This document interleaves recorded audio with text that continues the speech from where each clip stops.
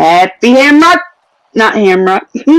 Happy Shamrock Shake Day, y'all. I had to redo my fingernails. Now they're green. I don't like this thing being sideways.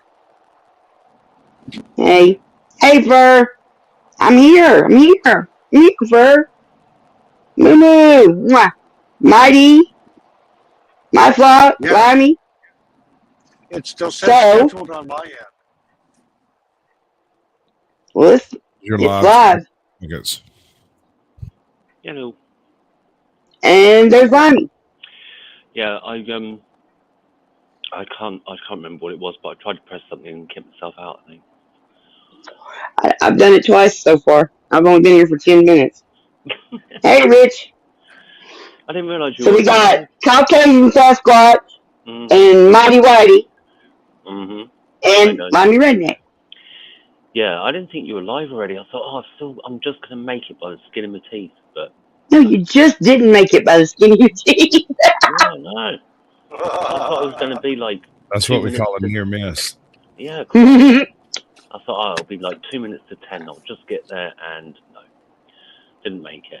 It's been a bit busy, though. Horseshoes and hand grenades, baby. We're all here now. Uh-huh. Yeah, exactly. Buddy.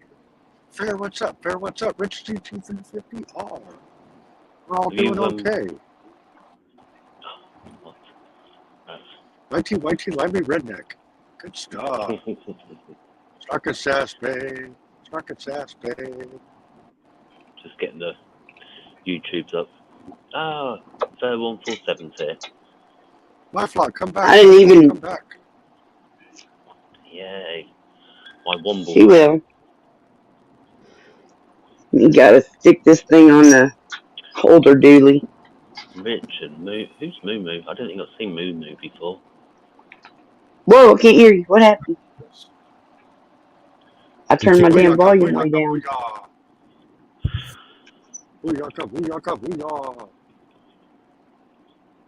There we go. It'll jiggle, but it'll hold it for me. Don't want my carpal tunnel acting up. Oh yeah, you don't want that. Mm-mm. You started drinking already then, or you waiting for a bit later, or? Well, the only drink I have is pickle vodka. It's green. Pickle vodka. Yeah, I'm gonna try it. It sounds gross. It sounds so gross. I had a long, drawn-out conversation about bacon tequila last night. Apparently, it's actually a thing. I bet it's good. Dude, can you imagine that stuff coming back up? Hard pass. Yeah. Yeah, so that. That is one of the criteria for choosing drinks is do you want to taste it twice? Yeah, I guess. God.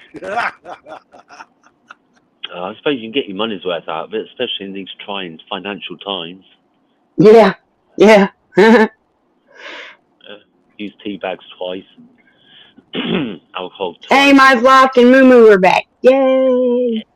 My flock family, my flock family. Mwah. Much love, my flock. But I also have watermelon peeps. Watermelon sours. Peeps. I don't know what peeps are. What are peeps? Like peeps are awesome. Peeps are awesome. European. Yeah. He doesn't know nothing about none of that. None of that. Yeah, peeps. They're little marshmallow chicks. Little marshmallow. Also have kettle corn. Now you're just throwing words at me at random to do with food. Because like peeps to me is my people, my homies. Well, yeah. These are my peeps. They're watermelon and kettle corn flavored. Made of marshmallows. They're marshmallows that are watermelon and kettle corn. Her peeps are all softies. What is kettle corn?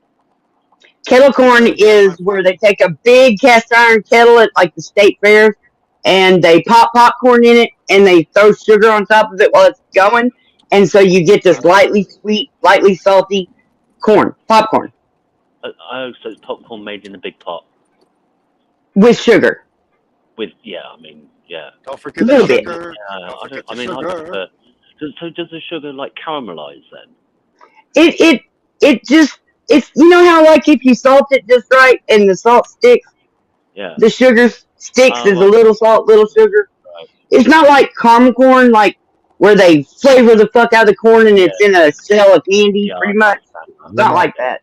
Cracker No, Jacks. This I isn't prefer Cracker salted Jacks. popcorn, but Cambodian estate. Hell yeah. Hey, how you doing, Drizzy? I'm not sure what that would taste like.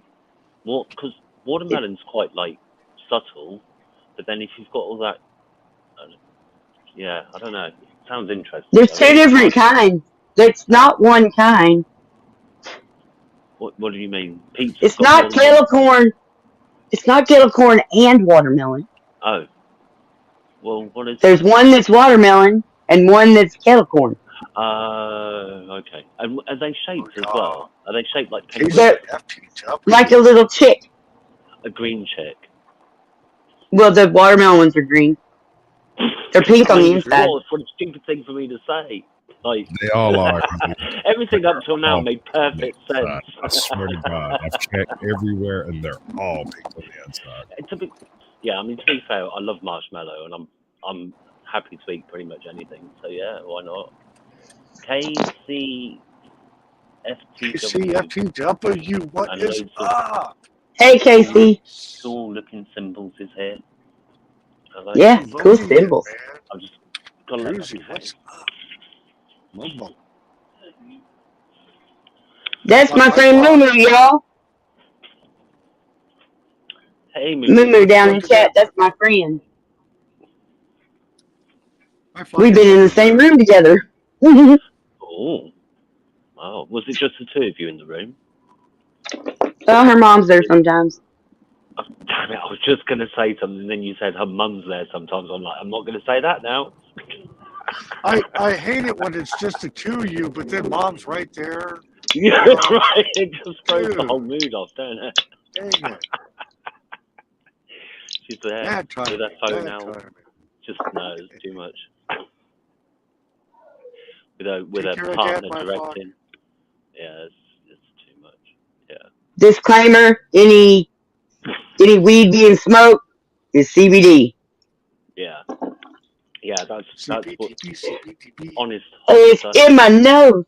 Oh, well, it's better there than up your bum. I mean, it's kind of where you want it, in your airway somewhere. I mean, you can get drunk by putting just a little bit of alcohol up your butt. Yeah, I know. We just have to ask. You get drunk real fast with just a little bit of alcohol. Just have to ask Beef and Brett Kavanaugh about that. Brett Kavanaugh? Yeah, apparently it's called boofing, and he used to do it at college. Lovely. Yeah. Good thing I don't know who that is. Oh, he's one of your SCOTUS, Supreme Court Justice. Oh, fucktards and applesauce. Gotcha. Yeah, pretty much. The guy who likes wearing robes. Do you know anything about the War Tribunal? Have you ever heard of that? The War Tribunal? Yeah. The War Tribunal today indicted Vladimir Putin for war crimes against children. Blimey. Good. War crimes against children. Crimes against humanity. Yes. Good. Is that like an international? It is international. Yeah. It was created in 1945 after World War II. Right. Because we needed a special court to prosecute war crimes. Yeah. Crimes against humanity, stuff like that. So is that for Germany, for the Nazis? Yeah. Is that a different one to the one that's at The Hague? Is that the International Criminal Court at The Hague?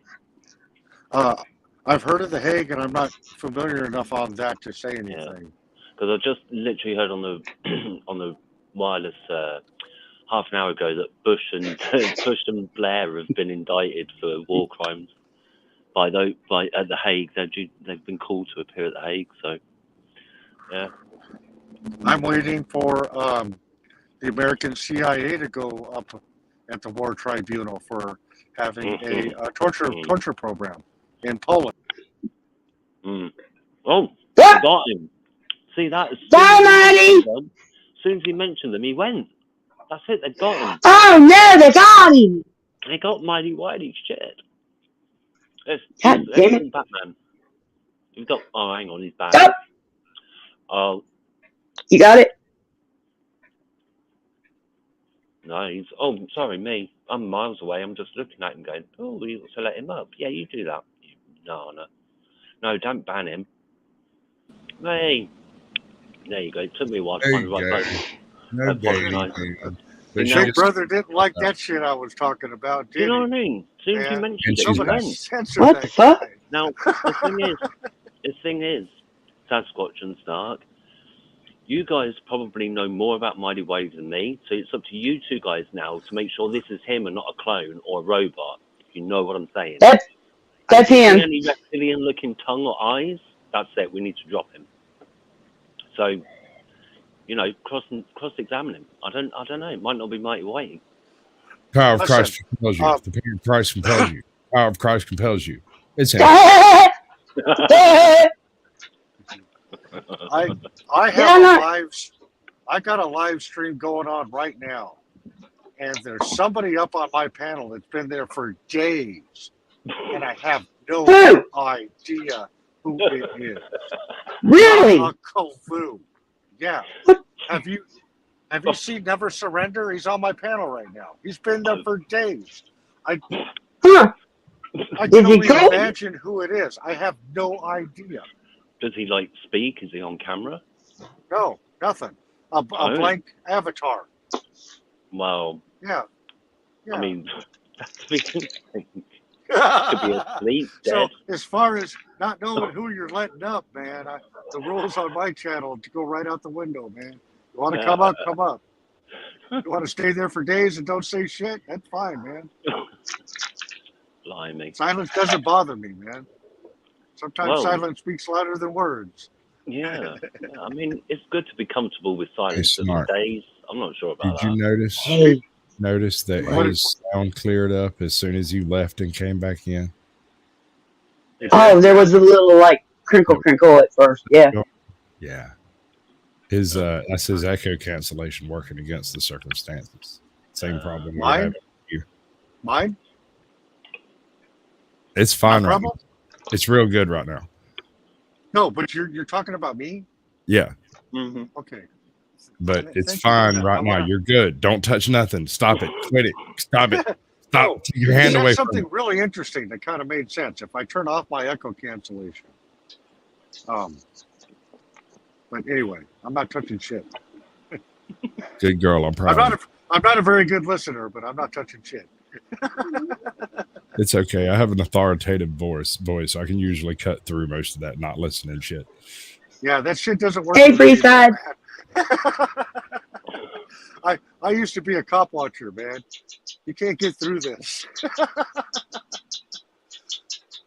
All the overbearing, whatever, try to cut through doesn't work with me, man. Yeah, we're glad that he uses his power for the forces of good. Yep. For good purposes. Ooh, hey, Freeside. Freeside, what's up, Freeside? What's up? Crystal Bravo, oh my God, hello, Crystal Bravo, hey. Good hello, evening, Crystal. Your lack of happy thoughts is everyone sent you in while sexting you. Did you misspell that word or what? Oh, you meant texting. Okay, good. There you go. Crystal Bravo, what is up? Oh, Snarky, I posted your link on my live and directed turns everybody. out Freud was Thanks. right. Yeah. You too, my flock.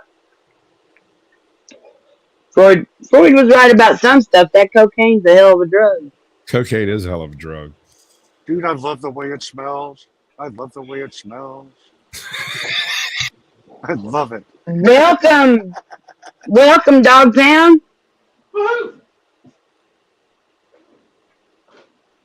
Just me and my fellers. Got all the fellers. Got fellers in chat, fellers on the panel. My. I'm looking in chat going, Dog Pound, I didn't see him yet. Maybe you're getting messages before me. Yeah, he's up here.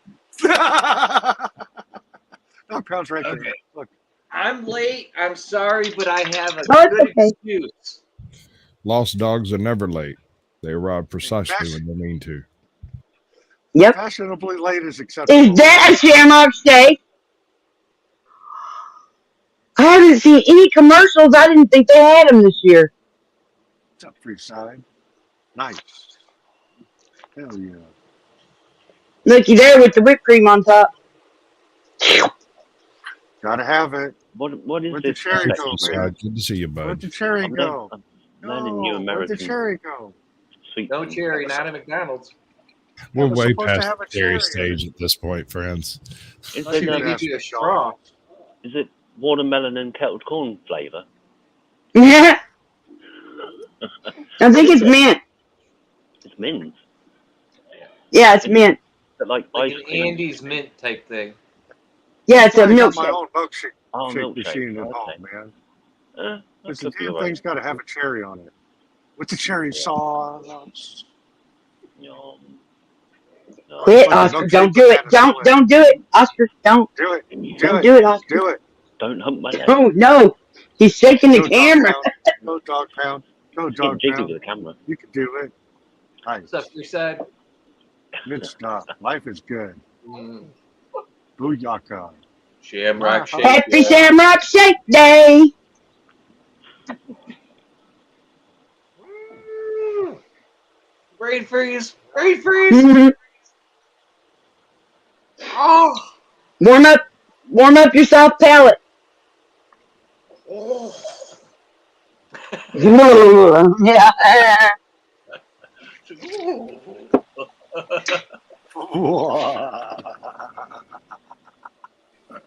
Hello, everybody up here. Greetings and salutations. Ooh, good one.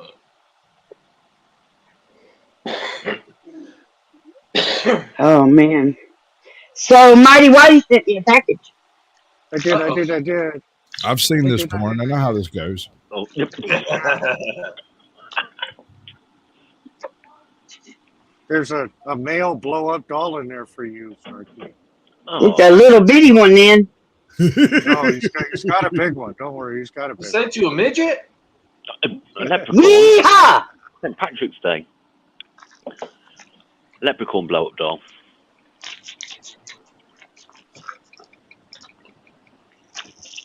Yeah. So, Yes, Snarky. Yes, Snarky. There's a little piggy. Aw, there's a Got little some little piggy. piggy right here too, Itty Snarky. bitty. And a ducky. Yes, and the duckies. And an autographed piggy. Oh, Yep, Nice. little mighty. And another ducky. Oh. Yes, yes. Little duckies and little piggy. And air from California. Yes. Ooh, that was the best one. Yep. They charge for that in California. I hope you didn't find. Yes, they do. Pretty sure it causes cancer in California. Love you, SnarkNSass. Oh, no. Love you, SnarkNSass. Oh, he's got one with your name on it. Oh, Yeah. Well, they can squeeze each other long here, look. distance. look. Oh, There's shit. everybody right there. Yeah. We're always traveling with you.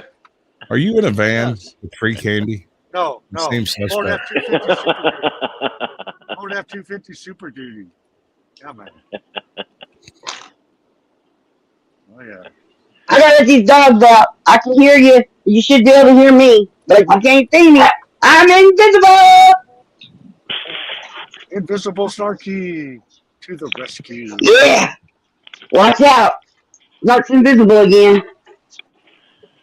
Go Snarky. You know, Go Snarky. McDonald's milkshakes used to be like triple thick. They used to be having milk in them. Fair, that was an awesome comment. Fair says he knows how to spoil a woman. Yeah. I do too. But I think we may be talking about two different things. You never know around here, man. You never know. I've known Snarky for a very long time. Very connected to Snarky. super appreciate her friendship. And all the love she spreads everywhere she goes. Not everywhere. Sometimes I'm a bitch. No, bitch, never. No, you're just mistaken. Clearly, mistaken what you intend. If you're being That's what I'm saying, because that heifer went all over my comments calling me a drunk and stuff. And I'm like, okay. Oh, Little As River long Band. as I'm getting drunk with my friends, who cares? You hear me? All right, y'all done? Little River Band probably has something to say about that. Oh, Little River Band. I got to say that in court. I got to call him that in court. Because I said I didn't remember his name, because I couldn't remember if it was Mills or Miller. And so I was like, yeah, and Little River Band over here. And they're like, oh, who? Now, which officer is Little River Band? I said, that one. That one. The one with his Wait eyes. till they hear what. I'm telling you, I'm done being patient with these fucktards. See, it's no use remembering their names. They're all just snapper heads with badges. Snapper head. What does that mean? Mr. Piggy. Mr. Piggy. Why so bad, Mr. Piggy? See, Memory says she's a wonderful friend of mine. No, stop. I'm not giving you my squeakers. Those are not for you. And if you eat them when I'm not looking, I'll kick your ass. Not really. Whoop that ass. You hear me? I'll kick your ass. You hear I me? see an ass kicking in the future. I see an ass kicking Not in really. the future, dude. I just talk a big thing with them so they hear that I'm angry, you know? Or not angry. Whatever. Blah, blah, blah, blah, blah. My crystal ball tells Hey, me so I think I got a title for, What you get? Shut up. I think I got a title for my words video series. What is it? What is it? What is it? Another mind-fuckable topic. The Mandela Effect, multidimensional transversal theory, proved through mutated language usage.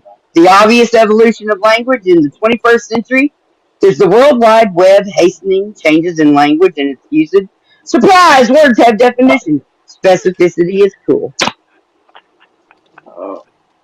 Yeah, that whole thing was the title. Are you going to be able to fit all that into the title thing? I think it's going to have to be multiple videos so they can all have a piece of the title. You might have to roll some of that into the description. Yeah. Might be a little long-winded. Is that because when That's the joke. I said that literally also means figuratively now? Is that what kind of like tipped you over the edge and you had to make a video? I was already working on the video, but that definitely tipped me over the edge. Okay, Oh, I'm sitting on an over the edge video. Thanks for reminding me. I appreciate that. An edging video. Edge of it. I like it. Dog Pound, come back. Where did DP go? Dog Pound, come back. Dog Pound. Oh, he went. I also wrote a ridiculously long introduction for Limey Redneck. If he ever sends me some pictures, I'll make him a video for his channel. Oh, cool. Oh. Quit licking me, you weirdo. Nice. Nice. It was you. Who? What? DP. I'll be honest. The one that answered, so Stand a you little must more have hit it, looking. SnarkNSass. What I want to know is how come I get in trouble when somebody asks me to show me my finger? I mean, they're the one that asked me, show me your finger before I let you on. And then all of a sudden I'm in trouble. Oh, what the hell I Yeah, did? let me up, motherfucker, let me up. Yeah. Oh, yeah. Yeah, I know what that is. It's not. I did Because then you asked for something. Shut up! It's not. Crystal's going. Crystal Bravo, Crystal Bravo, much love. Bye, Crystal Bravo. Thanks for coming by. Have a most beautiful day. Casey asked if there's two different SnarkNSasses. And, you know, I'm There's SnarkNSass and there's Citizen Not. Don't forget Citizen Not. God damn it! Every time I go live, you start barking. What is it? I let you out. What are you doing? Camera. Stop messing with the camera. Stop banging into the camera. Oh, for fuck's sake. Children. Ass whoopings are coming. Somebody's gonna get an ass whooping, and it Alright, might be on camera. I don't know what you want. They're just jealous. I already did. Stop. Don't stop. I'll be right back. They want Shamrock Shake. Oh, she mute. We can't hear the yelping. Damn it. This ass whooping's gonna end up on film. Watch this. This is where she's going to string him up in the closet so he can't bark anymore. Yeah. Doesn't want to traumatize us. You know, I forgot today was a holiday. I'm glad I didn't have to do any banking or go to the lumber yard for anything. I'd have been all pissed off. Yeah, that's... yeah, you just had a relaxing day then, or you've been doing work, or... Me, yeah. I've been doing work on the house all day. Yeah, cool. Let the beatings begin.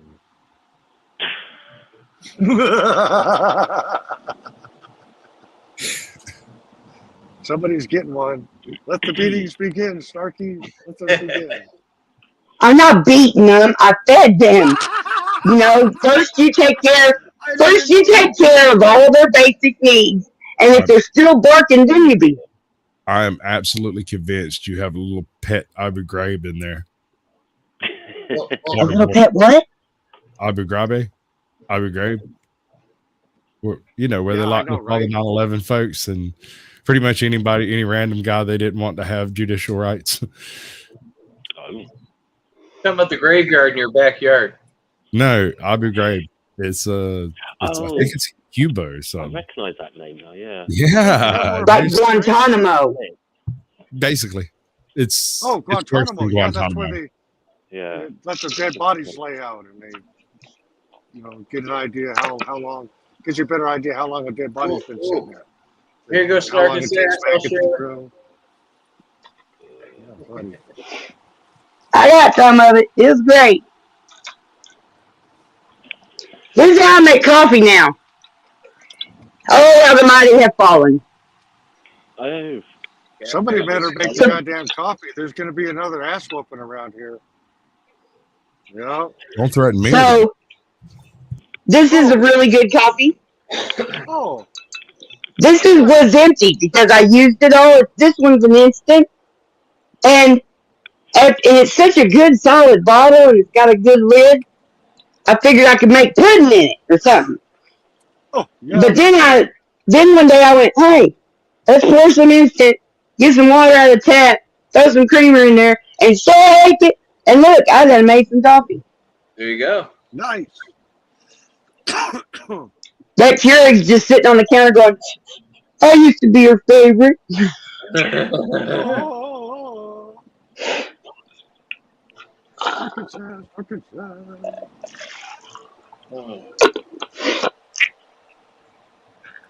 Ta-da! I'm so excited. The hardware for my door showed up. For my sliding doors. It showed up this morning. So excited. It's always good to have hardwood. I'm closer to being done with that room finally. I want to burn it down at this point. Oh, no. Oh, no. That's like stepping backwards. You've had frustrations with just like other people not showing up to like work and stuff like that, though, haven't you? Seem to have had a lot of frustrations with other people's shit. Oh, my Lord. I know what you're talking about. I remodeled my house. It took 4 fucking months. It should have taken 3. And it's like every day it's like nothing's been done. What the fuck? Dude, I'm going on just over 2 months in one room. With one person doing it, that's good timing, I'm saying. You're making progress. Looking for the cheapest, most soberest guy to do the work? Quit. What are you doing? Get people to work around here. I was offering people $15 an hour. I couldn't get anybody to work. That's crazy. I'd come work for $15 an hour. I can't. I'd have to just sit on it. I just have to sit on a stool and watch. But I'm an injured guy. Throughout the day, I take many smoke breaks. It's worth many, working many. for me. Hey, Moo, if you're still here, come on over then. Come on over. And I can prove that I actually have a real friend in real life touching fingers and stuff. No, we already know you pay her. Pay her. Hugs and smiles. That's right. Giggles are my currency. Woohoo! You use sarcasm for hugs. It's a good thing. I like to wrap my hugs with sarcasm.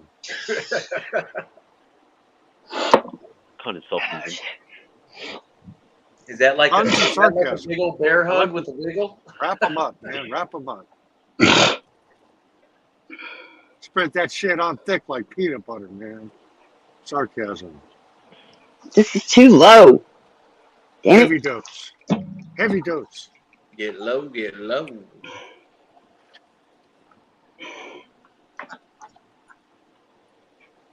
Maybe.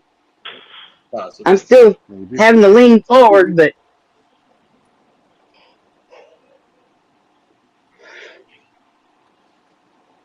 I put green on my eyes. Hurry up and come. Yay. Mama says they're coming, but they ain't there yet. The only green I I'm got coming, is my I'm belly. coming, I'm coming. Hurry What up a and joke. Well, that come. works. You want to hear a I'm joke? green on the inside. That's not good. You want to see a doctor about that. But, Moomy's coming over. Be careful. Yeah. I Stampede on wonder the if way. that's the thing. Like, if you eat like 10 large Shamrock Shakes, will you shit green? All that Shit, green dye? yeah. All that Shit, green yeah. dye? Shit, yeah. No, hi Beth. Hey, Beth. Oh, Hello, Beth Beth. Meadows, Beth Good to Meadows. see Oh my you, Beth. gosh. Hugs to Welcome Beth to the show. Meadows. How you doing, Beth? Mwah. Thank you for being here. Oh my gosh. SnarkNSass been real working. Oh, I gotta step my Precious little game up. weirdo. I gotta step my game up. Precious little weirdo. Yeah. If you're gonna compete with the best, baby. That's it. That's it. We're gonna try flying off the roof again. It's a must. Oh.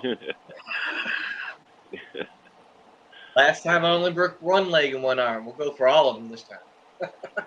All in, man. Don't ever That's right. go half-ass. Make sure you throw your whole ass at it, man. Well, I got the advantage here in Virginia. My house is on a hill, so I can jump off the steep end. So, you know, in Illinois, I was on flat land. It didn't work for me. Hi, Beth. Hi, Beth. That's delicious. I like that. That's delicious. Good stuff. So It sounds like Fair stalks Beth more than I do. Dang it. I'm jealous. I'm jealous. Fur baby. Fur baby. Everybody needs a stalker in life. It's healthy. Oh, I've got the best stalkers. I married my stalker. I do too. Ooh. Interesting choice. Well, I mean, it completely disarmed the entire problem. I mean, it's hard not to be stalking someone when you live in the same house, huh? You know, my favorite stalker is Miss Mighty.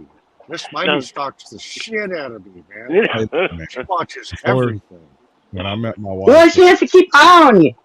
before we started dating real hard, I could be up a polar bear's ass in a snowstorm. Somebody else's phone would ring, and it'd be for me.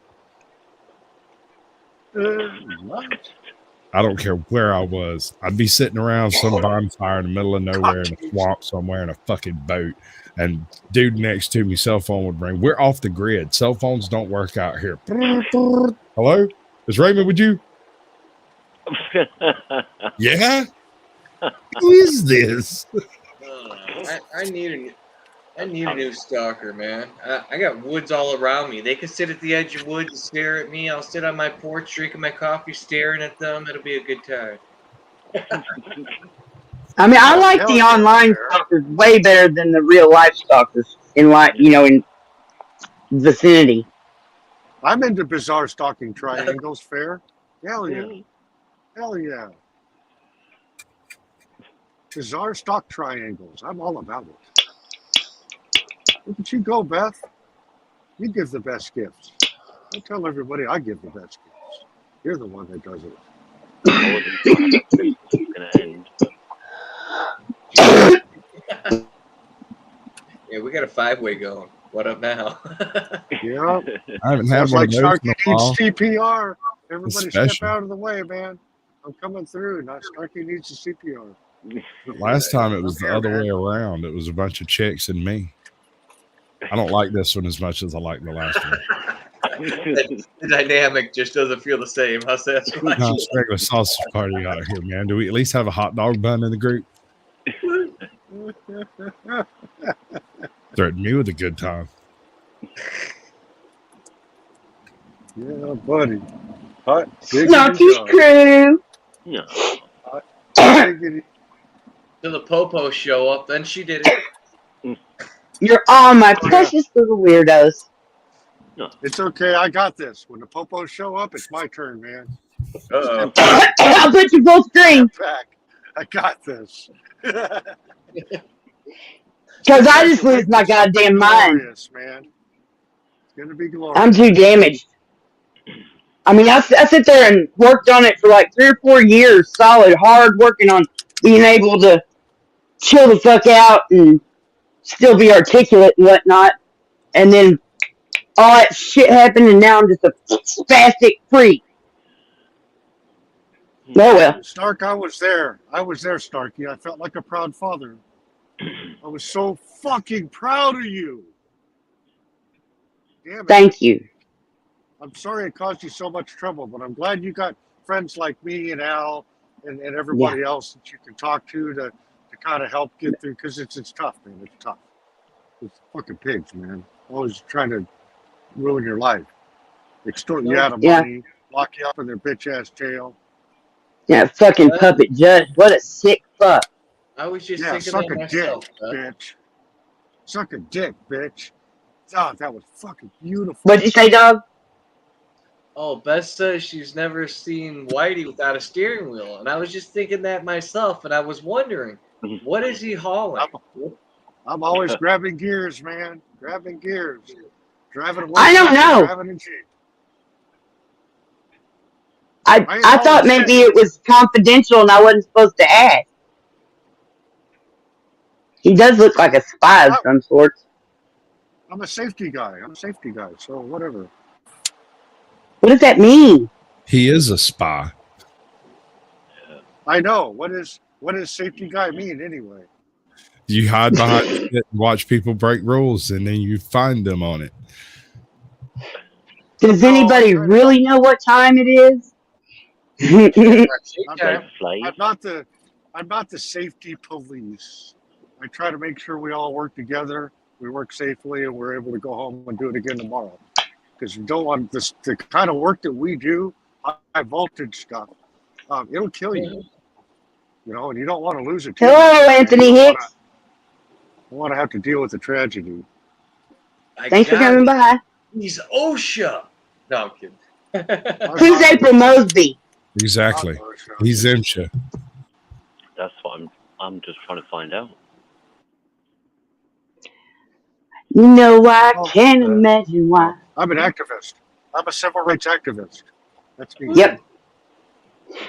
Everybody should be, but I feel oh well. Cops, we don't need to do I'm a big fan of freedom of speech. We need to educate them. Most cops they're not qualified for their job.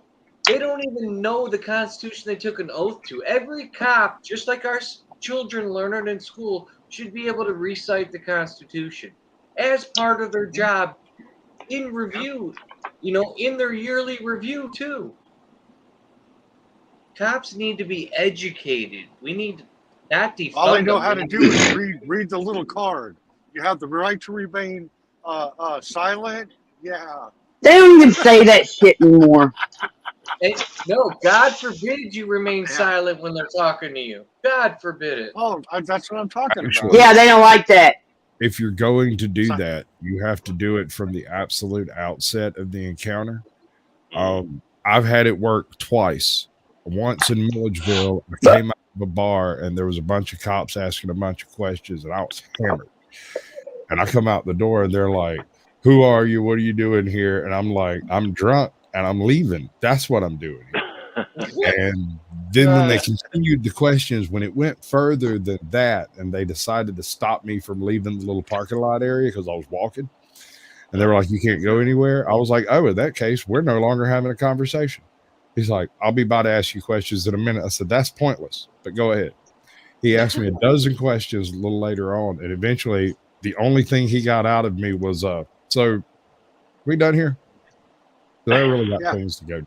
I'm not answering any of your questions. Who walked out that door that night went to jail.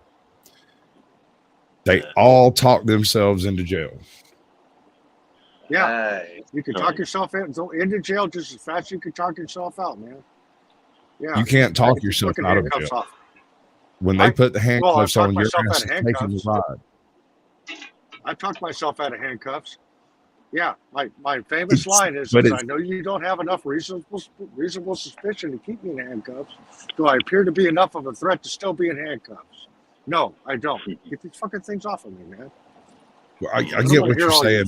Typically, at least locally, if you get put in handcuffs, your ass is taking a ride. Yeah. My daughter got me that sticker for Christmas. They gotta let you go. I get you go. Perfect. That's cool. Nice find. I usually start with fuck you and end with fuck you. That's all I got, man. Go fuck yourself. That's what I'm famous for.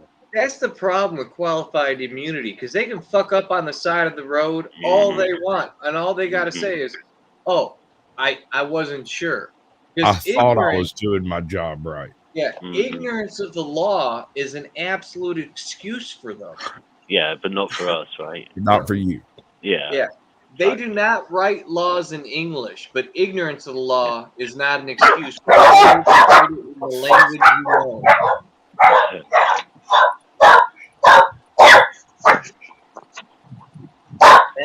Quit barking. Hey, come on, get back. Get back. The laws in English. Well, when the case comes back dismissed, more of us need to sue the police for their bond amount instead of suing the city or suing them personally. We need to take away their bond amount. That's their insurance money. And how much is that on average? However much each officer has a bond amount. It's like his insurance money. If you take that away from him, he's not insurable. He's not employable. You know, most people think, oh, I want to, you know, you could get money from the city. You could get money from suing him personally. Go after that motherfucker's bond amount, man. Don't get greedy. Hit it where it hurts. You don't get any money, but you take that bond amount away. And that's where they lose their license to be a police officer. Yeah, but that's when you take their job from them permanently. At that point, you're fighting all these complaint phones, man. They just get pushed around to another fucking police station. Oh, they lose their job here and they go there. Oh, fuck that. Take their bond amount. Dude, I've learned some important lessons, man. Sorry to take over the stream. Sorry. No. I'm thinking about what you're saying, because I actually don't know anything about the bond. Because they have to be bonded and secured to be officers. But I didn't know that was even an option to take that away. It is. It's called their bond and oath amount. Look that up. Bond and oath amount. Yes. Okay, I got you. Yes. I've been doing this for a long time, man. It's like you say, Mighty Whitey, unfortunately, a lot of the time you have to make financial arguments before you can make any arguments about morals or ethics or anything else. Well, and it's tough because activism, it gets clouded when you throw money in the middle of it. Yeah. You know, the true activism, it's rare. Yep. To actually go out and make a difference. I mean, in my community where I live, I've talked to the chief of police and the mayor about my grievances, and I've been able to solve issues. Mm-hmm. Putting kids in handcuffs on fucking skateboards, it's not a crime. And putting kids in handcuffs, your policy says don't do it. Yeah, you can't put minors in handcuffs. And so many police officers I talk to, I start talking to them about putting minors in handcuffs, and they start telling me, oh, well, 17, maybe 16. And I'm like, dude, you sound like a child predator. 17, maybe 16, still a minor. Mm-hmm. You can't put them in handcuffs unless they're a threat to themselves or others. If they're destroying property, let them do it. Yeah. You can't put your hands on children. They can't consent. They have no consent. You know? And I got a video of the police putting a kid in handcuffs, and the kid wouldn't comply, and they body slammed that child. And it shut down our 11-day fucking live stream. No. For child protection reasons. And we agreed. Yeah, it's about the children. Wow. You know, but I was able to go back and capture that video, screen record it, before they took it away from us. You know, because we've been doing this a long time. I shared that with the chief of police and the mayor. Because they were like, well, if you haven't, send it to me.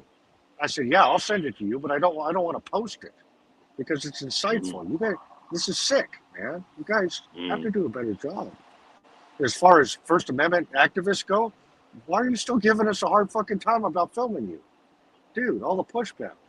De-escalate, man. Oh, de-escalate. You know? Yeah, my most glorious day, though, man, was when I put on that... Only because they still got people bitching at them about it. You know? Like, I just watched a video where it was some kind of town meeting, but it was a very small endeavor. And she was like, she works for the city behind the counter somewhere. And she's like, well, what about my right? Not to get talked too ugly. And I was just sitting there going, you entitled fucking bitch. But that's why, because so-and-so goes, oh, they were mean to me. And then so-and-so says, well, I'm going to protect you. And it's just a whole bunch of fucking boot licking and butt licking. And well, it always comes down to the butt licking, doesn't it? Hey, bud, say what you... Not the first time I've heard that. I ever tell you about Oconee? About what? There's this town nearby my house named Oconee, and it has a single operator that functions as the county clerk, the county magistrate, the county judge. Everything to do with that town is operated out of a single household. Am I still here? Mm-hmm. Sometimes. Yes. Although we're not sure if you're still here. You're not here. Okay. Sorry. Carry on. Carry it on. Carry it Are on. any of us all here? So the single operator, yeah. Yeah, so there's a town near you? Yeah, it's tidy. It's the average Jesus. The average age in the town is like 64 or something like that. Blimey. There's maybe 600 people total. Last time I looked. It's dying. There's another town a little bit further down that same road named Toomsboro. No, that's not right. Hold on. What was the name of that town? Anyway, it's dead. It's no longer incorporated. Nobody lives there. Right. A literal ghost town. And you two can own one for $1 million. Well, yeah, I mean, yeah. Oh, you know, there's a couple of like groups that have looked into purchasing it. Like, from what I understand, the owner of the founder of BLM was looking at buying it. And making it a full-on black community. Because it's there. There's a water tower. There's all the city services you could possibly want. Right. Maybe we got like trash trucks parked over behind the waste management place. It's an entire city. Yeah. No one lives. Is However, there is an old black guy who has, as far as I think he may be the devil himself, but he sits at the crossroads in this town and sells sugarcane and sugarcane syrup. And it is the most amazing syrup I've ever put in my mouth. It is amazing.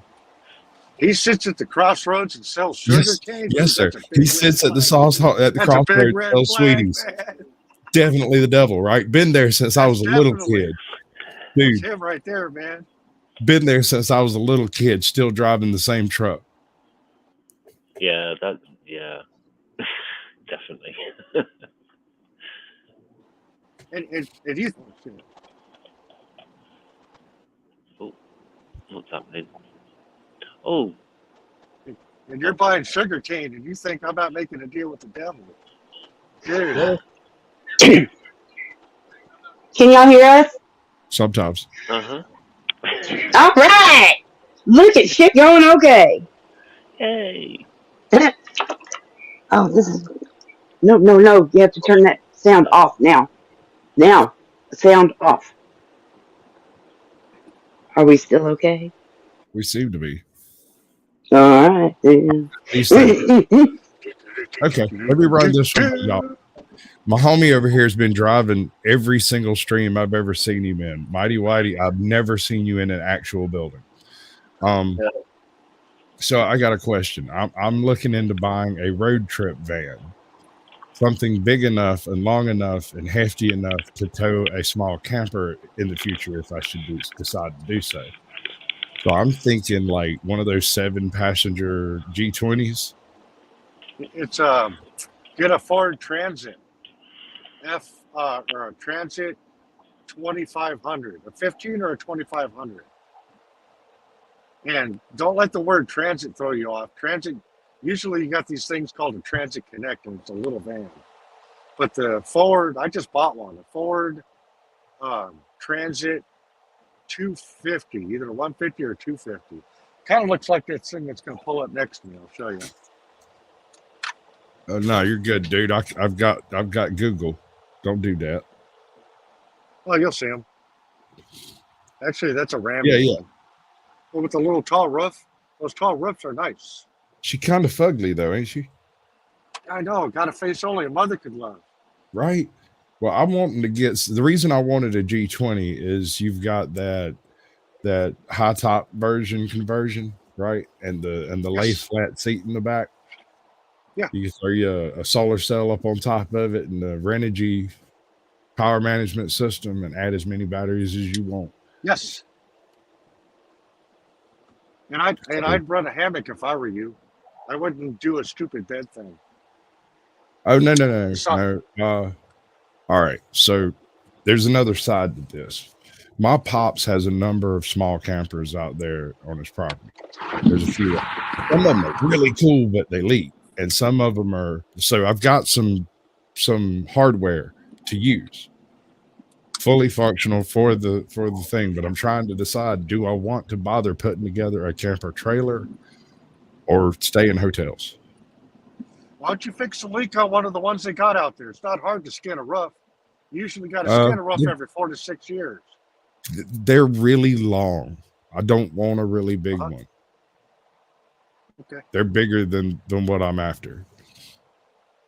So what's the size? What are you thinking of? 16 foot. Somewhere in 16 that foot, number. yeah. A basic bumper pole. Yeah. Yeah. Little box, yeah. I want a bathroom and a sink, and that's really all that's going to be in it because it's going to be for like a mobile studio. I call it Shills on Wheels. So you'll have like at least 3 tanks in it. One for fresh water, one for gray water, and one for black water. Right. Or actually, I think the gray and the black flow into each other. And it turns into all black. So just 2 tanks, eh? The basic idea is to have a freaking queen size bed to be fine somewhere in there. It can be.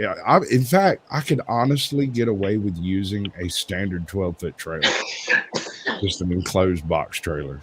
Are you going to have free candy on the side of it? No. I'm going to have free candy on the side of it, and then I'm going to use a Sharpie to mark it out. Sorry.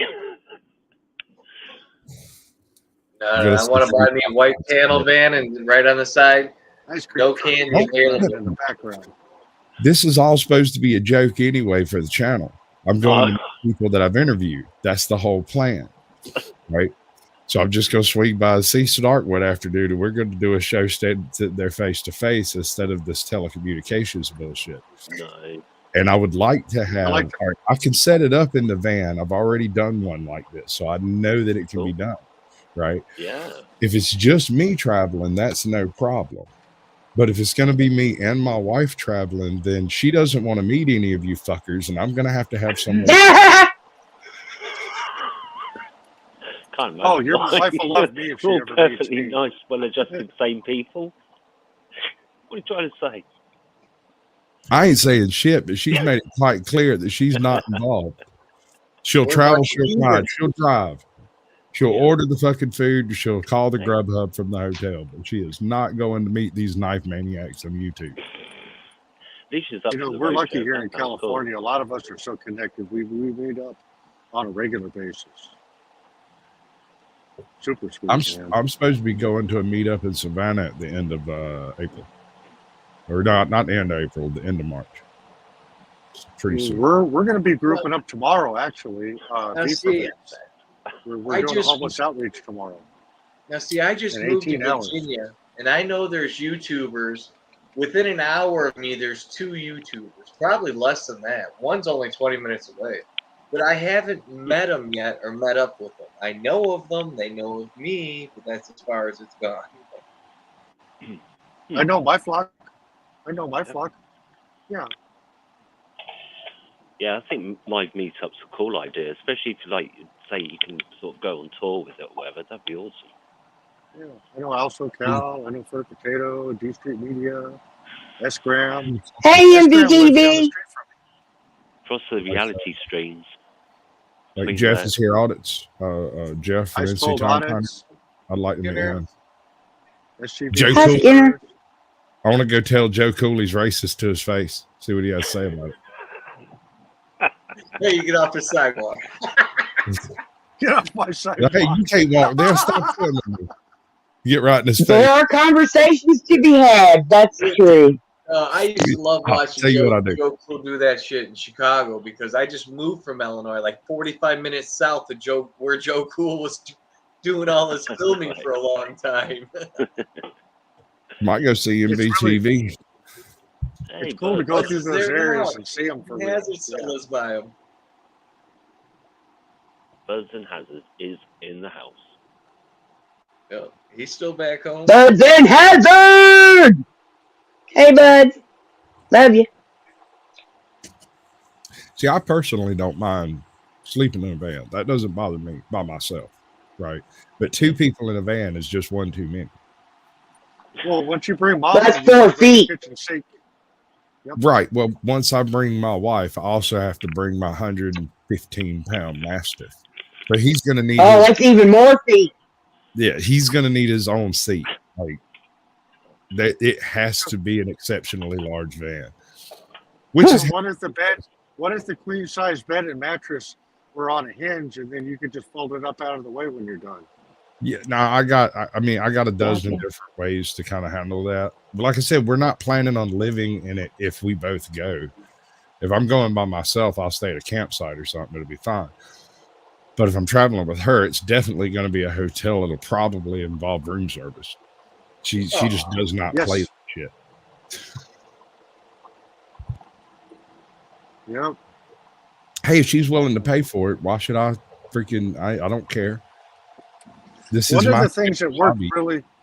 One of the things that works really well for me when I'm set up like that is putting stuff inside of milk crates, so then you can slide them in and stack them. Right. Milk crates are great. I built an '83 Econoline for a guy one time. He bought all this stuff and brought it to me. Okay. Right. He just drives in with like this stack of crap in the back of this van. And he's like, all right, here's what I want. And he gives me this list of shit. And it's all there in the van, but I had to like go through and take it all apart and figure out how that crap. Wow. He had basically ordered an IKEA set. I made another one. It was pretty well plug and play. What was really cool about that? I don't know. You had everything. I don't know about its status on that. There were already holes drilled for all the wires. Let me show you the paint job. You saw that one, right?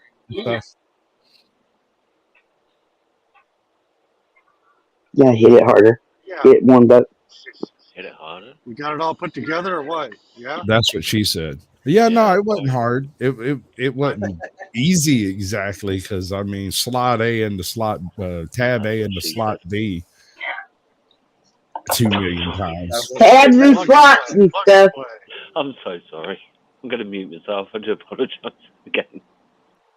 Yeah, there's a sexual joke. There was just, I just said, yeah, I posted a Beavis and Butthead that was, Beavis talking to this old lady at the casino, and she's like telling him about the slots, and he's like, "Yeah, it is slots," and it was this crazy misunderstood conversation that went on for a minute. It was hilarious, In your end, though. and I called for a slot. Shut In up. your end, though. Beavis. Right, I'm sorry. I've muted now. It's fine. My tail's in the front. All right, Is can everything I okay? go off on a tangent here for a second because something's perturbed me about YouTube, and it's one of the reasons I'm not streaming as much. Not too long ago, you got a full hard strike for posting a silly monkey doing some silly shit. And yet on that same stream, I was doing exactly the same thing the monkey did, and you didn't get a strike for a Sasquatch doing such things, but you did get a strike for a monkey that has probably lived a full life and died at this point. I find that curious. Yeah. Somewhat suspect. Well, you're a sentient human being that chose to drink it, even if you're a Sasquatch. He's a monkey that doesn't know better because he's a monkey and he trusts the people, and that's animal abuse. You're not supposed to get your animals drunk, I guess. That sounds like a reasonable request. Most of the time. I used to Animals raise have issues they want to forget too. I used to raise beagles, and I can tell you with an absolute certainty that 20% of any given population is prone to alcoholism. Wow. Those Yeah. beagles, Yeah. exactly 20% of those beagles would seek out beer cups or beer bottles and drink the beer. It was like they knew what it was and knew what it was going to do, and they would go over there and get the bottom of your cup every chance they could get. But then the rest of the dogs had no interest in it whatsoever. They reacted as though it were a vile poison, which I think is the proper response. The only reason I know this is we were doing an addiction study thing in school, and they were talking about the different percentages of the population that have different addictive tendencies towards certain substances. And in general, 20% of the population has an addictive personality of some kind. They are prone to become addicted to something. Now, in some cases, it's working out, or it's long haul trucking, or it's burritos, and nobody ever calls it an addiction. Maybe it's also SnarkNSass. you never know. But when it's something harmful, everyone calls it an addiction. So that 20% isn't exactly solid, but in beagles, at least for certain, because I did the actual math on it. I actually did the full collated chart and everything, showed that these particular beagles that are damned and sired by this particular family of beagles are not prone to that type of thing, whereas these two over here that are from Alabama, these were. All of their progeny had a 20% shot straight down the line. But the ones I mean, Milwaukee, they're from Alabama. you gotta drink or you cry. Yeah, that might be true. You know, all the trees in Georgia lean west because all sucks. But that's funny. Do you know how to give a boy in Alabama a circumcision? You kick his sister in the teeth. Oh. Well, what did she do to you? Oh. Oh, he went there. You know, birds fly upside down over Alabama because it ain't worth shitting on. Oh. I can do this all night. We can do Chuck Norris jokes next. I remember being. I mean, I only have one. I only have one right now. It's what's Arkansas most thankful for? Mississippi. I remember being in basic, like 3/4 of the platoon were a bunch of Bama boys. Ain't nothing wrong with corn-fed boys now. Roll Tide.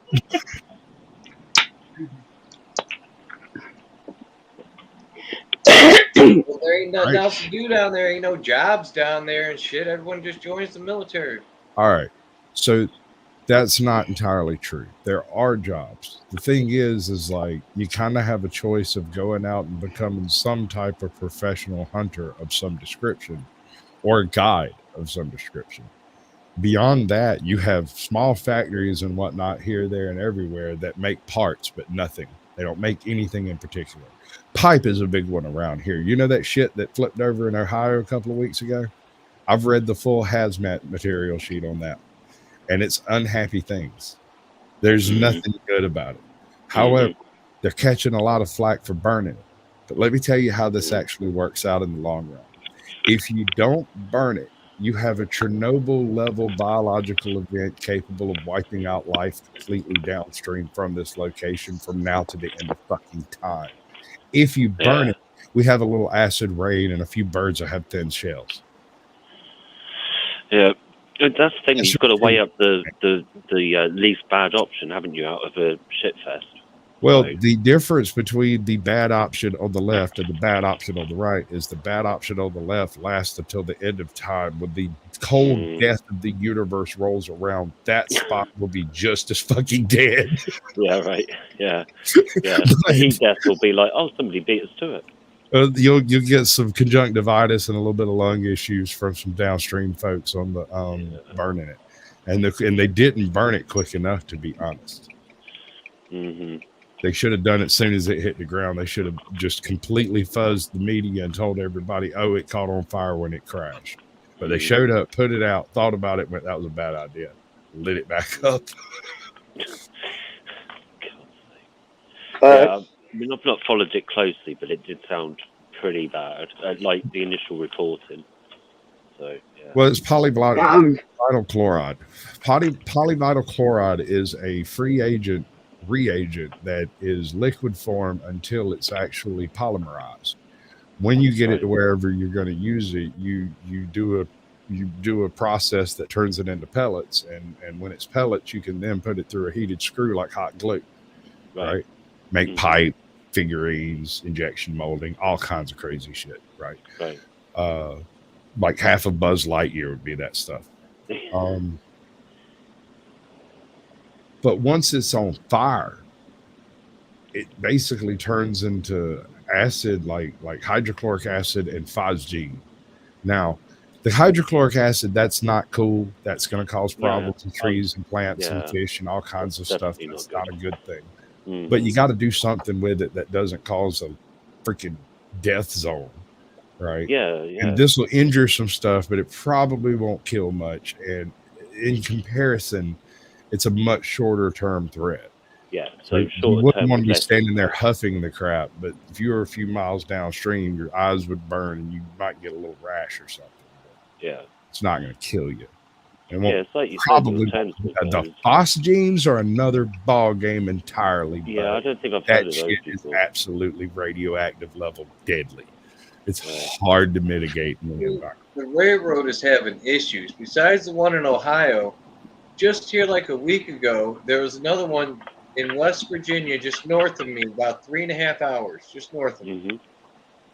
And granted, it was because rocks coming down onto the tracks. There was a landslide in an area, and the engineer wasn't paying attention quick enough to stop the train when he saw it. How you gonna stop the train? Trains don't stop. Like I say, he just, by the time he saw it, it couldn't stop quick enough, I don't know how they run trains in West Virginia, but around here it might take 5 miles to stop a train. So, I mean, seeing a rock in the road and stopping that train are two totally unrelated facts. Is all I'm saying. Homie wasn't responsible for a rock falling out of the sky. Well, it went over. One of the engines went into the water. Another one caught on fire and shit like that. And they just let it burn. Because kind of like what you're saying, it was safer just to burn it off than let it leak downriver. I mean, it depends on what's in the cars themselves and what exactly is the ecological impact downstream. And I mean downstream air-wise as well as water-wise. Okay. So, like the ecological impacts downstream from the Ohio event, unburned, are so catastrophic that I can't get across to you how deadly that stuff is in its natural state, because it's basically a really complex hydrocarbon that doesn't really mix with anything alive and causes ester type effects in the body. It's And like what's it used for? making pipe, like PVC pipe, polyvinyl chloride, PVC. It is shipped in liquid and BB form, and typically the liquid form, Or and then plastics. it's plastic. Yes, sir. And in its unstable state, it is exceptionally corrosive and bad, naughty juju. You don't mess with it in that state. But sometimes in these factories, sometimes you have a clog that takes place in certain filters. And the method for getting rid of these clogs is to put on a mask, a little breathing mask thing, and go into the silo with a flamethrower and flamethrower the bottom of the filter until it all burns off. Right. And before they will let you go do that trash, they give you this big ass book with all of the hazmat requirements in it and all of that stuff. And then you have to pass a test. And unfortunately, I was confined spaces trained and hazmat certified. So guess who got to go do that trash? What if we just start transitioning out of plastic products? For what? To what? Back to natural products that we used to use. Product? What product did we used to use to control high pressure steam in a jet engine? Have to be metal products or something. There's got to be a way to transition away from what's killing the entire fucking Earth and its population. There's got to be. I think you're all overestimating your effects on this mere planet here. We're merely a surface nuisance. We're a tick of the time clock on an ancient cold death of the universe. I really don't think, while yes, we may affect the environment on a macro level and we might alter entire freaking ecosystems in a geoforming event, in the long term, we've only been here for a tick of the clock, bro.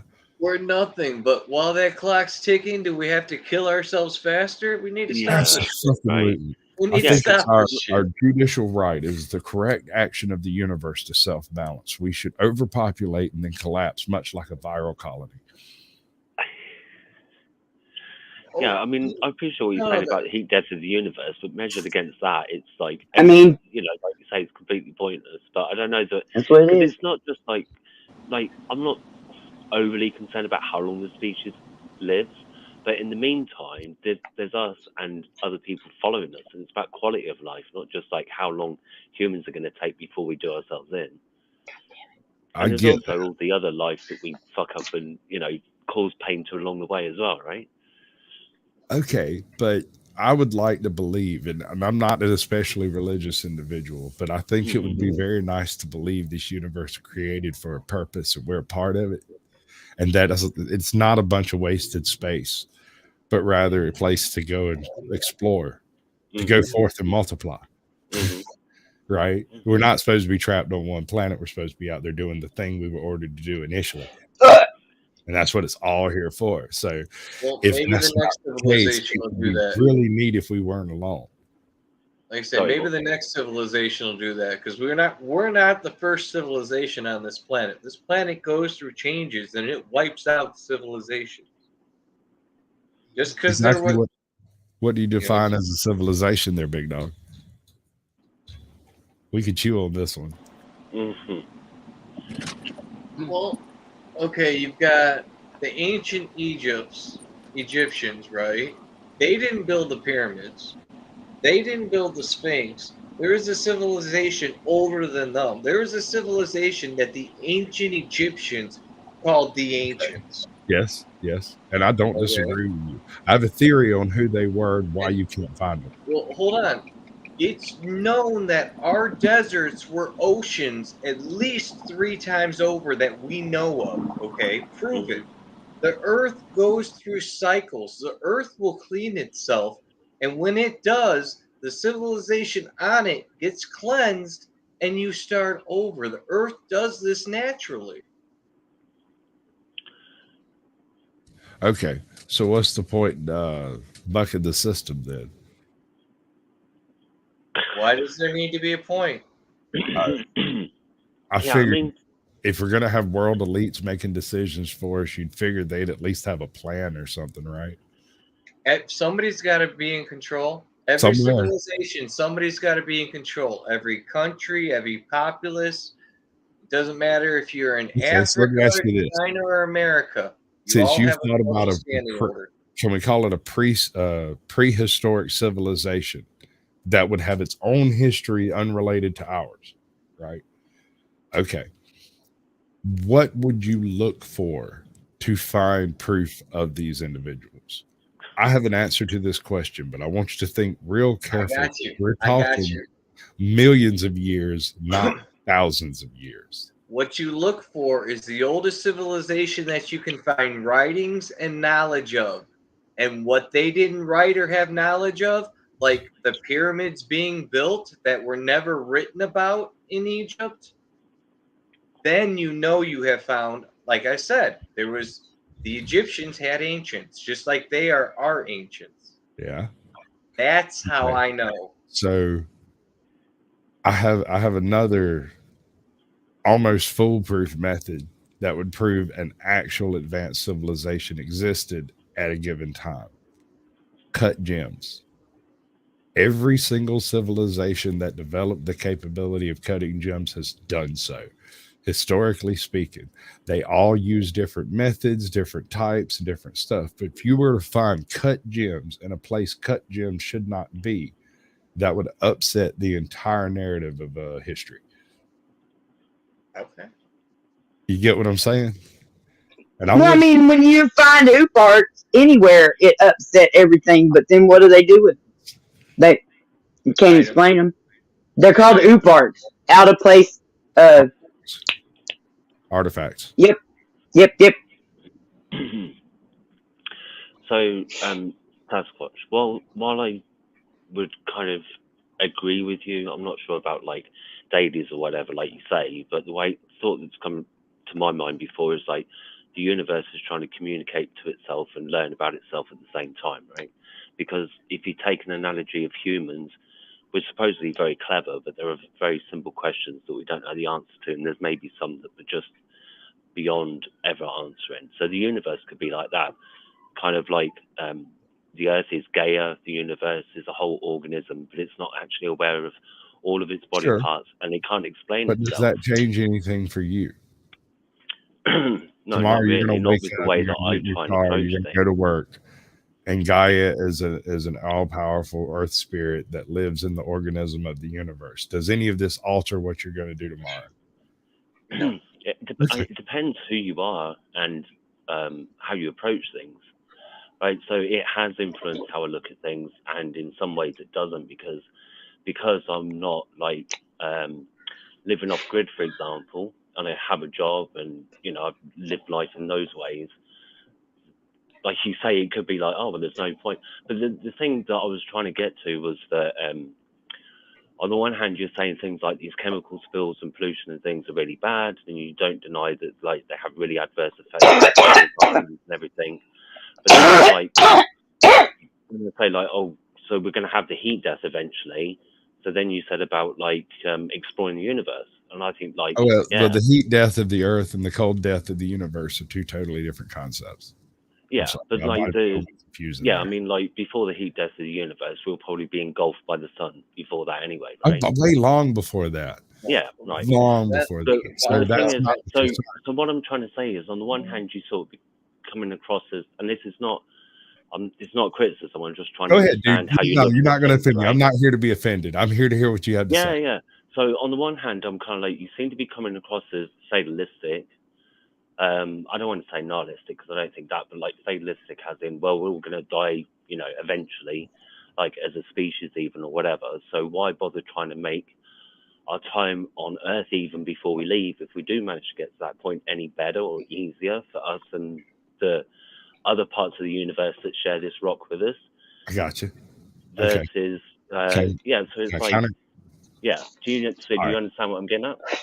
They are cutting the feed out from under energy production so hard that the ability to get to the freaking moon, to get some H3, to make an attempt at the stars is going to be crippled to the point that only super corporations and state funded projects are going to be able to do it. Mm-hmm. Yeah, I mean, I would have thought that was, because I'm surprised at how private enterprise, no pun intended, has, like SpaceX, for example, has managed to get as far as it has. And Right. in some ways, normally I hate PPPs and PFIs, like public partnerships and private finance initiatives. For me, they normally spell out piss poor performance and pretty fucking idiotic. But Right. the SpaceX and NASA thing does seem to be SpaceX. I want to say SpaceX provides the capital, but it's not like NASA's short of a few bob. So, but there does seem to be the partnership seems to be working to some extent. There's a bit right? more to that than just the corporate. But I'm still concerned about the federal commercialization of space, because I'm concerned the private corporations use the state as a springboard, which they often do different industries, and then leave it behind and you know, have a state capture and, you know, change the law in the way that they want to change the law. So, and again, these are things I read about growing up that I never thought would even be questions that I'd need to think seriously about, you know, in this moment. And I'm not even like 80 yet or 60, you know. I just thought these things are going to happen, but they're going to be after I'm dead. And it's like, yeah, sure. Welcome to your banana republic. Yeah. So what we live in the future. So like I say, like, it seemed to me from how you were sort of talking before that you're concerned about the environment, and that would fit with your thing of like the universe being gayer. So why then are you like, almost, like I say, sort of coming across in the next sense of fatalistic, as in, oh, but we shouldn't bother to try and fix it, right? All right, let me take a pick at this from the perspective of an alien that discovers Earth. Uh-huh. When you look at the broad spectrum of life on Earth, most of them are either crustaceans or arthropods, if we're not counting single cells or, you know. Yeah, right. I was going to say bacteria are probably the largest, and then arthropods after that, right? Yeah. Absolutely. So the likelihood of us coming across a primate intelligent species or anything resembling it is so far removed from the realm of possibility. I mean, look at the Permian explosion. Yeah. It could be one of those things. Yeah, and that's even on Earth. The chances of us meeting any form of life, we might not even recognize it as intelligent. Mm-hmm. Yeah, but when they recognize us as having predators for pets, we have the most vicious predator on our planet, and we use them for petsies. We rub their bellies. Cats. Yep. And when they come down and go, okay, so we got this new species over here, and what does it do? Well, it's completely dominated its planet. It's destroying its environment, and it's developed nuclear weapons, but haven't wiped itself out yet. And it has every major predator on the planet as house pets. They didn't extinct them. No, they play with them. They teach them to fetch balls and stuff. I don't think we're just monkeys. After that badass. So you're going to be like, they're going to mistake us for some kind of predator then? I think we've already been there, and we're on a prison planet. Oh, I don't like that. We're in lockdown and quarantine all in one, right? Right. No, like we're here for the next 10,000 years for crimes committed against the galaxy. That we came across foreign technology and didn't immediately use it to bang people over the head with it. If we made it to the galaxy previous, if this is our second go at a civilization, then it's because they said no. And now I think we're kept like a private zoo over here by ourselves, and they put a bunch of really nasty stuff off in Australia just to test us.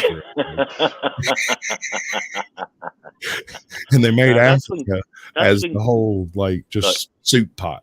It got to the afternoon of the 6th day, and God was like, I've got all these bits left over. What the hell do I do with them? We'll put them in and I had a bit too much of that pot before. I know.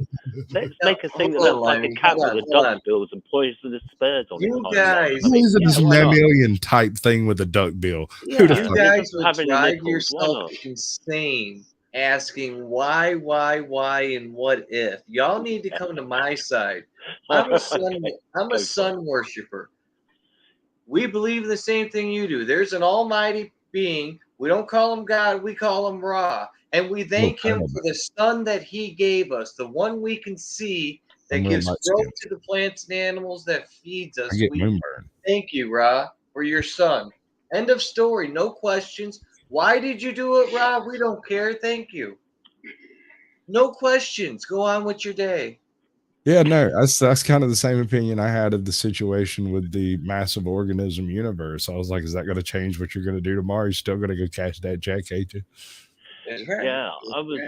But I'm trying to like I say, I was trying to understand more, like, because that's one way that I've thought about things. So I was trying to understand your perspective as well, because it's like we should go out and explore the stars, but at the same time, if we fuck things up here, we shouldn't worry about it too much. But then, so the results are all the same, regardless of what timeline you follow to the conclusion. In the end, we will all die with the cold death of the universe, regardless of how far we fling our seed. And you got to think, there's nothing we can do to this planet that, given another 100,000 or 1,000,000 years, it can't heal itself, because we won't be here anyway. Yeah. No, I understand that, like, the final destination's the same, right? But then you seem to want to explore, so why bother trying to explore then if it's pointless ultimately? We have an energy surplus at the moment, an energy surplus that may allow us to reach for the stars. Mm-hmm. If we use it to do so, then we may never have an energy deficit ever in the further history of our species. Right. If we tighten our belt and trying to just skimp by, we will end up being the dystopian future of every single sci-fi nightmare you've ever seen. We've got to get off this rock. There is no other option. We must get off this rock, and Mars ain't the answer. Anyone who goes to Mars is stuck on Mars for the rest of eternity. That entire culture that could be developed there will all be Martians and have nothing to do with us, because they can't leave that low a gravity field. With the expanse. They're freaking. Thank you. Yes. Very scientific sci-fi show that was very well done. Yeah. It's a really good show. Hold on, Beth, you're right. Fictional characters. But whether it's a higher being that wished this galaxy into existence, or it was a speck of dust that created the big boom, whatever it was, I name him Ra. Name it Ra. Name that thing Ra. And I say thank you and move on with my day. I ask no questions, whatever. Can I move on with my day with a van? That's not too much to ask. And a joint, you know? We'll get to that directly. Everywhere I'm going, they say they got me handled. I don't know if that means they're going to kill me and bury my body in the field or what, but it sounds good. You know, we sacrifice a YouTuber twice a year. We're good. That's pronoun is bacon. you know, there's this one guy in particular I want to go meet, and I want to sneak up. His name is Mogolon Monster. He calls him Moggs, right? And he's running around in a camper on the East Coast over here somewhere, and I never know exactly where he's at, and he never actually tells anybody exactly where he's at, but he's always moving around. And one of these days, I'm going to figure out how to find him and catch him, and I'm just going to interview his ass like out in the middle of the woods somewhere on a static cam. I'm going to be like, "All right, got you. Sasquatch found you. What are you going to do when Sasquatch comes looking for you?" The Sasquatch found you. That is a great fucking little. I am talking to a company that makes T-shirts, and I'm talking about getting 150 T-shirts made that said "Sasquatch found me," and no one believes me. Nice. Fucking nice. I tell you what, man. Nice. You better not come to Virginia until next year, because if you come find me, I'm putting your ass to work. I'm over here remodeling. Ain't no free trip around here. You're getting put to work.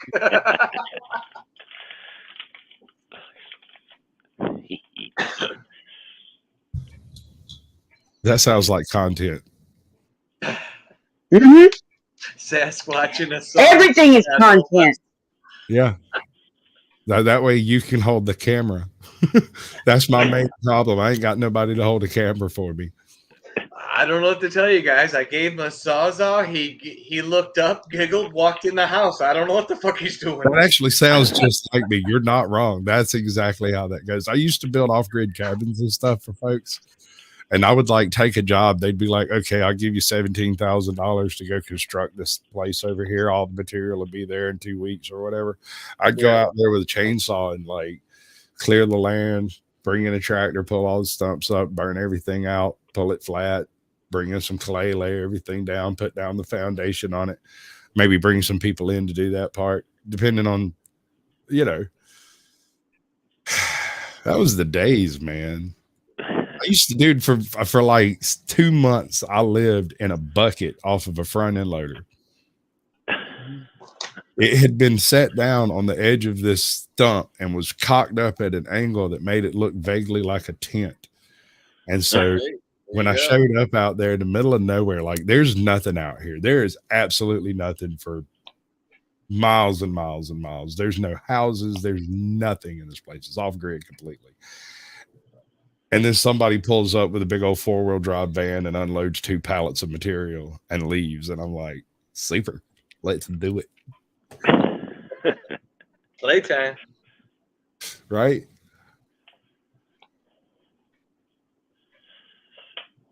Your pronoun is bacon. You know, somebody earlier mentioned the Anunnakis. Yeah. That's right. Beth knew what. Beth knew. She spelled it right and everything. All the way back to like the books of Gilgamesh and stuff like that. But weren't the Anunnaki originally from planet Nibiru? All right, hold on. Before we go down this street, we have to decide whether or not we're going to. There's lots of stories. If we're going to buy into Zachary Stitchin, I'm going to have to adjust my thinking a little bit. We'll continue the conversation. But yes or no?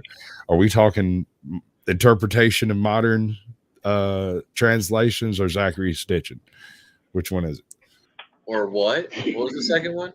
Zachary Stitchin claimed to have decoded. He had an interesting interpretation. He had I don't know if it was that or he's just making crap up. I mean, he claimed to have decoded a bunch of these old Sanskrit texts and stuff. And this was like 20 years before they got around to actually decoding them. And so he has this whole series of like belief system that's set up around his possibly erroneous translation.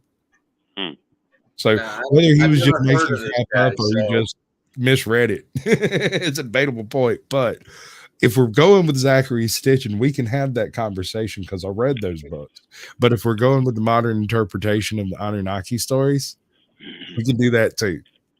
There's a wide variety of stories and people's interpretations and shit. I logged thousands of fucking hours watching all that shit in the last 5 years, 10 years.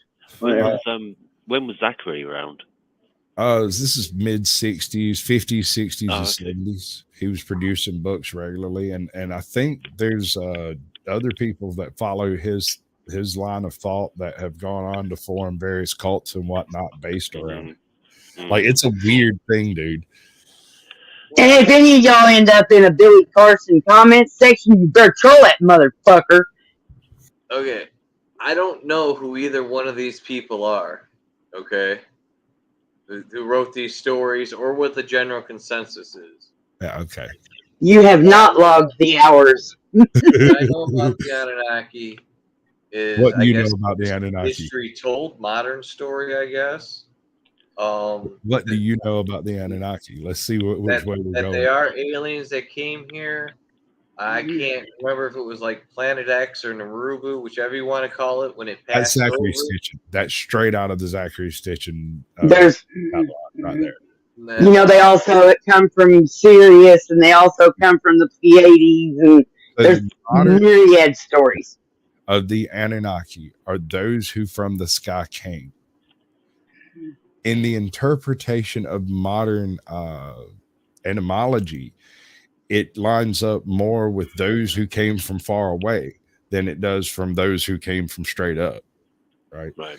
And the whole thing about the sky is like an honorific. if you're not trying to start a war, you refer them to things that are great, right? You speak Right. eloquently when you write these tablets. It's not a normal vernacular like you and I speak when we're talking to each other.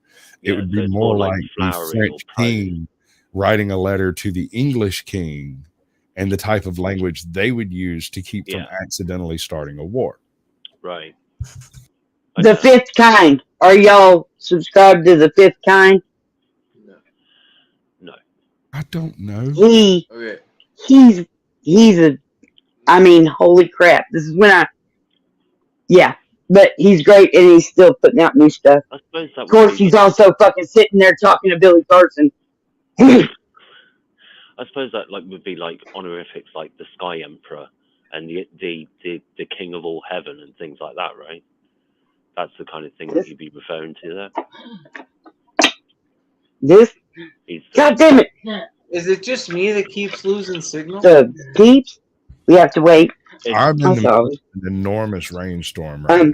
Because they're to be on full screen, so I can clip it out and it becomes short. Seems to jump there, but everybody seems Now, fine. Okay. So if Stitches was all whatever, where do you find the other version? All right. If you go to LibriVox, you can find a lot of just base translations of the old Gilgamesh tales and some of the early Sanskrit tales. Like there's a bunch of them, and there's some variation in their interpretations. And these are just the baseline translations. They sound really weird. They don't sound like a modern book. They sound more like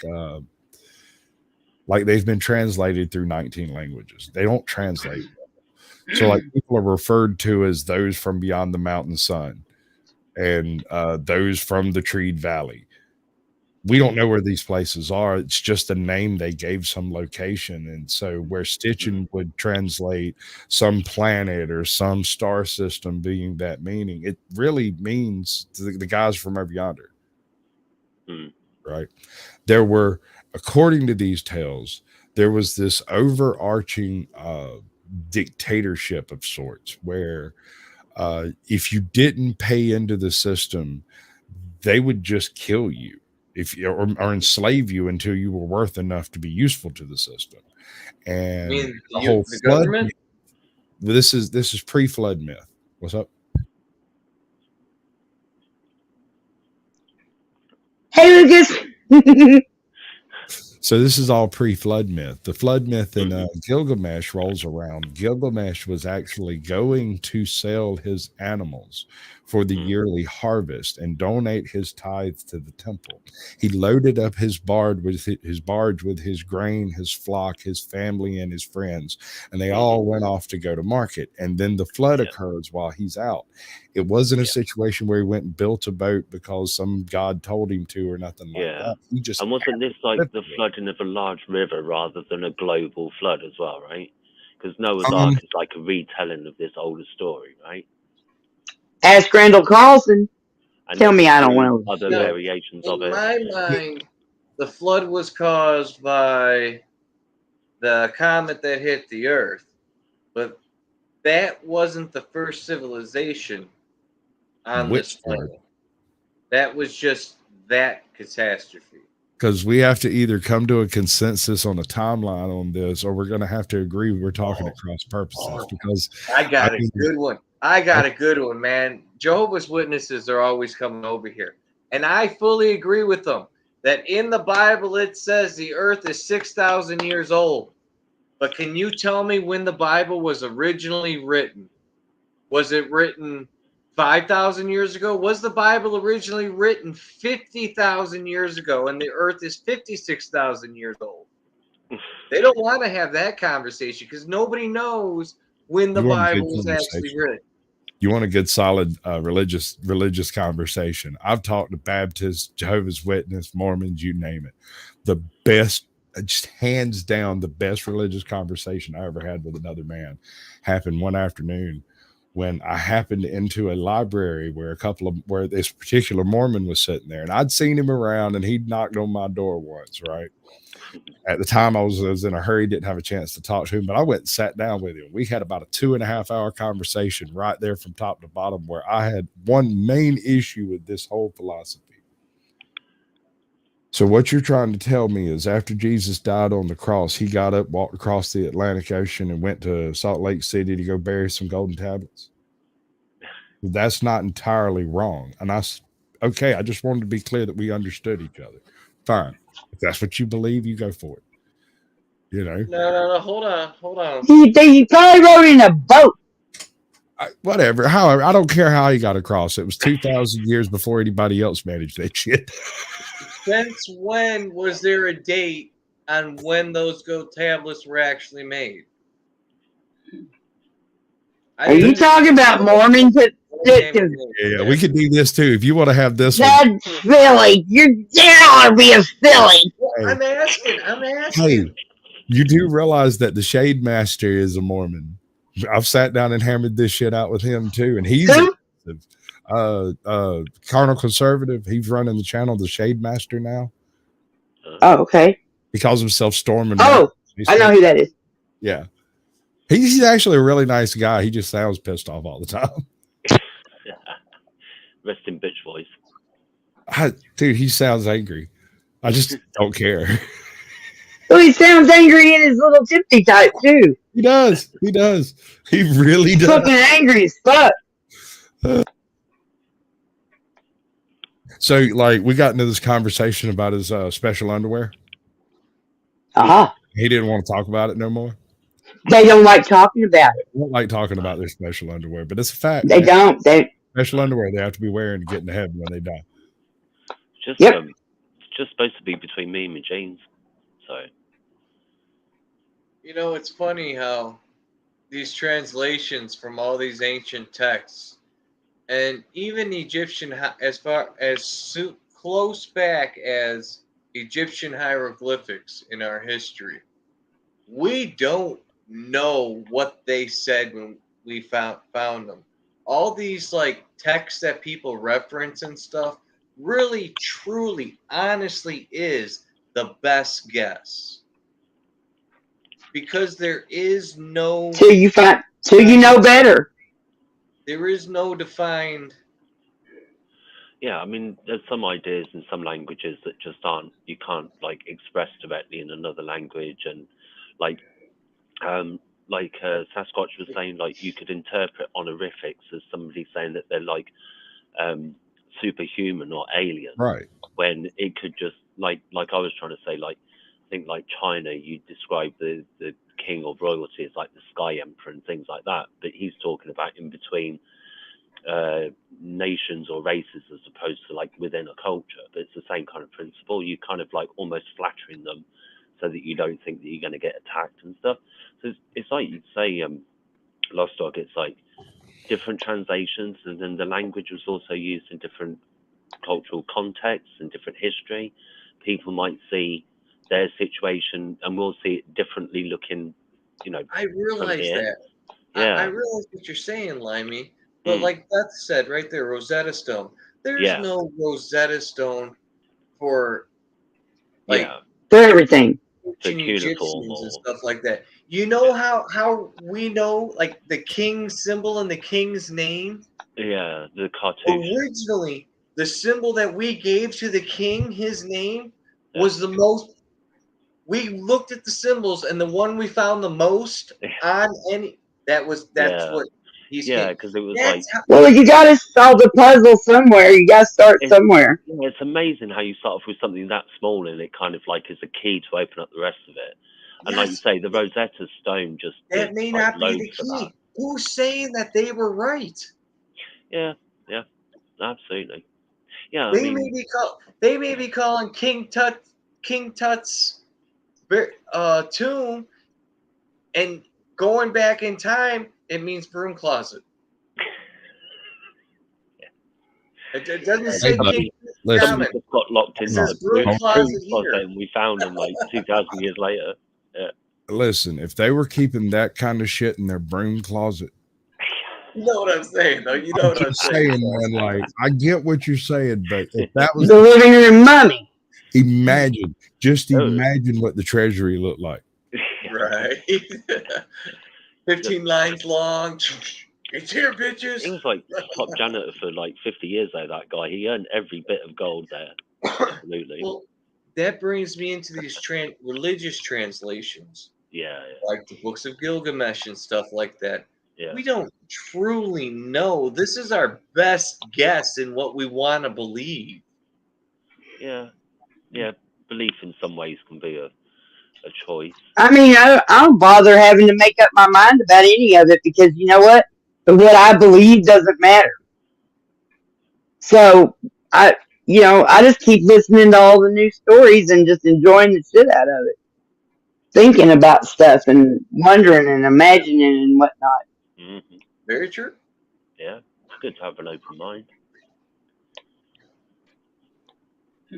Yeah, it's all just new information.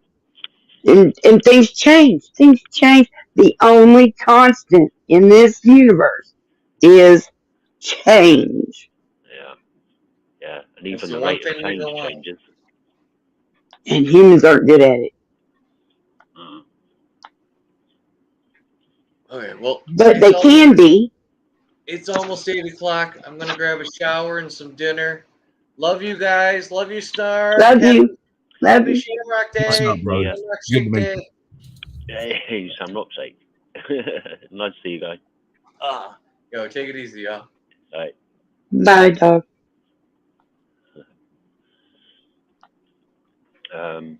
Yeah.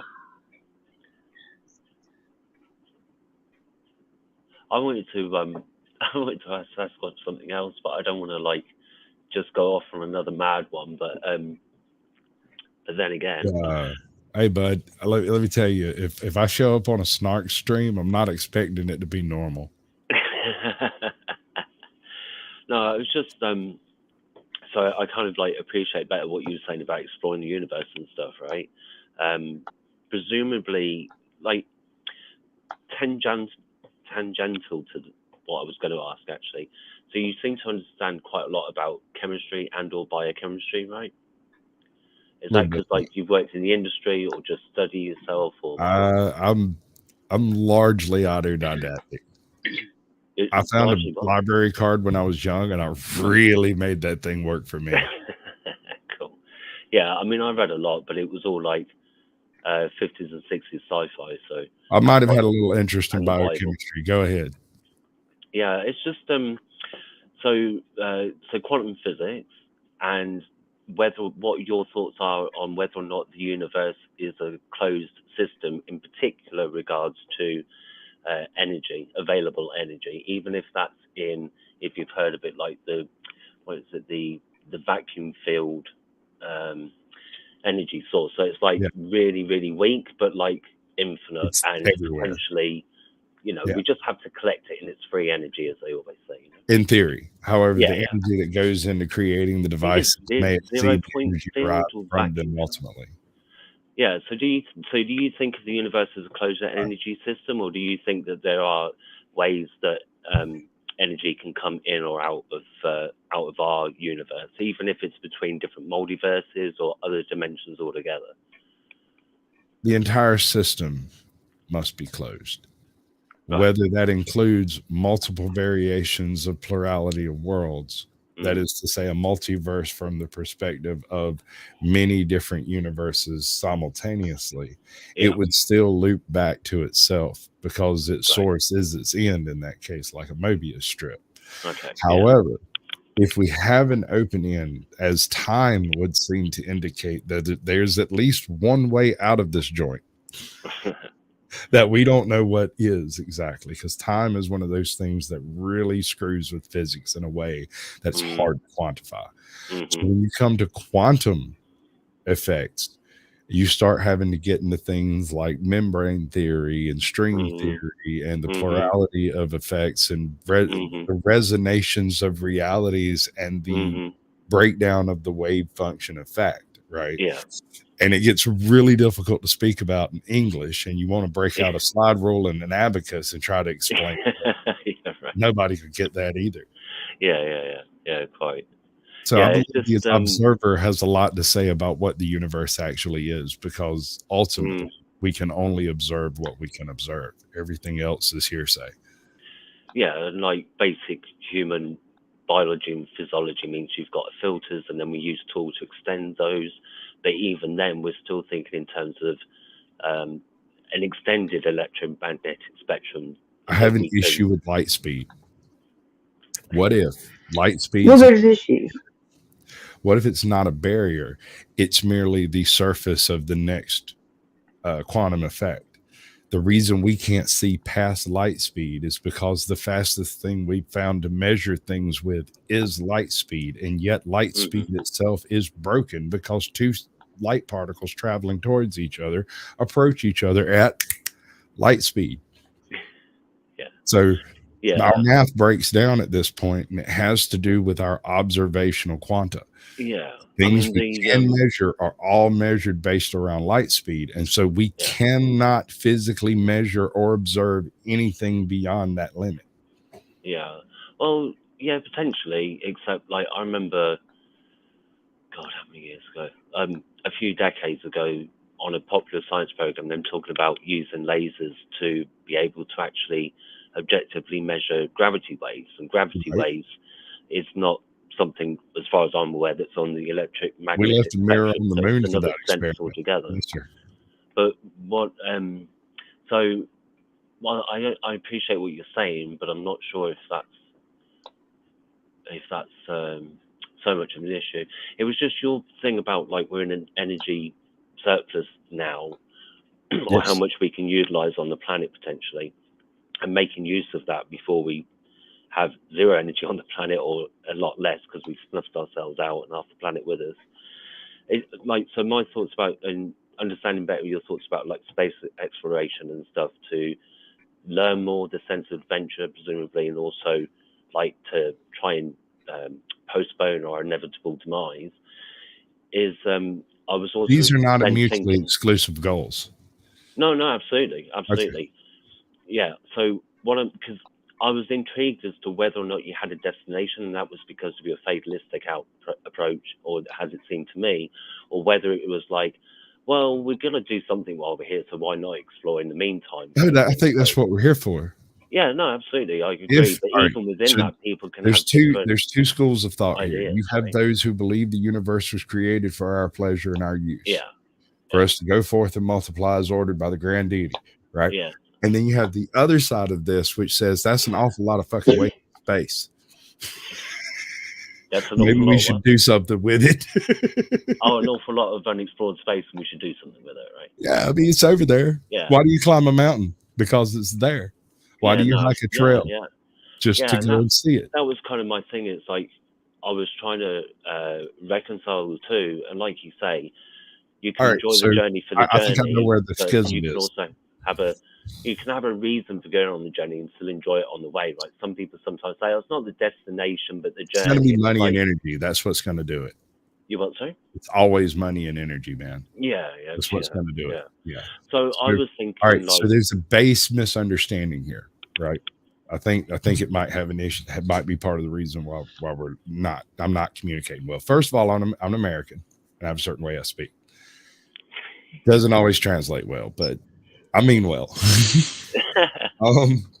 So you preemptively apologizing for maybe being direct now, is that? I'm going to be very direct. All right, go for it. Okay. So I don't believe we are experiencing an energy crisis. I believe the elite are experiencing a control crisis. I believe that we do not have a population density problem. No, I'm sorry. We do not have a population problem. We have a density problem. We have a city problem. Only the cities have these problems, right? If you go anywhere outside of your general city size, this is what, 60,000 people or more, 100,000 people or more, city-sized establishments, you run into the immediate problem of ecological damage and pollution and noise and light and all of the problems that come with that. 60,000 people pooping every morning with a freaking load of goddamn drugs in their system. So you have to treat all of that plus the pharmaceuticals that are coming out of them. These are not problems that take place in country rural landscapes because the population density isn't high enough to create these problems. The myth is that the earth has to deal with these trucks. I'm sorry, I'm echoing. That's not me, I don't think. Hang on, check. No, it's not from me. Might be Snark. Might be the aliens coming again. It is the aliens. All right. So what I'm getting at is this. You have places like London, right? Mm-hmm. If you took all the people in London and spread them out across the countryside and had a bunch of bajillion little villages and stuff, you wouldn't have the ecological problems that you have with London. Mm-hmm. Right? Yeah. If you took Bangkok and you did the same thing, you wouldn't have the ecological problems that you have with Bangkok.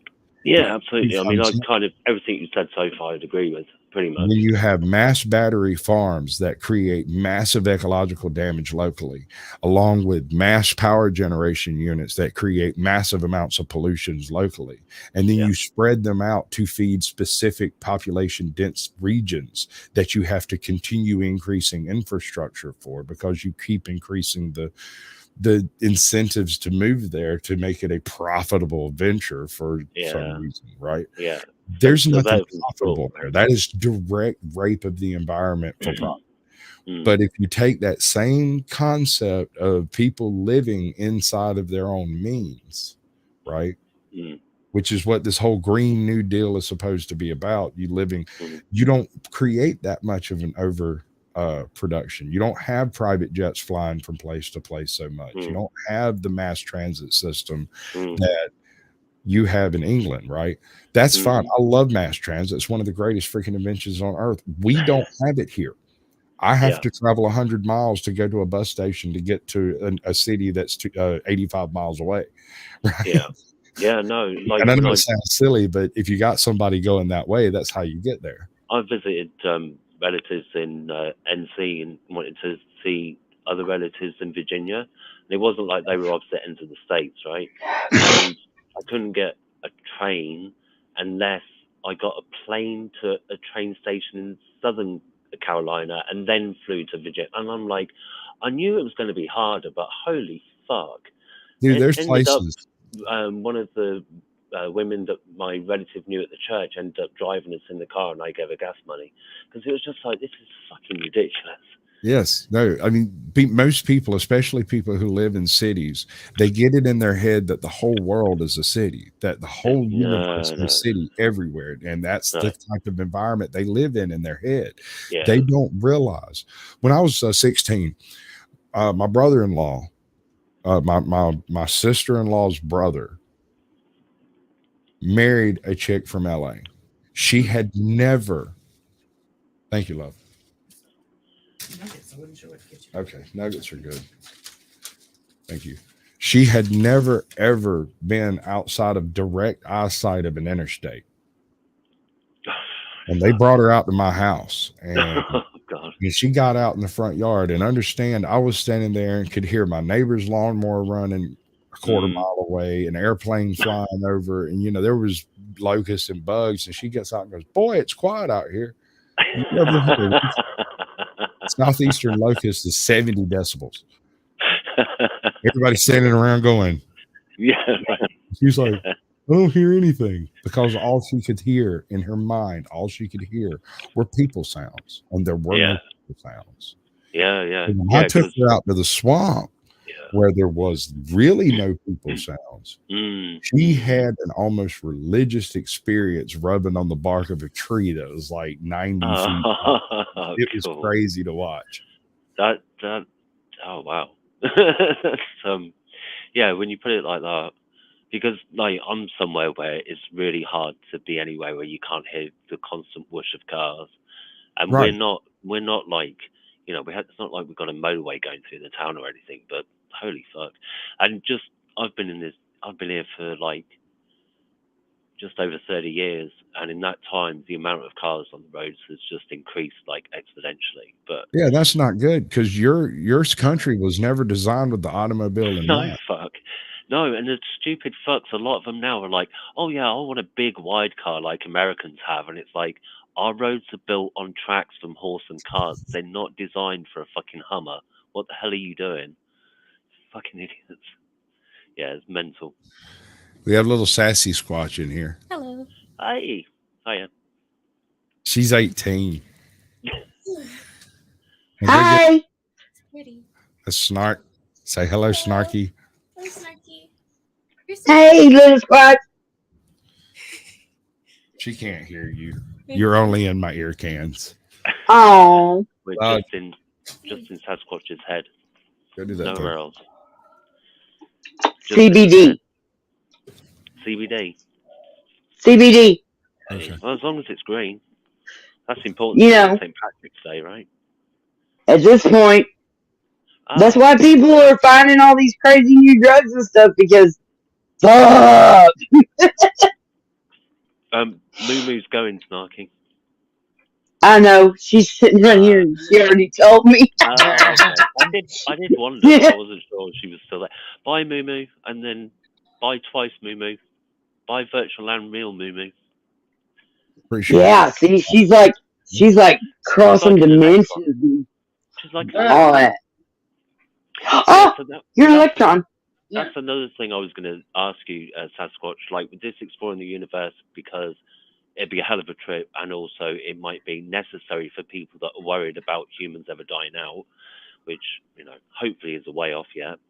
Do you envisage being able to find out something in that process that will mean that we'll be able to go to universes next door to ours, and or have extra knowledge to be able to see different dimensions? Because even like standard quantum theory talks about a number of dimensions now in like all seriousness, so yeah. Are you talking about extra dimensions in the sense of parallel timelines, the plurality of worlds, or are we talking like so about realms outside of our reality space? Multiverse is an idea. Like when I was reading, like say, science fiction and then reading about quantum physics later, it's like sliders or quantum leap, in that there's an infinite variation and tiny differences between each one, even down to the placement of subatomic particles and stuff like that, right? So on the surface there might be no difference, but there is differences, and sometimes they build up to others and not. But there's also like bubbling universe idea, which to me would be a different perspective of looking at the membrane theory of them like being sheets that wibble in the wind, and when they touch there's a big bang and things like that, right? You could look at that in a different way and see it's a bubble universe. So whichever, there's all these different ideas of a multiverse, but then quantum physics talks about there's a dimension that's like curled up like a fern underneath the 3 or 4 that we're in, and there's another one that's at right angles to up and things like that. Fractals. So I love fractals. Yeah, so I'm wondering, all right, sometimes the best way to approach these questions may not be from your own observation of the universe. You're basing all of this off of stuff you've read elsewhere. Yeah. So why not read a little bit more, right? There's See you later, Moon. written by Stanley Kim Robinson, and it's called The Long Earth Series. And it's all about somebody who accidentally one day figures out how to step into a parallel Earth. Right. But only on this Earth did the right conditions occur for humans to evolve. Right. So only here do we have an actual civilization doing shit. Everywhere else, we're still in caves bumping rocks, if we exist at all. Right. And that we know of. Going and exploring outer space. In this series, they go and explore the parallel Earths. Right. So it's a sci-fi series with futuristic technology and stuff. Yeah. But it's based all off of a terra firma approach to the mass exploration of plurality. Yeah, no, absolutely. I mean, no, it's exploration, but in a different. So that's kind of the thing I was getting at. Is like taking have you ever thought about your ideas as regards Earth, the fate of us, and exploring the universe, and the reason why it's important to do that as a journey and as a destination? Have you ever thought about applying that to like the idea of different dimensions as opposed to just different temporal displacement?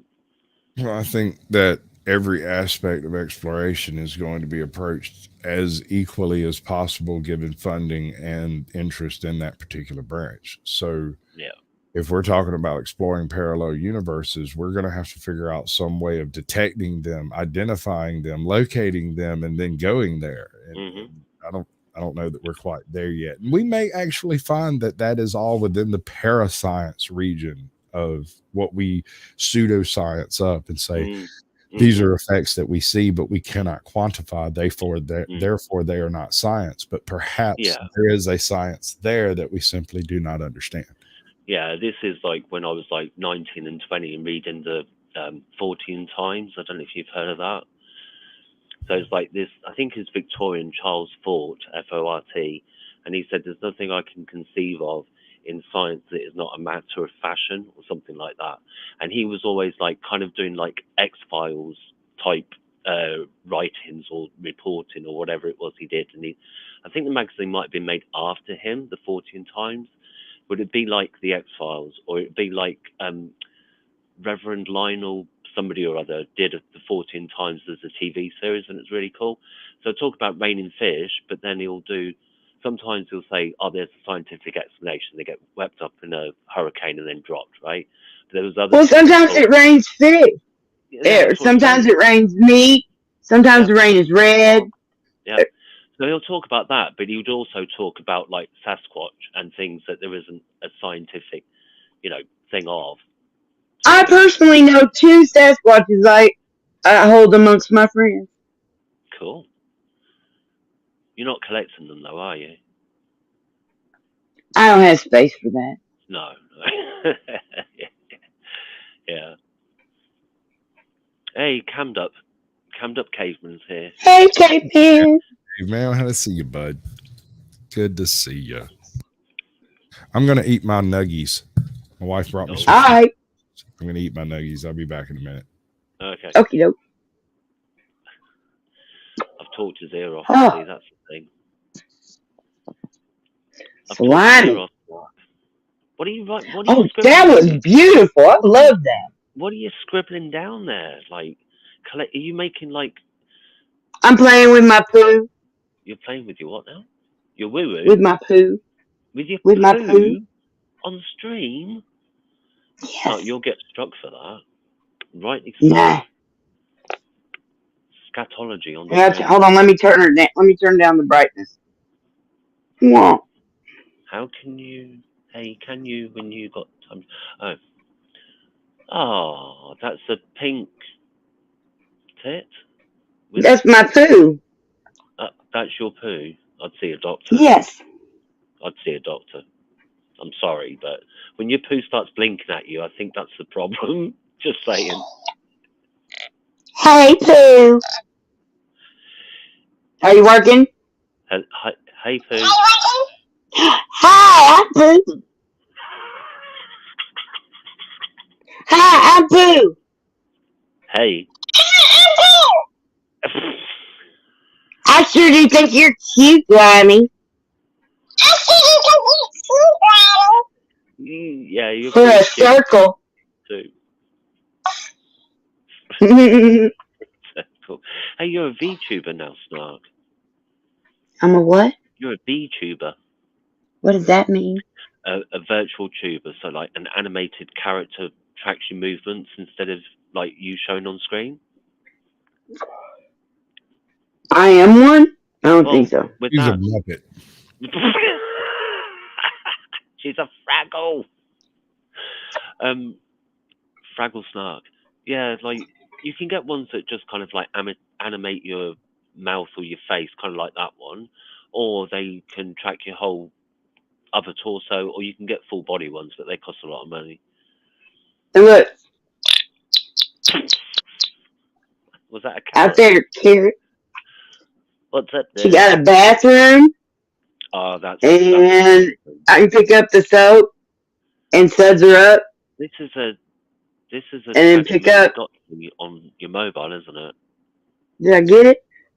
No. Is it on the other side? No, you did the soap one fine. She's now looks like she's ready to have a shave now. What was that? Did she eat the shave?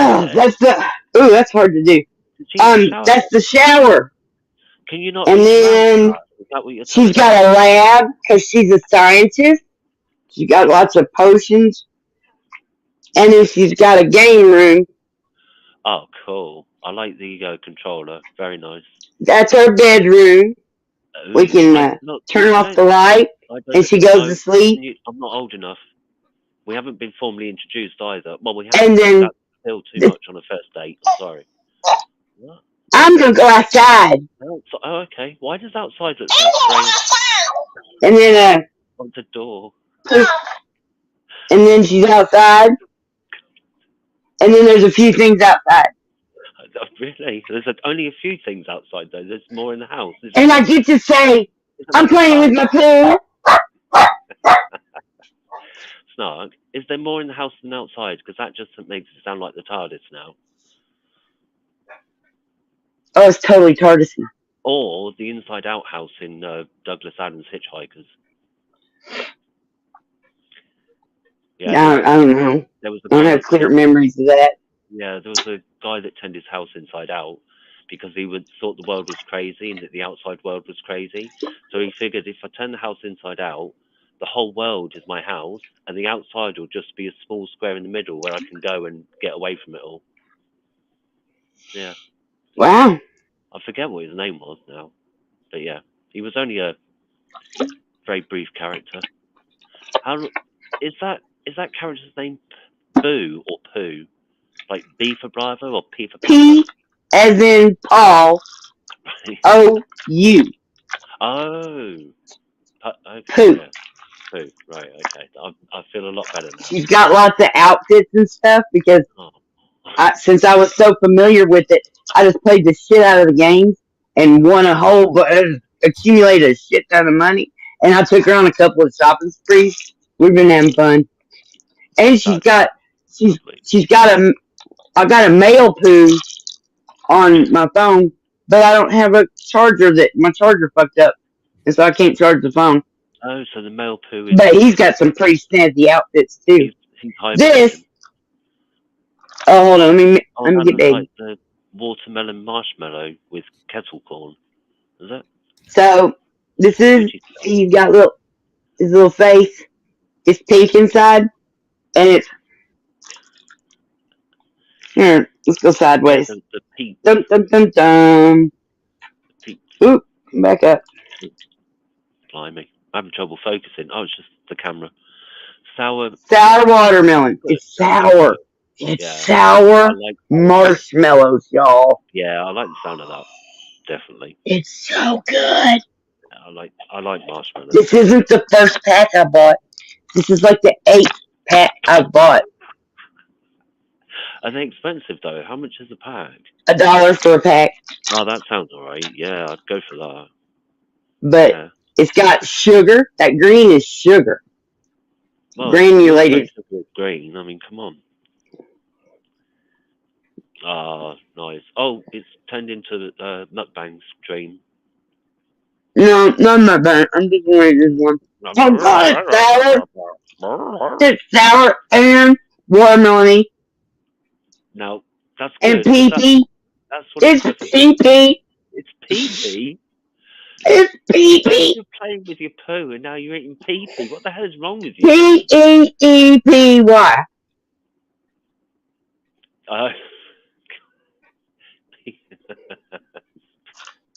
These are pee. Just, yes, no, I get it now. I mean, why I didn't before, I have no idea. It's like... Yeah, because it's not about the flavor of the peeps, usually. You know, why do you like peeps? It's the essence. Right. It's the marshmallow. I mean, it's a trans-universal thing. It's a... Oh, what? No. What's his name? Isn't it a Stay Puft Man? Has it got bits of the Stay Puft Man in there? Essence of Stay Puft. No? Okay, no. That's probably just as well. Now, we also have these kettle corn peeps. It was a double pack. My son brought them home. Sugared popcorn, right? Cooked in a big pot. Right. Okay. I've got it. I'm on track. Okay. And when I was like, "Oh, that's cool! I can use it on the live stream," I set it down. He goes, "Are you, are you, are you not going to open that?" So, you've come this I said, far. "Oh, Come well, yes. You just bought some and brought them to me. Sure, you can have one." on. But so I already tried all these. Oh, But these are yellow, kind of popcorny, kind of buttery popcorn yellow. It's not, Mhm. and it looks like it's yellow on the inside too. That's Yeah. that's cool Uh-huh. because Peeps are white inside. Right. They come in lots of colors and apparently flavors. I love this shit. Yeah. When I mean, you see his this little is open a whole new warped ass eyeballs. Looking into my soul. I see you. Oh, and yeah, I just did that. Look, I'm gonna eat a Pete. Nice. I generally throw them in the trash, man. I don't eat those things. Always. Colors and flavors in them, and I'm allergic to all that trash. Yeah, I mean, it's nasty, but I'd like to try them for sure. I do like You know, marshmallows and shit. There is a different flavor here, Mm-hmm. but it's not kettle corn or anything else. It's not poo. It's not poo. Or pee. she knows from experience. Yeah, right? It's poo. Oh my! What are we Oh, using as a God. So no on the cotton candy ones. They suck. They don't taste like cotton candy. No on the kettle corn. They suck. They don't taste like kettle corn. Mm, Fucking yes on those sour watermelons. right. If I ever see them, Or which I won't, then we just you get just marshmallow flavour and they're pink or white. That's pretty much it, really. I mean, still good, but yeah. it's basically like getting a jug of that marshmallow fluff and just spooning it in. See, I didn't even know that was a thing until I saw it in a supermarket in the American section, and I was like, Just "Oh, poo there, that shit. fuck!" Just winning to poo it. And it just seemed like the whole American aisle, specialty aisle, was just here's sugar in like 100 different ways, and that was it. It was just like, fuck, I thought we were bad. This is America. Yeah, and when I say Watching- sugar, I mean corn syrup, right? Yeah, watching the Irish People Try channel, I have become very clearly aware of how much less sugar is in things over there where y'all are, just from the get go. Much less choosing your own diet. Yeah, There's it's this bad. channel. I can't remember the name of it off the top of my head. If I can find it, I should be subscribed to it, but he hadn't uploaded in a while. But he travels Africa with American treats and brings in sometimes kids or really old bush people and stuff that have never had an Oreo. Gives them an Oreo. Yeah. And there was this one of my favorites. There's this one. He was in Kalahari, and he was messing around with the Messiah, I believe. And he busted out he had a like 3 different types of jerky. It was like Jack Link's jerky and like some. Anyway, he had 3 different types of jerky, and he walked up this really old dude, and he was like, I have a gift for you. All we want to do is see what you think about it. And so the guy, the translator that was with him, explained, and he's like, okay, what have you got? And he gives him the first one, which was some basic Jack Link's beef jerky, and he's like, and spits it out. Looks at him like, are you trying to poison me, bud? He gives him the other one, which was another national brand. I can't remember which one. And he kind of chewed on it for a few minutes, but yet again, he pulls it out and he's like, nah, that's not how beef jerky is supposed to be made. We'll give you some good beef jerky. The last one was some home smoked jerky from like his uncle's house. He puts that in his mouth and he goes, no, that's jerky. That's how that's exactly what you do with it. It's a little spicy, but it's good. Yeah, cool. It was a really eye-opening thing, and it's like they can taste the chemicals, man. Yeah. Well, my when we were growing up, my mum did a lot of like making cakes and stuff like that, and we were always like shop bought cake just tastes horrible in comparison. It's just, yeah. And like a lot of people will buy a birthday cake ready-made from the shop and all overly like iced up. And that just wasn't a thing a few years ago. We just didn't do that. Like you either made a cake or you bought one at the bakery or you just didn't have cake. You just Well, ate like snacks. I come from a bit of a clannish family, and my father's sister was a 5-star culinary master. She was literally trained Excuse me. Paris and like did the whole thing and decided to work for a school in Georgia.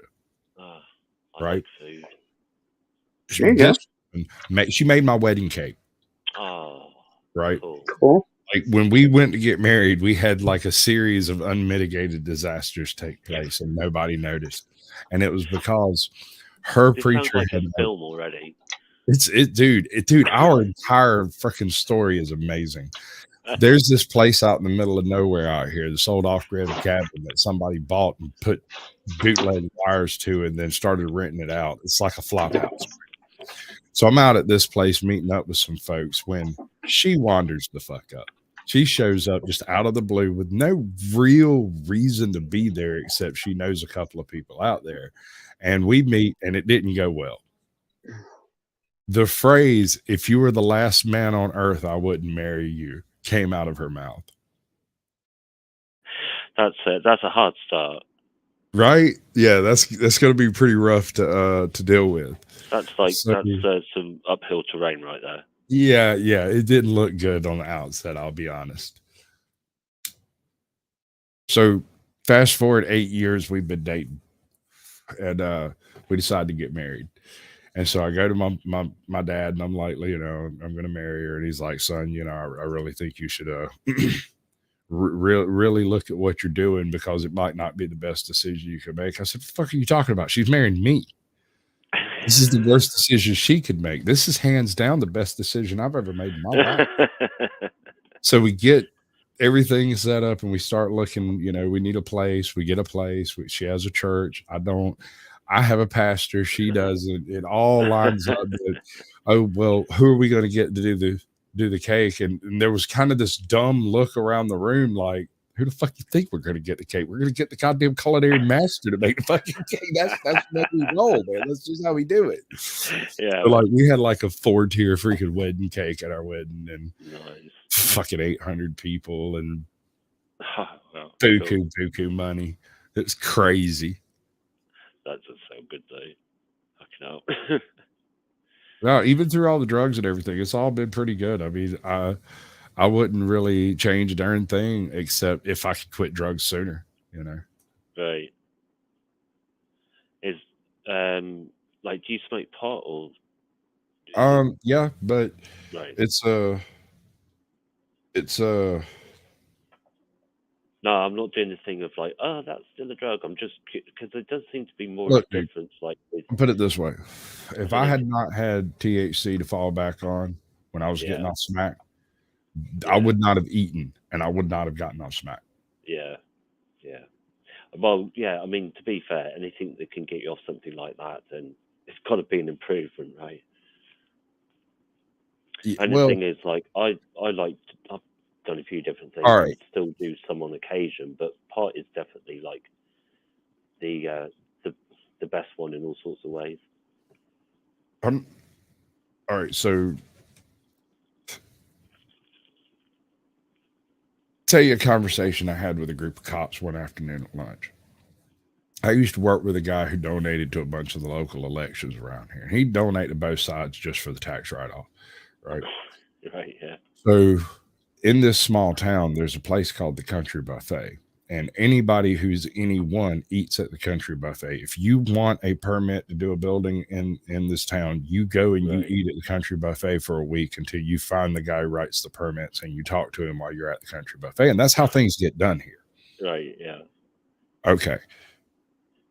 So I'm sitting at the Country Buffet with this high roller, basically, and he sits with the police department because reasons, I guess. I don't know. So they were sitting around talking about something that had happened the night before, how 2 guys had gotten drunk and started fist fighting in the middle of the street. The cops had to show up and break it up. And there wasn't really much they could do except separate them. And as soon as they left, they went back to scrapping, right? And I said, okay, so let me ask y'all a question. Would y'all rather roll up on a scene where 12 men have been drinking or roll up on a scene where 12 men have been smoking pot? And every single one of them said pot. And I said, okay, why? He said, because you never know what's going to be happening at a drunken scene. Yeah.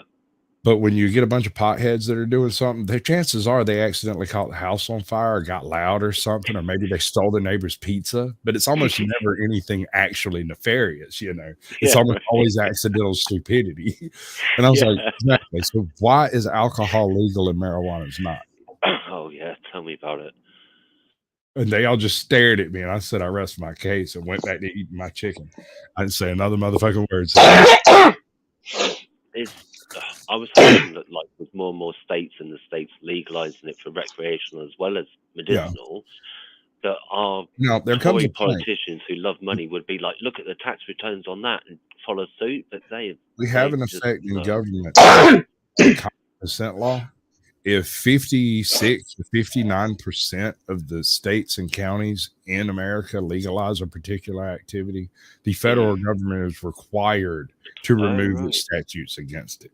Oh, okay. I didn't realize that. At the moment, we're kind of in a 50-50 kind of slot. It's sort of a gray area. There's like 70% have medical marijuana, but 20% of those you can't actually get the card. Right. It's not actually available. So they have the capacity, they're just not doing it. The legal capacity, just not doing it. Right. And in these states, in question, if you are busted with a joint, you are ran up for a misdemeanor, and if you're done for multiple joint, it's probably going to be a felony regardless of what you do. So is that because, like, one set of politicians managed to get the law through, but the other politicians at the moment hold the levers of power and have decided not to act on it? Well, first of all, marijuana was made illegal in Pencil by Richard Nixon because he didn't like Mexicans. Yeah. So yeah. It was never legally outlawed in the first place. Congress did not vote on that trash.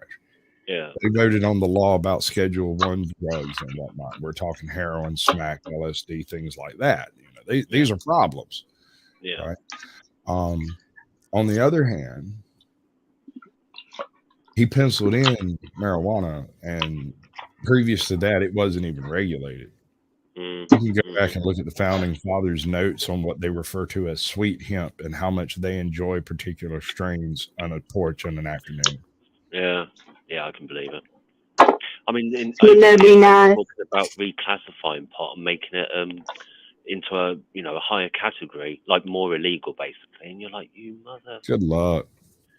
There's nothing more illegal than pot in America. Pound for pound, pot is the most illegal substance we have. You would have to go into like yellow cake uranium and crack like that and find White phosphorus more illicit.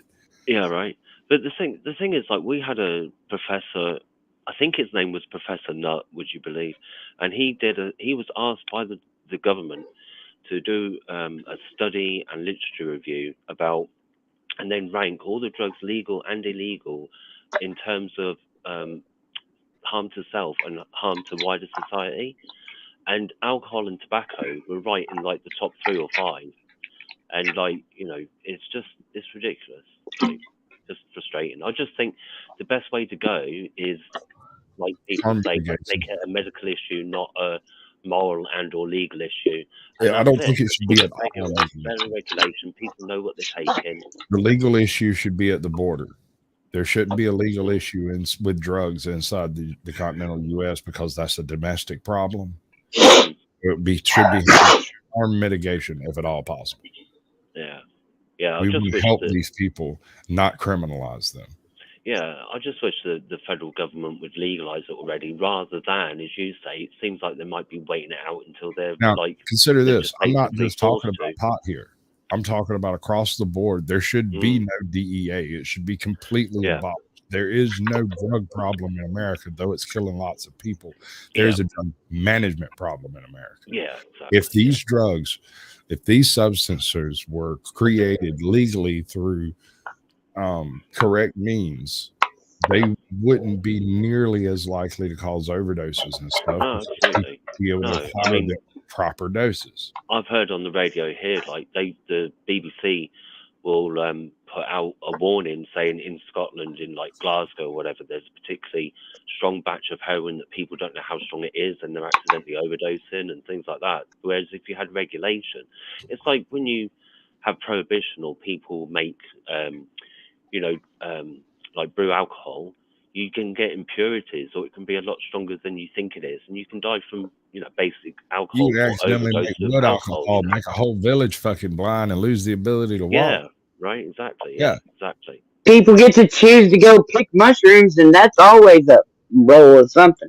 That's a roll of the dice, I couldn't believe that we had mushrooms were actually legal here, but up until the point you picked them and ate them, and this was up until like the fucking late 90s, 2000, and I heard on the radio they're going to close this loophole where it's like if you dry them, make tea, anything like that, they become illegal. But if you just pick them out of the field and just eat them like that.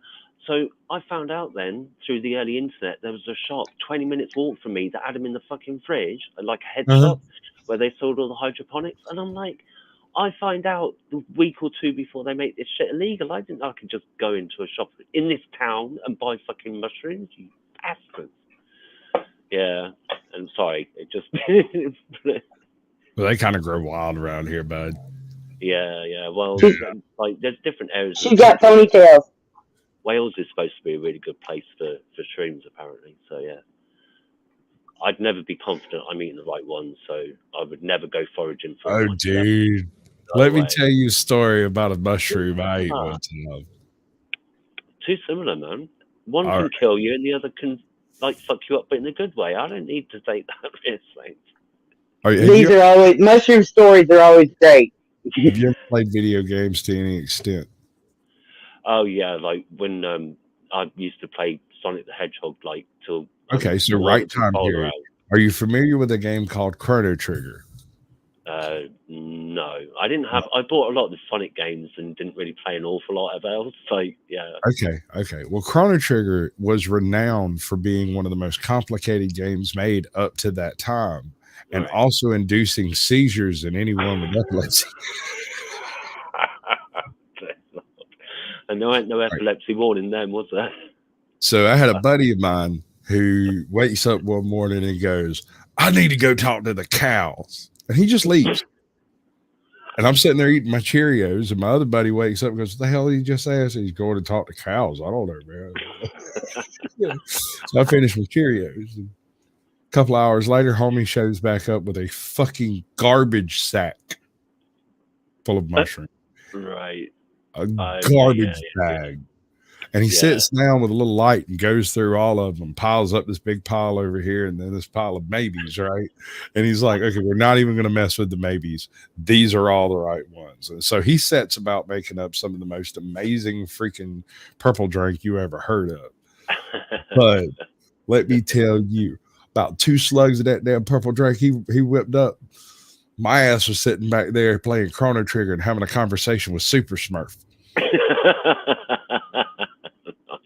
I'm sitting there, and one of my other buddies comes walking in. All right, so we had this policy, right? Anytime we did any type of psychedelics, we'd have one guy there who was not. Oh, wow. You're doing right? it. Yeah. One dude that we could look at and go, do you see that dragon coming out of the... No. All right, I'm going to assume you're not fucking with me. You've got your anchor to reality, right? Right, a lifeline, right? Okay. You can find a way back. I'm sitting there playing Chrono Trigger, which, like I said, is one of the most complicated games up to that point in time, and having a conversation with a Smurf that doesn't exist. And I know the Smurf doesn't exist, and yet he still has some very valid points. One of the things this Smurf told me is, you don't understand what I'm talking about at this point, but one day you're going to go through an unmitigated amount of hell. And when you get to the other side, you're going to remember this stuff. And you're going to remember that I'm the one that told you this shit. Live tomorrow better than you do today, and the rest of the universe will take care of itself. And ever since I got off dope, that keeps echoing in my head. Yeah. And that to me is like part of what that, like, taking drugs can be about, is finding a new way of looking at something or having some kind of revelation. It doesn't have to be like spiritual or anything, and then like being able to bring it back to your not fucked up state. What do you know about microdosing? So there's more and more talk about it being used for depression and stuff. I find it interesting. Anxiety. I find it incredibly frustrating that they've known about this for a long time, but Mhm. in my mind, due to fears about illegal drugs versus legal ones, they haven't explored it properly. So it's nice to see a resurgence in interest in that field, and PTSD as well and stuff. So yeah, sounds really interesting. All right. So I got a buddy of mine that was in 3 tours of Afghanistan through some of the nastiest fighting that took place over there. And homie's not quite right in the head, right? He's one of those guys who can't sleep in a bed and can't sleep in a quiet house. Right. He will turn on gun TV or westerns to hear gunshots while he's over there snoring. And if you turn it off, he comes out with a freaking Bowie knife as if somebody was hunting him currently. Yeah. Right. Homie's got some issues. Love him to Yeah. death. The man's got problems. All right. So about 8 months ago, he is messing around in Colorado somewhere, and he comes across a place where they're doing some kind of a microdosing test on mushroom powder. I don't know what type, I don't know what species specifically, but it's a psilocybin type mushroom powder. And homie's had a job for 4 months. He owns a car. He's renting an apartment, and he has a girlfriend that hasn't put a restraining order on him for the first time since he's been back from Afghanistan. Oh Christ! So, raw man. Yeah, that's absolutely. Hoorah. That's why that stuff is here. Everything. It's all. Yeah. Yeah, I mean that was like I mentioned before, but like restricted by our biology and physiology as to what we can sense. But then taking psychoactive drugs can help widen those gateways. With trying really hard not to say things like "open your third eye," but you know, like you can see things like just because even smoking Illuminati pot, confirmed. just like smoking pot can mean that you feel more relaxed, and so listening to a piece of music can seem to have more depth because you're just paying more attention to it. The same as if you could if you meditated and you could appreciate things and stuff like that. So I find all these the microdosing thing sounds really interesting. I thought it was like MDMA rather than I can never say the word, but MDMA is a little bit different. Yeah, it seems to actually interact a little heavier with your pleasure cortex, your pleasure centers. That's and so this is something that doesn't typically happen on standard hallucinogens, but on MDMA there is a much higher chance of damaging your thalamus. Right. Because it regulates your body temperature, and MDMA completely throws that shit out of whack. But then again, so do opiates. That's why you get coming off opiates, you get sweats and stuff. Yeah. Right. Yeah, and because the hypothalamus, because I remember it does not fully develop till you're about 1, so you have to be especially concerned about kids with temperatures when they're like under 1 because the hypothalamus isn't properly working yet. Right. So, yeah. Interesting stuff. Welcome back. Have you read Philip K. Dick at all? Yeah. Which what part? No. It's just that are we talking Ubik or are we talking like the android's dream of electric sheep? Yeah, I find it, I mean, I don't often like science fiction films because I think they make them too much into horror or action films. And considering Philip K. Dick's non-linear structure of writing a lot of the time, and he's sci-fi and his layers of reality and he's drug-soaked through his stories, I thought it'd be really hard to put it into quite a linear art form, translate it into on screen. And even though one of them had Tom Cruise in, I still really liked it and felt it was quite faithful to the original story. But it's just another layer to this. Like that was Minority Report, correct? Yeah, absolutely. So the ending's different slightly. I forget why now, but the original story was like because I, Robot is a travesty. Yeah, no, the original story is a nightmare, and it doesn't stop being a nightmare. Yeah, absolutely. There's I no mean, happy ending to it at all. There's no end. It doesn't. It's just horror, yeah. dystopian future horror. Have you have you read Man in the High Castle and or seen the series? I'm gonna be honest with you, dude. I read a bit of it in high school, Mhm. and I never really seemed to grasp what the purpose of all this was. Right. It was like an alternate future or present in which the Nazis won. Yeah. And except here's the weird thing, they didn't. Even in the story itself, it was a big cover up because they simply stopped fighting and nobody really knows why.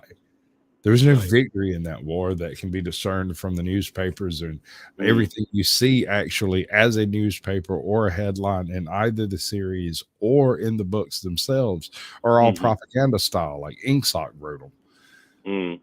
So the only truthful things that you come across that might be truthful are the war documentary films that they find of apparently America storming the high castle. Apparently the 4th Battalion or whatever taking over the Eagle's Nest. You remember that? Yeah, I mean, I don't remember it that well because it was a while ago that I read it, but yeah, I understand. It's just that I really like him because I think his sci-fi is good, but I also like the ambiguity and confusion, and you're never quite sure which reality you're in, or if right. That's the part that really unnerved me to the point that I just couldn't make enough sense of it to bother reading all of it. Right. I went and watched the series and was just as confused by the series, and it felt pointless to me. Yeah, I mean it was disappointing for me, the first series, because the ending of it was just different to the book, and they didn't really seem to try to emulate the book at all. I was interested, and like they might have just been doing that because they knew they were going to do a second season outside of the book. I don't know, but it's just that intersection between different states of consciousness. So some people talk about exploring inner space when taking shrooms, and then like our conversations earlier about exploring real space and then alternate spaces. It's like almost like three different facets of reality, and like Are we that they're fixing to large start groups talking each about unto the themselves. interdimensional elves? Sorry? Have you come across the interdimensional elves concept yet? Because you're on the very edge of it right now. Nothing comes to mind particularly when you say that. So okay, so the general belief when doing ayahuasca or DMT is it allows you to view something beyond our universe, because there's a certain I can't call it truth because it's different people having some very similar experiences, right? They come back describing virtually identical experiences, encountering these super intelligent beings from other dimensions that explain things to them that they can't explain to you. Yeah. Right. Like you just have to meet them, and they've gained this internet notoriety as being quote unquote, and I think it was Alex Jones who coined it, the interdimensional elves. Okay. So like so these are like alien abduction stories, but with like, but the body never goes anywhere. These people are laying. Okay. Here's where it gets weird. Back in the 50s and 60s, CIA and the FBI and several other government agencies were messing around with this stuff, for use in things like MK Ultra and various other super secret black bag projects that never saw the light of day. These documents still exist, and what's really concerning about it to me is the fact that these very highly controlled experimental subjects in labs in the US have exactly the same experiences that people on a mountainside in Peru have. Yeah. They talk about the same subjects. They bring up the same concepts of continuity and lack of continuity and time scales. And they seem to just understand this language of speaking about extra dimensional things that people that were in the room when they had this experience do not understand. Yeah. And it's intriguing and concerning. Yeah, I mean, it's this is one of the reasons why when I started finding out a bit about quantum physics and mechanics, I was just like, this is so much. It just seemed to me like it was like a real version of Douglas Adams or something. If you've ever read Hitchhiker's Guide to the Galaxy, Dude, like being able to extrapolate the entire universe and dimensions from a cup of tea and a slice of cake, and go it read the feeds into that Mahabharata. like holistic interconnectedness of everything. So The Mahabharata is a 4,000 or 5,000 year old text that reads like Buck Rogers in the 25th and a half century. There's flying cities. They've got lightning weapons. They're using flying cars. They've got these great big brazen bulls that fly around on pillars of gas and stuff. Like, it's absurd. Yeah. This is one guy named Arjuna who has a bow that if he draws it and fires will decimate your entire army. He doesn't use it because, damn. Why would he? All he has to do is break it out and be like, look, y'all don't chill the fuck out. I'm going to Thanos you motherfuckers. Was it you that said earlier that we're on a prison planet?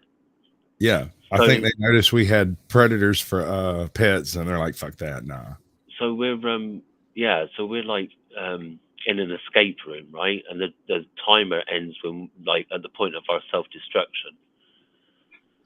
We weren't smart enough to figure it out, so we just blow ourselves up. Yeah, like are we going to make it? I don't think we're supposed to get out.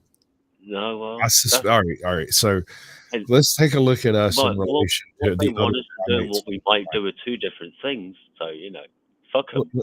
Hold on. Let's determine: are we from this planet? Okay, we're going to take a look at all the animals on the planet, and we're going to say, what do we have in common with these animals? We have DNA. We share certain genetic functions. We obviously are descended from a similar genetic type lifestyles and stuff like that. So, all right, we're from a planet like this at very least. However, we're the only land mammals that are primarily land mammals that have the ability to create tears to clear one's eyes. We are the only land mammal with a subcutaneous fat layer that is indicative of temperature rather than consumption. Right. We are the only hairless primate on this entire freaking planet. Yeah. There's 50, 60 species of these damn things been running around for the past few million years, but we're the only ones that took our skin off. Yeah, I'm really, I mean, that's intrigued me for a long time. All of this points towards one thing. We did not evolve across the open savanna like they're saying. We evolved across the ocean strand where our lack of hair would be beneficial. What happens in the African savanna when you lose your hair? Skin cancer. Yeah. That can't be a beneficial thing. However, in the water, if you lose your hair, you can pigment up and use the water and muds around the water as your sunblock. Protein. The development of the human brain requires an immense amount of protein. This is pretty much agreed ubiquitously across all evolutionary sciences. That boost of protein by the modern model stems from the ability of humans to break rocks, which I'm not disagreeing with. I'm simply saying it started earlier with the ability. Okay, so it started with the ability of humans to use rocks to break large bones to access bone marrow and skulls for brains. Direct line of protein, fatty acids, all kinds of stuff. All the stuff a good growing brain needs. The same thing can be found in any oyster bed along the coast. And all you got to do is pick it up, not step on the spiky urchins. So why would we go flailing across the African veldt after freaking caribou when we can just pick up an oyster and go back to our cave and lounge around like cavemen? So this is making me think that I haven't read it, but there was I think it was a book called The Aquatic Apes, or this idea that we like primarily lived like that, kind of like along the coastlines and stuff. But, I go further myself. I believe, and this is a bit eccentric, so judge me if you wish. I don't mind. that we did not develop on Africa at all, that it was actually a island off the coast of Africa that has been subsumed by the waters since then. Mhm. That our You are not gonna goddamn say Lemuria, are you? No. I'm talking an island, small island. I'm talking island population, a very tiny group of humans. I'm talking some Gilligan Island shit. How come there wasn't hardly any? What are you saying? Keep going. Let me get there. So Carry on. a small group of us ended up on the island, and evolution takes place normal, except on the island, we developed on the strand of the island, eating massive amounts of protein and fish, and developed tools and all the shit to make us human. Back on the mainland, you had Neanderthals and folks that basically went on doing what they've been doing for hundreds of millions of years, right? Right. Then the island becomes untenable for occupation anymore, and somehow, some way, whether they built a boat or just hopped on a freaking raft or got washed out in a hurricane or a tidal wave or whatever, a handful of us ended up in, the probably the Olduvai region, Right. because most of our genetic diversity stems from that location. So the expansion into the African veldt probably would have happened almost immediately after that, because we had already developed all the necessary tools and techniques to acquire bone marrow, because we could crack open clams. Right. So And the mercury that comes with the seafood stuff had a big part to play in the chemistry of the brain changing. So is this the place name that you mentioned? I don't recognize it. So is Olduvai. that a point on the east coast of Africa? It's in the Horn. It's down through the Rift Valley. Oh, okay. It's all right. Exactly where you would be missing an island if there had been one there. Right. So kind of like in a similar way to India and Sri Lanka at the end. Sort of, but keep in mind the Rift Valley is spreading. So any island that did develop in that area would later be subsumed by the ocean, just because the continents are drifting apart. Yeah.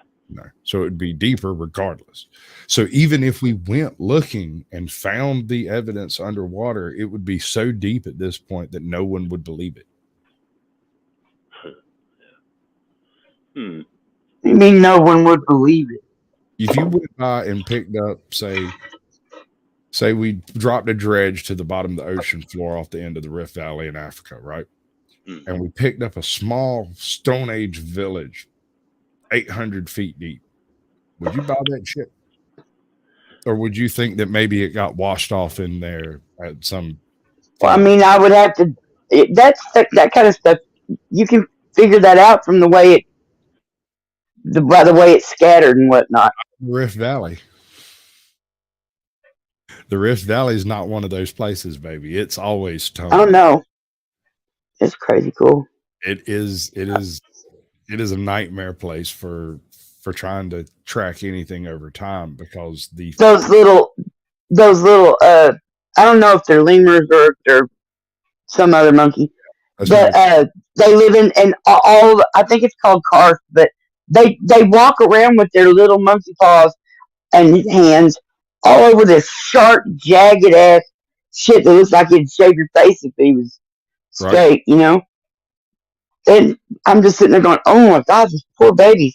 Yeah, I think it's on Madagascar, because it was the lemurs, and that's where lemurs are. That's where most of the lemurs are. A couple in Africa, I think the golden lemurs. Me love monkey. Don't you even think about having babies on top of my bookcase. Okay. I made a bed for you. All right. Please, sweetie, please. Yes, ma'am. Come here. It's all right, honey. I know you don't want to be on your back. I don't blame you.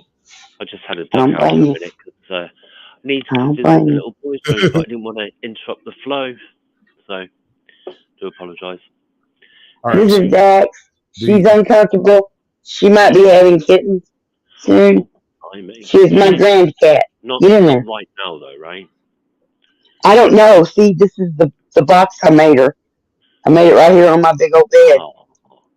Okay, and, so almost all of our prehistoric finds that we found in Africa have been derived from the Rift Valley and the Olduvai sites.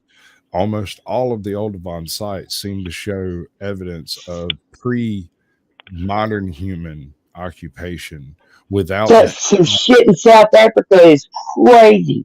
Those old some of that stuff is like, for instance, and this is storage bins. there is this particular it's not a cave anymore. It is the cast of what was in a cave after the cave filled up with detritus after people lived in it, right? Right. For 60,000 years, seemingly the same type of people lived in the cave. They didn't use very complicated tools. It was mostly flake type culture. There was no Acheulean type points, and you don't have any of the major hand axes and hammers that you expect to see from early Stone Age type societies. Right. These were lithic flake users. And historically, we've always believed that lithic flake users are less advanced than actual Acheulean or Moostrian traditions, right? Mm-hmm. These people create axes from 30 or 40 different steps instead of like just breaking off what's needed and using it now. So, Sasquatch, just before I forget, have you got a didactic memory? I have a very, very good memory, but I would not say it was photographic. Not quite. But if I read it, it will come up whenever the topic is broached. I can't do it on purpose. Like, I can't plan to do a show about a particular topic and then come in and speak educated on it. It just seems like you've got really good I would say more than general knowledge. Like, I feel like I know lots of little bits about lots of little things. Kind of like he's a very talented conversationalist. You seem to know them in quite a lot of, like, I can follow what you're saying without any problem, but like I wouldn't be able to name the chemical components like you did earlier and shit like that, right? So yeah, I was just interested because it just struck me as you're talking. I might be a little autistic. This guy's got a photographic memory, right? He can just be like Johnny Five in Short Circuit, which is like, I would love that. I love Johnny Five. But here's the weird thing about it. Like, I can't trigger this. No. I am killer, absolutely killer at movie trivia on drinking night. Right? We go down to the bar. I will murder them. And there are some bars I'm not permitted to compete. I was just thinking that you'd be like the guy that keeps winning all the food eating contests. You are banned in this state from ever eating anywhere. Stay at home and cook. I do. No, but but it'd be like the equivalent for quizzes. Go home and Google. You're not coming in here and answering questions. You clear us out. Right. Oh no, I'm not. Until the tavern closed, I was completely blackballed out of that joint. I walked to see, because look, I was drinking, right, and a buddy of mine had gone up there and got lost, and I went up there to go retrieve the bar, and I walk in, and I didn't know they were doing trivia night. Nobody told me. I just walked in and sat down and got me a drink and took me a couple of shots, and they were asking questions over here, and I would just answer whatever the question was. And I wasn't like telling them or anything. I was just sitting at a table. And then I realized later that I was getting escorted out because I wasn't a part of the game and wasn't supposed to be. Right. But no one told me. I didn't know. The tables around you just start winning each round. Oh no, it was the table I was sitting at. No, it was immediate and obvious. Because like I walked in, was like, because I live here my whole life, I know everybody here. Hey, how everybody know what's going on? And several people like gave up. They just quit on the spot. They were just like, nope. Now, because here's the thing: there was me and Jeff and Josh. No. Movie store. The same time I worked at this one over here, he worked at that one over there. So between the two of us, there's probably hasn't been a movie made in the past 28 years that I haven't seen. No. So you've got good, like I say, good knowledge about a few things. But you were talking about film production, different, like the lithic flake makers, and right. Yeah, the Acheulean and Moostrian traditions. There's a really strong crossover in lithic traditions between specific European tribes and North American tribes. When you look at the actual biface approach of Daltons versus, let's say, Salutrians, they're virtually identical. It's just that the Daltons are tiny and the Salutrians are big chunky boys. So difference of scale rather than method. Yeah, material too. The Daltons are made with virtually anything that's handy, but made in the same general style, right? Right. Whereas the Salutrians are always made from grade A type 1 flint. So Can I card count? Maybe. I don't know. I don't gamble. That's a good question. I don't gamble, which means I don't really play cards much. And I can tell you that no one in my family will play me in Clue. They just will not play Clue with me. And I don't use the checklist. Is that in the bathroom, Professor Plum and the lead piping? Is that the game you mean? What? Yeah. Clue. That's Clue. Clue. Yes. No one will play me in Clue. I was Clue. I used to love that, but I'd always win. Right. Yeah, so you probably can card, or like if you can't, then it probably wouldn't take much for you to be able to do it, right? I do have a blackjack system. I do have a blackjack system that works. Oh. It doesn't work well enough to like try to take it to Vegas or nothing like that. But, like when me and some guys are sitting around and we're just playing for matchsticks or whatever. Yeah. I'll play cards, and when I do, I have these little systems that I use that I've noticed about different games. Like there's some games that don't work with at all. Like what's it called? Texas Hold'em. Right. There's too many variations in there for that type of card counting to work. But there's a basic plus and minus system you can use on like blackjack, something like that, where there's a limited amount of cards in play, but a large deck. Right. Yeah. You can add a value and subtract a value based on whether it's a number card versus a face card, and then cancel out values based on aces, right? And watch what cards are actually on the table. And if you have enough people playing cards, you can see the values of the hands on the table that are visible. And the farther you get into that deck, the more likely you are to know approximately what the people are holding. And it's not actually like a science. It's not like it's literally you add one for every face. It's like a logic chain. It is. There's a sliding scale to it. Once things start getting weird, it doesn't work. So if you have somebody go for a 5-card shoot, even though you get that extra information, that 5th card should break the game. Hey, I mean, you were saying that you can't like force it or do it on command. Though there's like your really good memory that you've got. But have you ever attempted to or thought about training yourself to retain more? Have you thought, do you know what, my head's full enough already, and I'll worry about becoming like Homer Simpson. If I learn anything else, it's going to push old stuff out. No, I have always been interested in a multiplicity of disciplines. Right? Yeah. So I read just as much about UFO abduction as I do about Bigfoot and Nessie and the electric eels from the Amazon and the arapaima that kill fishermen. On my channel, if you go look on my channel, I have a list. I don't know, they may have removed some of it, but I have a list of Sasquatch suspects based off of extinct creatures that actually existed. Oh, okay. It's just other people did videos, and I'm like, okay, like Dionysus. Anyway, it's a giant baboon. We don't know if it had a tail, but probably. Right. But if it didn't, it would line up pretty good with Bigfoot. About the right height, big furry guy, kind of human looking, wouldn't have hair on his face. Listening to you talk and then seeing your name, I thought earlier, I was like, he's probably into crypto biology and all of that, because that's not really as much as you'd think. The name comes actually from something I saw as a younger guy. I seen a feral person out in the middle of the swamp, middle of summer, and he was a little too furry to be a normal person, but he was just a bikini wax away from voting Democrat. So it was not that far removed. I mean, I'm sure they would have accepted his vote, no problem. So I can't really say I saw Sasquatch, but I tell you what, he was furry and blonde. A Caucasian Sasquatch. Yeah, right. And the funny thing is, when I mentioned it to some people that live in the area, one of them was like, so what are you going to do? I was like, what do you mean? He's like, so there's this dude living out there and you don't know if he's human or something else. What are you going to do? I said, fuck you be. What am I going to do?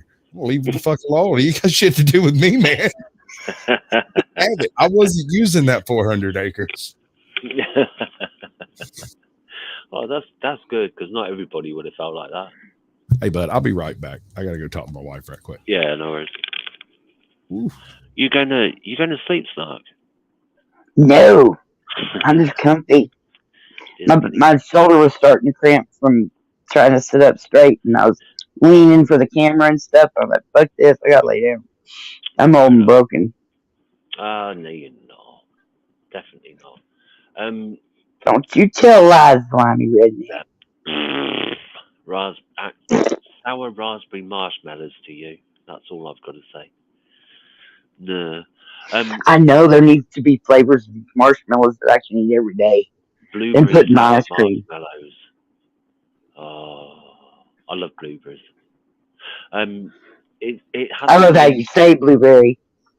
It hasn't.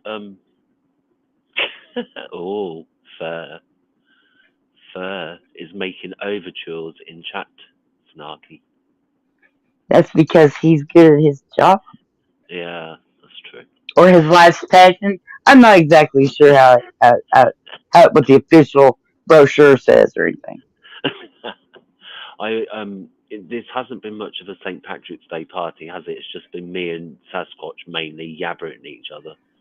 This has been great. I'm enjoying the shit out of it. It's all good. She wanted me to read the phone book to her, so I'm pretty sure she's good with it. I love all that stuff as well, like science and then myths and legends and cryptobiology, which I liked before I even knew there was a name for it altogether. Yeah. Those books we got when we were kids, those books that were like strange but true facts. Yeah, absolutely. I got one for you. All right, check this out. When I was in second grade, I had a teacher named Miss Hutchinson, and she had these books that if you finished your work before everyone else, she would let you read them. And one of them was 1001 Facts That No One Else Knows. Brilliant. 2 years later, in like sixth grade, fifth grade, fourth grade, I can't remember, I had Miss Webb. Miss Webb was Miss Hutchinson's daughter, and she had all the sequels to that book. Cool. So before there was Google, there was Ask Random. Because no joke, and I'm talking grown ass people would come and ask me some shit because I literally found a library and had no use for the rest of the world. Yeah. Every time I go out there, I get in trouble. Every time I go out there, I end up having nothing but problems. But I can go to the library, sit down and read a book, and nobody will bother me. Yeah, that's where I used to go at school breaks once I got to a certain age, absolutely. Like, I'm going in the library because bullies don't tend to go in fucking libraries and there's books. And it had an interesting effect on my life because when I heard the Rodney King verdict, I was in a library. When I heard pretty much every major event except September 11th, I was standing in a library. Wow. That's pretty cool. About it. It's kind of cool. What's really cool though is I used to volunteer for the different libraries so that I could have more time. And there was this other chick that I went to school with, and we used to sit at lunch and talk bullshit and, just bullshit around.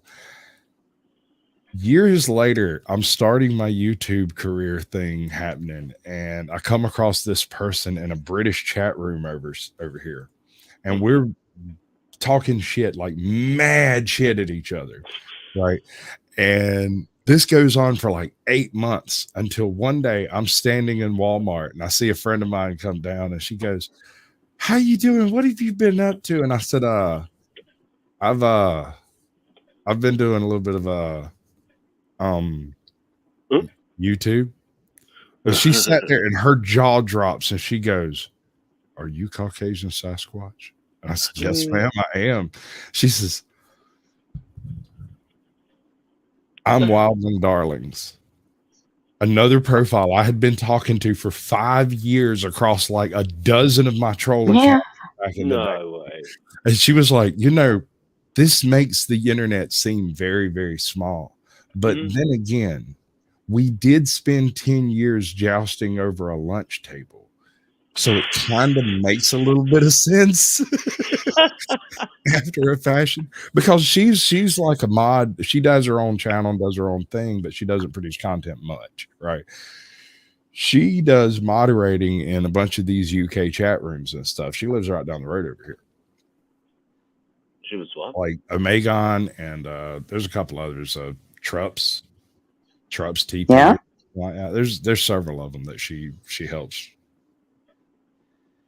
out with. That's yeah. Neat, huh? Yeah, that's pretty. Yeah. You should have seen the look on that girl's face too when I was like, "Yeah, I started doing a little bit of YouTube." Yeah, right? That was. She was like, "I knew that was you, but I didn't believe it. It just seemed too well put together." Yeah. I was like, I had a head injury. Fix some shit. That's cool. That is cool. It was nuts though. But like the very second she said you're Caucasian Sasquatch, it occurred to me that I know who this is. Yeah. Like the very second she realized who I was, I realized because it was something about she had walked up and I said greetings and salutations, and she answered with Wildling Darling's usual response to that. And we stopped and stared at each other for a second because neither one of us has ever mentioned our online personas at all. This is not something we talk about. Yeah, because like the way you tell the story, you were kind of like hesitant to even mention it, right? Yeah, like people look at you funny when they're like, what are you doing for a living? Well, I've been doing a little YouTubing. There ain't no money in it, but it's fun. And you know, I'm going to be traveling and visiting some people. Maybe find me a cult or something. I can't join a cult, but I can visit one. I promised my mommy I would start a cult. And you can't start one. Yeah. Can't start a cult. Nope. None of that. You can't start a cult. No, sir. I'm not permitted. He's not allowed to. My mommy made me promise. Oh, she promised you not to? Yeah. Oh, sorry. I thought you said she promised you. It means you promised you would. That was my brother, I'm sure. She saw you had potential to do that then, right? Let me tell you that story. All right, so when I was about 7, right, I got dropped off at a daycare center for like the first time I've ever encountered a daycare center. I'm from the woods, dude. We don't do that shit. They just leave your ass at home alone and hope for the best. Yeah, I'm old enough. We never used to have those. For 3 hours. My mother comes in and they have to have a very long conversation about exactly what's going on with Sasquatch. And the reason is I could read. Nobody seemed to understand this part, but I could read. And so I sat down and was reading to everybody, but only the girls stuck around to listen to the book. All the boys ran off and went and played with toys and stuff and went and, you know, put thumbs in people's eyes and threw stuff at people. But all the girls sat there and listened to me read because I could read and they wanted somebody to read to them. But all the staff noticed was me sitting in a pile of girls. Like, you're not exactly sure what's going on over now. It's very simple. I was reading to them. The staff didn't believe I was reading. And so they call in my mom. They're like, well, you know, he had all these girls around him and they seemed to be really intrigued with what he was saying. He was pretending to read. She said, he wasn't pretending. He was reading. What the fuck is wrong with you people? Can't you read what he's reading and tell that he's actually reading it instead of just assuming that because he's young, he cannot read? Yeah. So presumably they thought you were too young. And so rather than think, oh, we've got an early reader here, which just reminds me of when Bill Hicks said, we've got a reader. Yeah, we got a reader. Exactly. So rather than thinking, he's like picked up reading a bit earlier, he's starting a cult of like when they're like 3 or something, 4. Yeah, that makes more sense, right? Well, yeah, right. Like the whole trip home, my mom was explaining to me that things like that can be useful, but they can also be very dangerous and easily misused. And promise me one thing: I can't explain to you what a cult is, but promise me you will never start a cult. Well, why is that, mommy? Because sometimes they're bad things. Just promise me. Yes, ma'am. That's an interesting way to phrase it as well. Sometimes they're bad things. Yes, son. You come from a magical family. We've all got the powers. You have to figure out how to do yours and don't tell anybody. Yeah, you keep that between you and your creator. Wow. I have to go dig up some stuff. I'll be right back. All right. That sounded very mysterious. He's got to go and dig some stuff up. Dig. Well, I mean, he's a Sasquatch. Lives out in the woods. Yeah, true that. Oh God! Help, motherfucker! Move, cat. Thank you. Mate? No. Do I call you cat? No, I just didn't quite hear you. Oh, I say cat. I was disorientated on account of No, you motherfucker. falling over, and now I'm wiggling about. Yeah, yeah. I don't think I've had enough to drink. It's a wild ride, man. Oh, Hang on. no. Oh God, I'm getting seasick.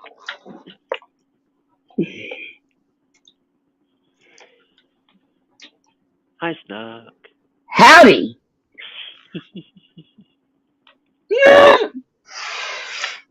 So you had a good day? Yeah. Did you? Did you say you did? I was busy today. Normally I don't do anything, and I was like all over the shop today. I just splattered fucking coffee all over my glasses. Doesn't help that I got up really late, so. But then I went to bed really late, so you know what you're gonna do.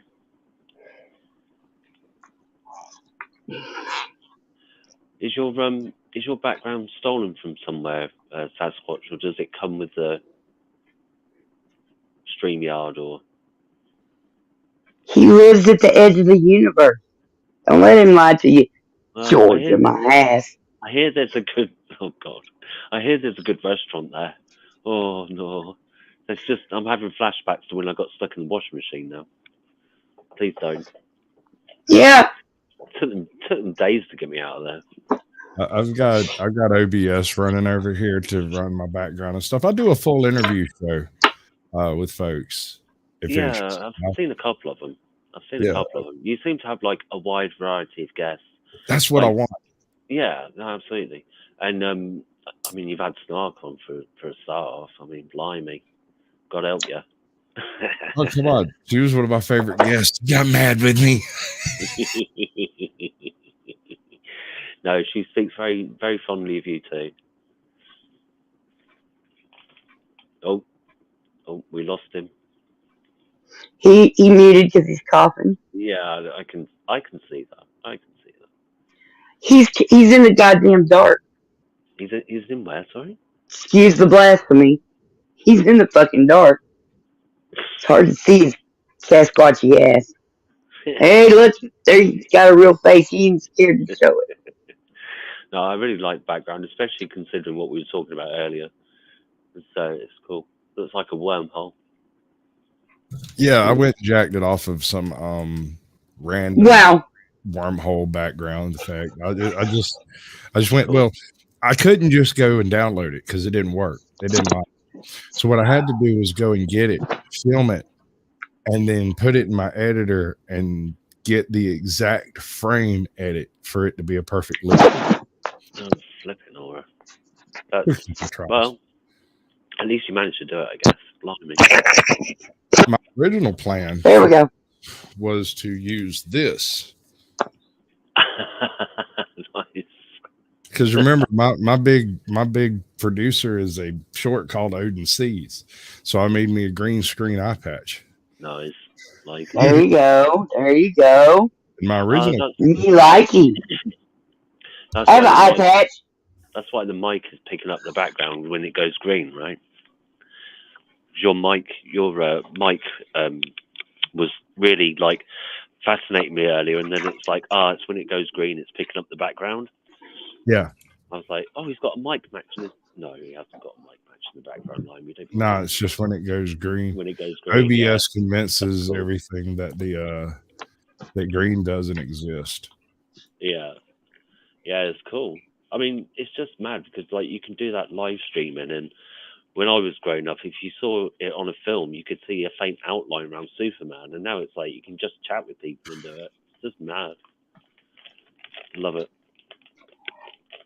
I have one and it's all glittered, It's got where the fuck is the camera? Oh, it's over here. It's all glittery. I painted on it. What? Sorry. Because I'm a pirate. I have a pirate name. You do. I've forgotten what it is though. Lucia Del Loca. Oh, that was it. Yeah, that's Crazy Lucy. That's a cracking name.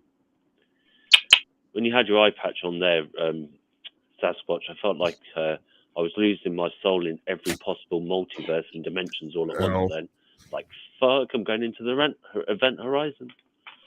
I know a guy whose best pickup line I ever did fucking hear, and that is exactly what he said. Except what he said, that picture is the picture of what he said. But what he said was, I said, "You sure do have pretty eyes." He said, "Careful, you'll get lost in there." You know? And I was like, "Yeah, I'm just mad." Did you just give up and throw your panties at him just right there? All right, so no, I let my husband work that out for me. What? What are the best? That's the 19-year-old that my husband gave me that one time. Right. He was cute. He had the same name as my husband. No, That way you didn't have to mix it up. I didn't have to worry about nothing. 19 is sweet. Maybe a little salty, kind of like that kettle corn. No, you ain't got to go to that much trouble. You ain't go to no trouble at all.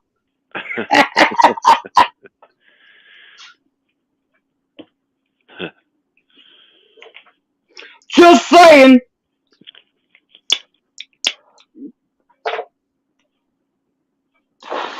Yuck. Food, dolphins, and spaceships. Thanks for the fish. You don't have a regular job then, Sasquatch? I am a regular job. No, I'm retired. Yeah. But I'm a carpenter for years that and was years my and next years and stuff. Yeah, carpenter and built houses. Yeah. Mm-hmm. If you were a carpenter and I was a lady, then what's Limey?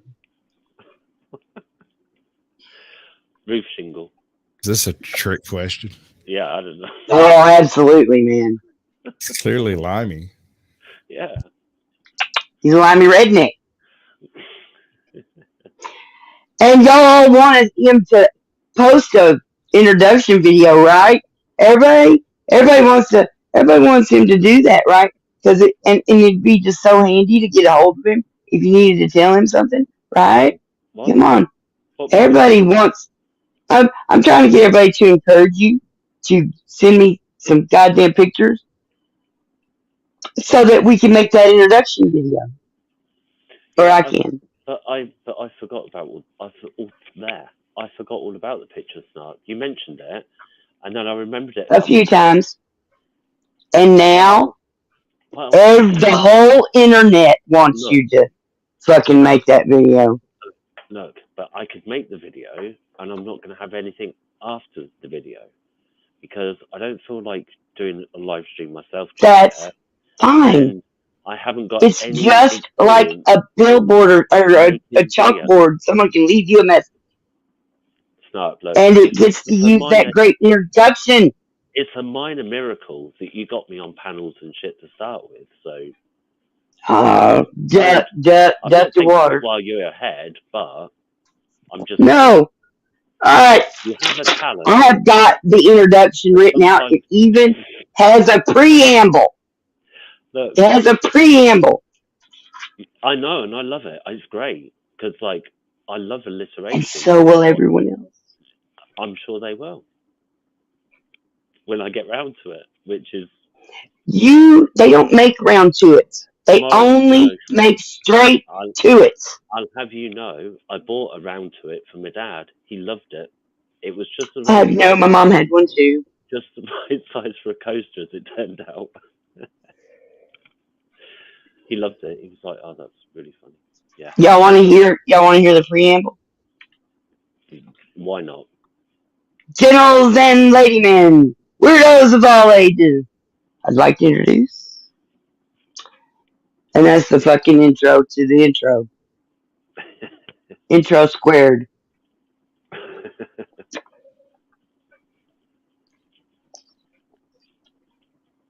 You know the best thing about this cup? This straw is silicone. Nothing's gonna stick, so it won't grow in there. That's very good. We live in the future. So, are we going to hear the rest of the intro when it actually gets made? Then you just give. I want to make you a video. I know. It'll happen eventually. Oh yeah. It is eventually. I waited a year. Say, I need a I mic. waited a year. I don't need a mic for that. What do you want? Just pictures? Yeah, I don't fucking care. The flowers, the little Limey cartoon. He's cool. Yeah. Okay. But the way you sent it to me that time didn't work. How come? It was too fuzzy, and when I went to put it next to the other one, you could tell it was fuzzy, and the other one wasn't. Could you manage to do it? Isn't that where you got your picture in the top right from? From the Facebook thing. Yeah. So how did you made it on Facebook? How did you manage to do it then? I don't know. That was 4 years ago. You can change your profile picture to be used in your avatar, so it might be that you did it like that, and then it's bigger rather than zooming it in off a screenshot of an emoticon, essentially. Right. Okay. Yeah, I mean, I only remember you reminded me a couple of times, so you'll just have to do it more. I wish that when I clicked it in the messenger, that it would, like if you click the video, it gets big. Yeah. If you click another picture, it gets big. I wish that one would get big. Yeah. But it don't. No. Just like whenever I highlight somebody's a comment here, it is so small. And yet, when I put a banner up, look how big it is, so people can't see it. If it's there, it should be visible, for fuck's sake. Yeah, too right. It seems weird that somebody decided they should be different. And the other thing, Snark, is I make this introductory video, or I find pictures and you make it, and then there's going to be nothing else on my channel for years. So? That's okay. I can't make It's not your goal to have a YouTube channel, but you have a YouTube channel because you interact with other YouTube channels. Oh, yeah, no, absolutely. So you might as well throw a video up there if you're not going to put any contact info on your about. There's contact info on my about. Is there? Oh, yeah. Well, some other, yeah. You can go to another platform. Damn it, I just want to make this fucking video. Snarky. Oh, God, we've got the bottom lip. Oh, my God. My mama used to say, you be careful, you're going to trip on that. Yeah, exactly. Don't tremble it as, for God's sake. I don't think I could take it. No, if I started trying to tremble anything, it'd just cramp up. It's a problem. There's so many problems. Yeah. Right. So when I brought Shadark on the show, she got angry with me about something I said backstage right before the show. I did? You don't remember? No, I don't remember. She shows 5 minutes before the show starts, and so I explained to her, we're going to do this intro thing. I'm going to do a little stupid phrase or saying or something, play some music, and then I'll be back with you in about 5 minutes. She's like, okay. I said, but I got to tell you one thing, though. You're one of the most natural-born trolls I've ever seen in action in my life. And then I put her backstage and went live. So when she comes back live, she's like, oh. He's still trying to figure out what I meant by that. I'm like, this bitch's router is under a bridge. It never came out from under the bridge. He doesn't mean to troll people. It's just her natural way of speaking and talking. But on the internet, that's called a troll, whether you want to admit it or not. Okay. I was recently lurking in a chat room where somebody was talking and my name came up about how he hated to bring on the heat to me and be an asshole, but I won't quit battering him. I'm just like, I'm sorry, have I been to your show? No. Am I subscribed to your channel? No. Have I seen you in a couple months? No. Do you cross my mind? No, not till I see you. Or someone talks about you. How about, did I make a video about him? Yes. But nobody knows it. Nobody knows. Nobody noticed that's what I did. A few So, people, a couple of us. No. Oh, did you notice? Were you've done? If you've seen, I think you do. Maybe now I wonder because you is a weird one. It's my shtick. But my special talent is confusing everyone in the room. Oh, that's definitely a tool.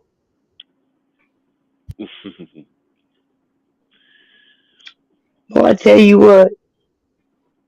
There it went.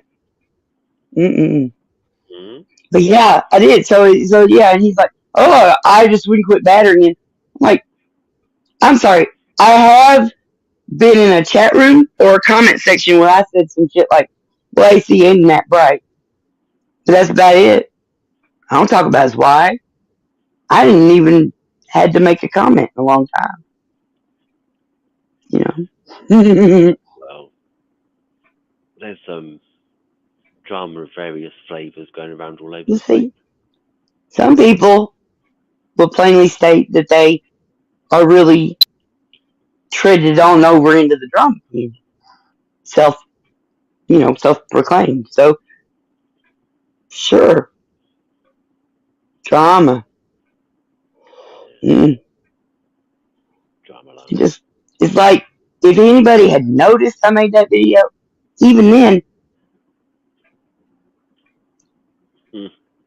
it's not a harmful or ugly in any way video. It's actually quite neutral, you know? Anyway, I'm just still going to wait for somebody to tell me they found it.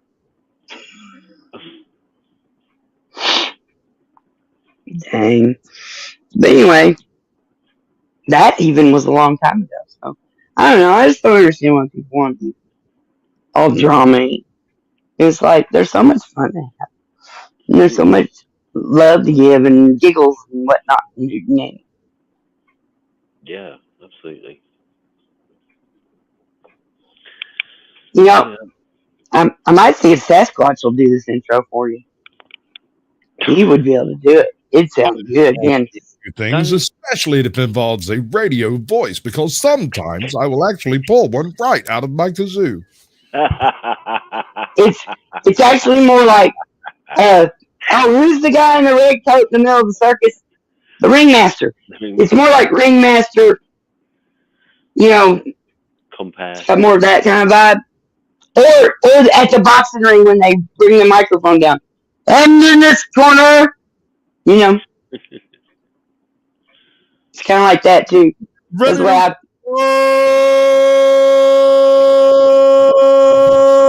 how long do you want to go with this? Oh!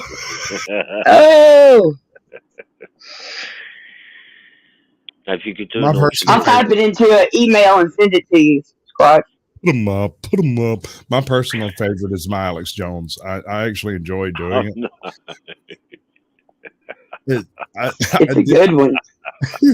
I did the Mississippi Squirrel Revival as sung by Alex Jones. Lorenzo, bring me my power bars and give me another cup of coffee. I'm thinking I'm going to get involved with that mug club. Turning all the squirrels gay.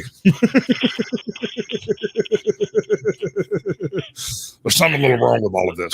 See, one of the things I was thinking about doing was poetry in the form of Alex Jones.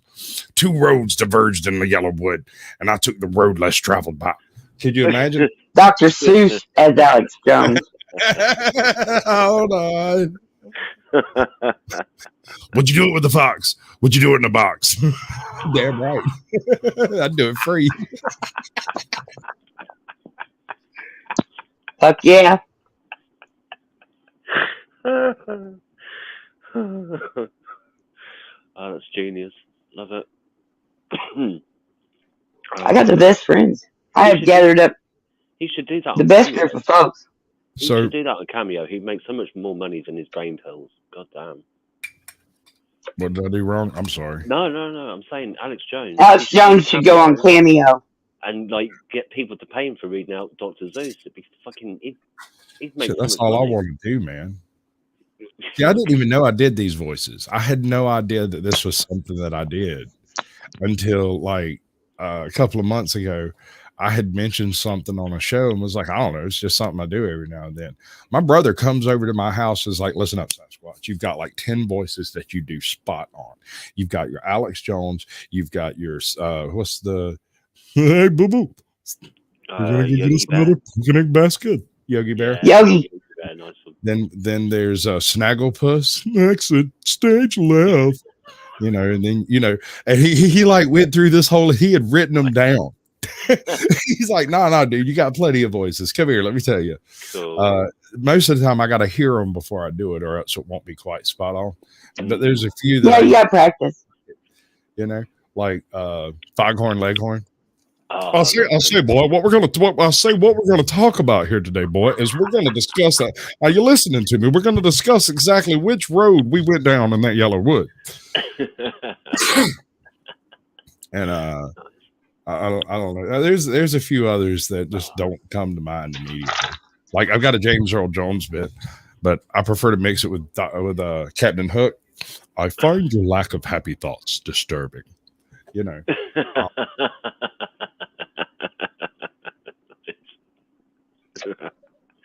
I wish I could do accents and voices. Oh my god, because I did love that. accents, but I just can't fucking do it. I can't place them half the time. Never mind imitate them.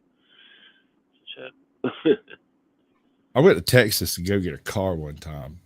And when I got there, I was staying at this hotel that was brand new built. There wasn't anything in the parking lot. The parking lot wasn't even there yet. It was just brand new built. It was a brand new hotel. And so we get there and we go across the street to this steakhouse. And I walk in and ask for a Philly cheesesteak. And when I started talking, the guy behind the counter just cocked his head to the side and said, okay. And he goes and makes a phone call, and my brother looks at me. He's like, because he went with me to go get the car. He looks at me. He goes, "What's that about, man?" I said, "I don't know, dude." So he sat down, and the waitress comes over and is like, "What would y'all like to drink?"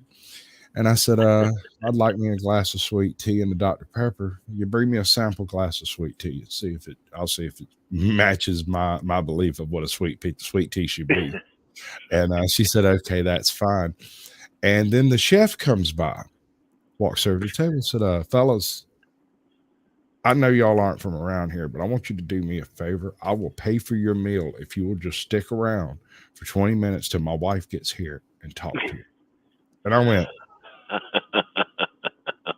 $40 worth of food here. Okay. Yeah. Chick walks in and she goes, "Hey, Grayson, exactly what is it you got over here you want me to see?"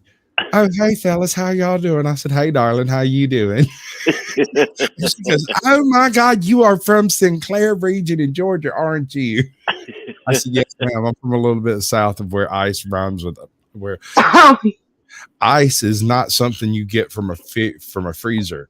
Ice is something that you get kicked when you've been doing wrong." Yeah. And rice, where ass and rice rhyme. These people speak a very specific dialect, and my mother is from those people. And so sometimes when I'm not paying attention, I slip into that weird little, very niche dialect called the Lake folk. And her husband recognized it because he's been back up to the Lake Country over there for Thanksgiving and stuff. So the very second you come in and say, "I'd like a Philly cheesesteak, please." You got to stick around and talk to my wife. Oh, wow. All that's right. Really cool. Man. She was from 35 miles away from my house. Yeah, I was going to ask that. I was going to ask what's the Very distance. close. Yeah. I fuck. also lived like 20 miles from where Otis Redding was born and learned to play Oh. the blues and all that stuff. Yeah. Wow. So like that, it's that Southern here. I'm a very well spoken Southerner. Right. I speak so that you understand me, and I don't use y'all or at you or get them or none of that. Snark could understand me. She's just Southern enough to pick it up. Any Yeah. further south, and I love it. yeah, it's weird. Yeah, because it sounds like you've got vocabulary that's like particular to your part of the states, and then you know, and and in some places accents are very particular. Because like in the north of England, they've got words that they still use that are like from when the Vikings came over. So there's words like that that are like language fossils that the rest of us further down south have no idea what they're talking about, because there's like their accent, and then on top of that it's like words based on, you know, Norway or wherever. So yeah. And there's place names like the further north in Scotland you go, all the names start becoming like Yeah, they start losing their vowels. Like yeah. you come across places named pronounced Gork. There's not even a G in that. Well, what are you talking about? All right, never mind. It's not my culture. I'm not going to sweat it. Yeah, no, it's yeah, because like yeah, man. I remember when I was in my early 20s, I knew a load of guys I from gotta pee. Ireland. I'm sorry. I knew a load of guys from Ireland, and You're supposed to say I got a cue. I love their accents, but I found them hard to understand at first, especially the drunker they got. And then over a few months, I got used to, like, just heard them fine because I got used to their accent, but their accents were going down a bit as well. But as soon as I got on the phone and had a 3-hour chat with their mum, oh my God, like I'd meet people and go, you've just had a chat with your mum, haven't you? And they were like, yeah, how do you know? And it's like, because I'm having trouble understanding what the fuck you're saying. You're speaking quick and your accent's thicker. So yeah, but I loved it. I love accents and how all right, people. So answer me this: what part of the UK is every word in it? Everywhere in it. No, every other word said during a conversation. Is we're going out to the pub, isn't it? Yeah. Well, you know what I can't do it, but you know what I'm trying to do. Yeah. We normally write it down INNIT. Uh-huh. But it's I don't know if it's like in other areas and where they would be, but parts of the town that I live in would say that, and we're like not that far from London. Like we're north of London, but not by much. So middle England, like. Oh yeah, I have closed it into somewhere in outside of London, but central England. That's as close as I can fedge it down to, because noise over there. So we're north of London, so definitely that area. The thing is, well, like the particular town I live in, part of it was built 50 years ago to accommodate people that they were moving out of London.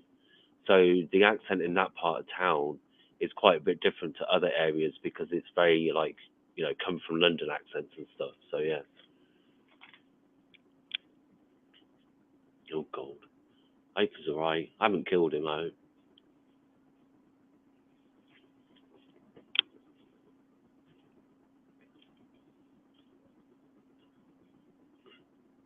I don't know where Snark's gone either.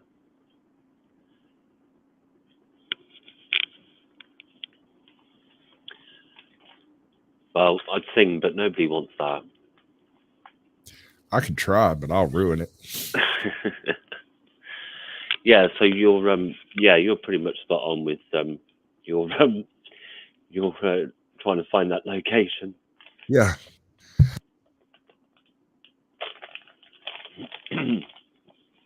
Presumably, from what you were talking about before, you know quite a bit about. Like, can you speak any other languages apart from English? Not intentionally. All right. So I get what you're saying, but listen. So when I was working, remember I told you I worked for a guy who did a lot of donations, luckily. When I was working for him, I had a phone called a juke. And this is around the time MP3s became a real big thing. And one of the first MP3s I put on there was this language collection from like Rosetta Stone or something like that. Right. But it was specifically Spanish. Okay. This shit got stuck in that phone and played endlessly in my loop. And because I'm working most of the time, I couldn't stop doing what I was doing to reach over and hit the button and change it. Right. I'd have to listen through it until I got my hands loose as a byproduct. And this is nuts. So I was mucking around one afternoon, and my wife comes in, and there's some folks coming over, and she's like, "Hey, I told we'd do a pork loin." And I was like, "Okay, fine." She's like, "I also need to get some stuff for lasagna." I was like, "All right." So we never do this. We went to the grocery store together. Right. And I was walking along, and I'm like, okay, well, I'm going to do some burritos tomorrow, so let me go get the burrito stuff. And I went over to the little El Paso aisle, or whatever you call it, where all the burrito doings is. And there was a lady there who looks over at me and in perfectly clear English says, "I can't believe how much all of this stuff costs. It's nothing like this back home." Right. And I said, yeah, well, when you come into America like this, you have to deal with the local prices the way they are. You really don't get to negotiate.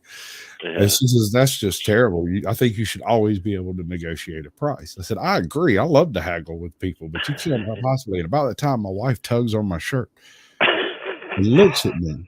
And I looked at her and said, "What?" And she said, "The fuck are you saying?" And I went, "What?" And then she was suddenly speaking Spanish. Yeah. Yeah, I right. couldn't understand her. I understood her, but I had to think about it. Yeah. When she first asked me the question, I did not hear Spanish. I heard English, just as clear as day.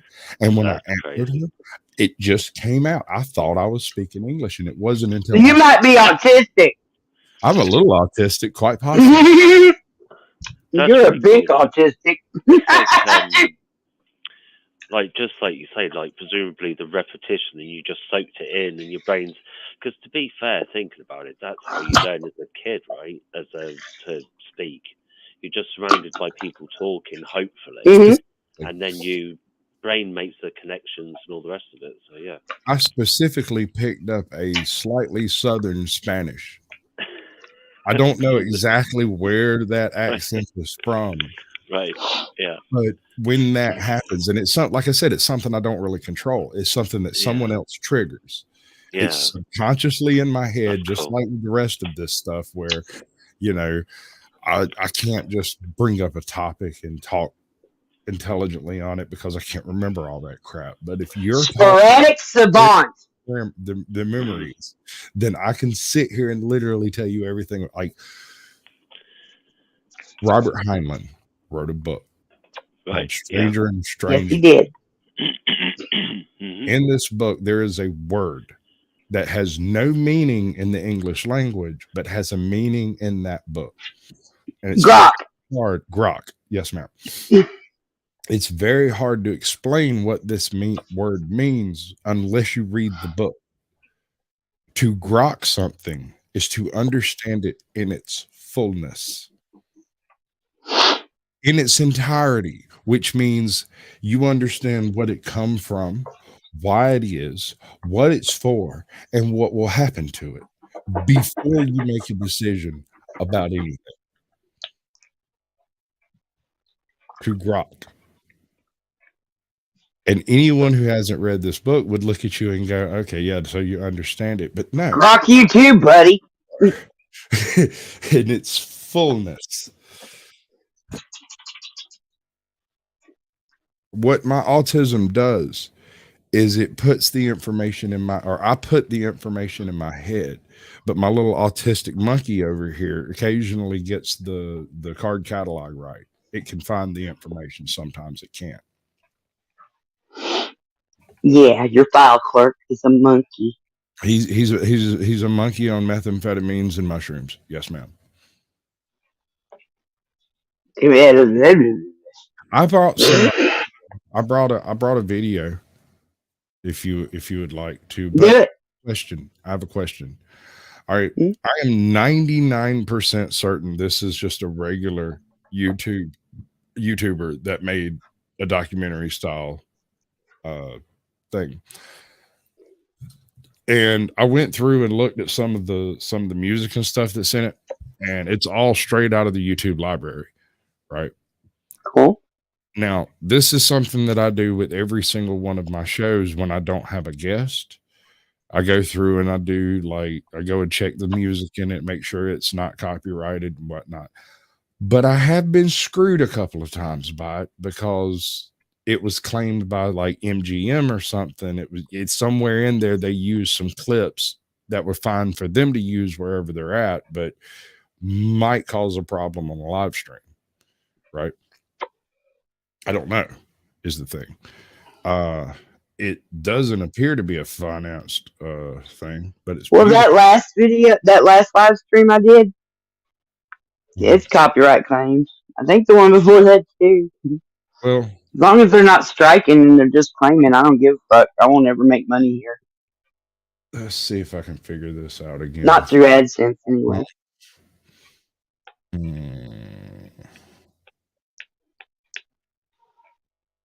Right. Oh, nope. Get this in the right spot. Make it smaller. Right about there. Good enough, you reckon? All right. So St. Patrick's Day is based off of well, if we're going to be that kind of party, let's do it right. Well, yeah. All right. So St. Patty's Day is based off of St. Patrick, right? Who, historically speaking, is a bit of a mystery. However, for a fact, he actually existed. But was he Irish? Was he green? Did he actually do anything with those damn snakes? These are the questions we want. Really. Tonight at 9 a.m., you will find out exactly what it is that St. Patrick's is famous for, and it doesn't have anything to do with the Squiggly Boys. That is weird. Just realize that it says diversity hire.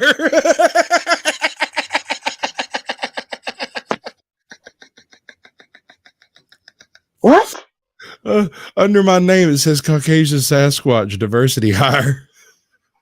Oh my gosh. No, I didn't see that. It's really small. Until just now. Oh, I'm going to have a sneezing fit. But check this out. Well, you wrote it there. This is an Irish lady doing an Irish tale in an Irish manner. Patrick has long been recognised as the patron saint of Ireland, a man of great piety who eradicated snakes from the island and had a fondness for shamrocks. But have you ever wondered how many of the stories about him are real and how many are myths? Well, in today's video from History Calling, we're going to put the sources to the test and ask just what do we know about St. Patrick. Stick around until the end and I'll also explain why St. Patrick's Day is celebrated on the 17th of March and where those snake and shamrock stories come from.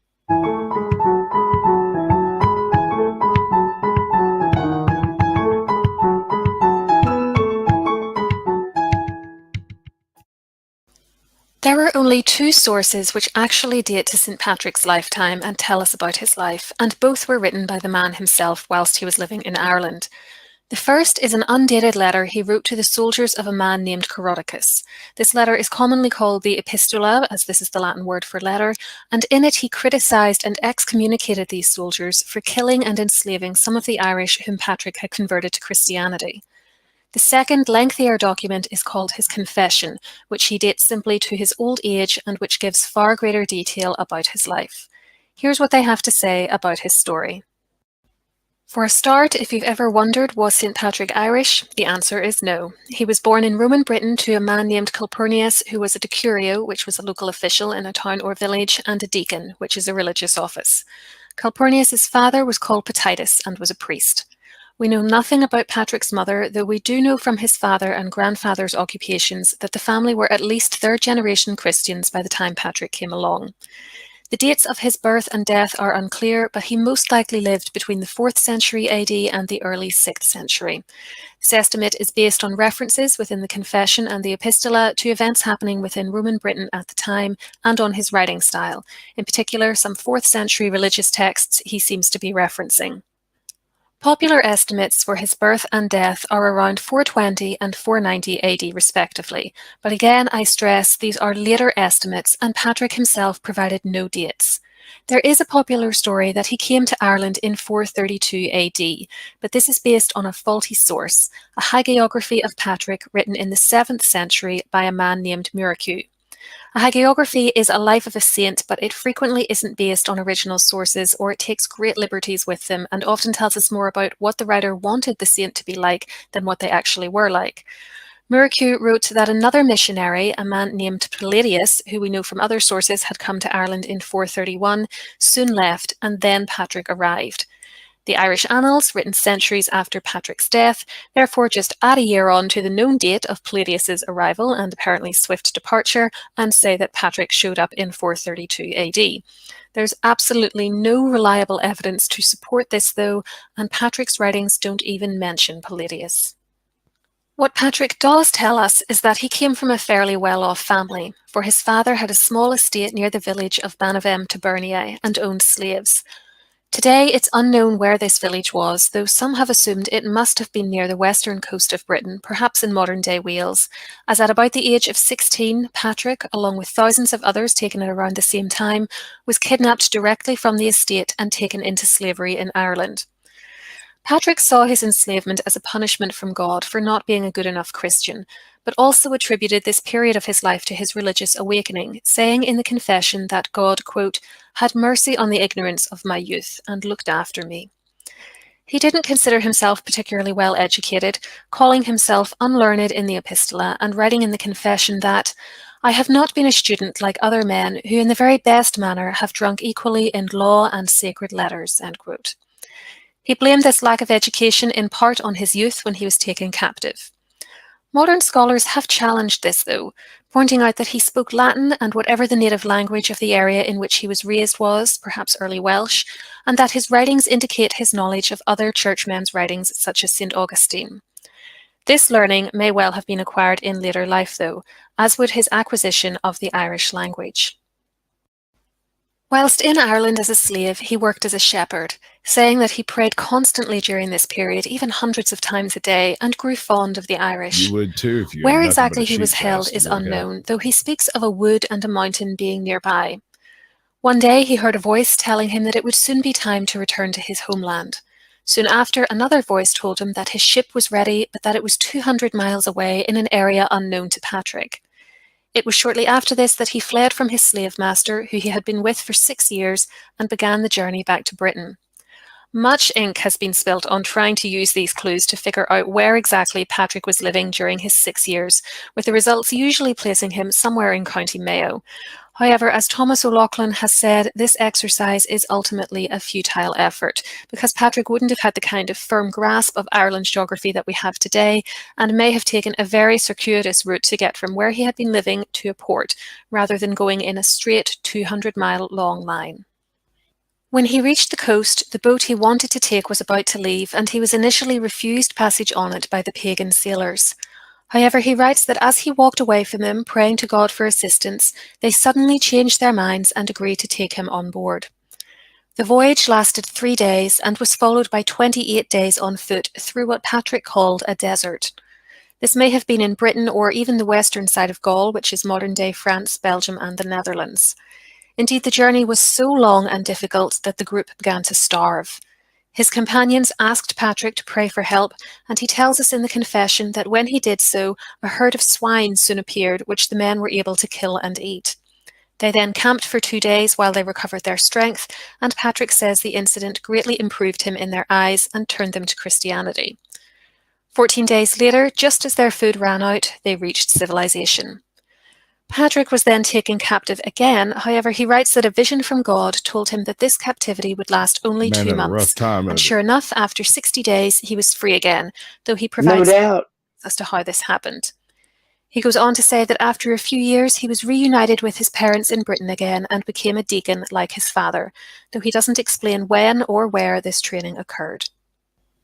He suffered a considerable fall from grace, however, when he was charged by his superiors with some unknown sin committed 30 years earlier when he was around 15, and he was ultimately rejected by them because of it, despite one of his friends attempting to argue his case at the inquiry for him.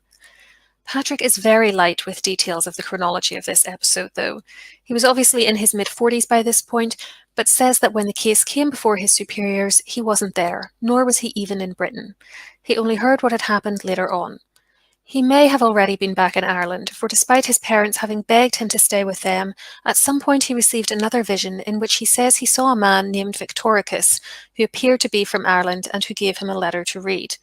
When he did so, he writes, "I thought I heard the voice of those around the wood of Fouclut." Again, scholars have wondered where this was, but we don't know, which is close to the Western Sea, probably the Atlantic. "It was as if they were shouting with one voice, 'O holy boy, we beg you to come again and walk among us.'" Patrick was touched by this vision and determined to return to Ireland as a bishop to spread Christianity amongst its people.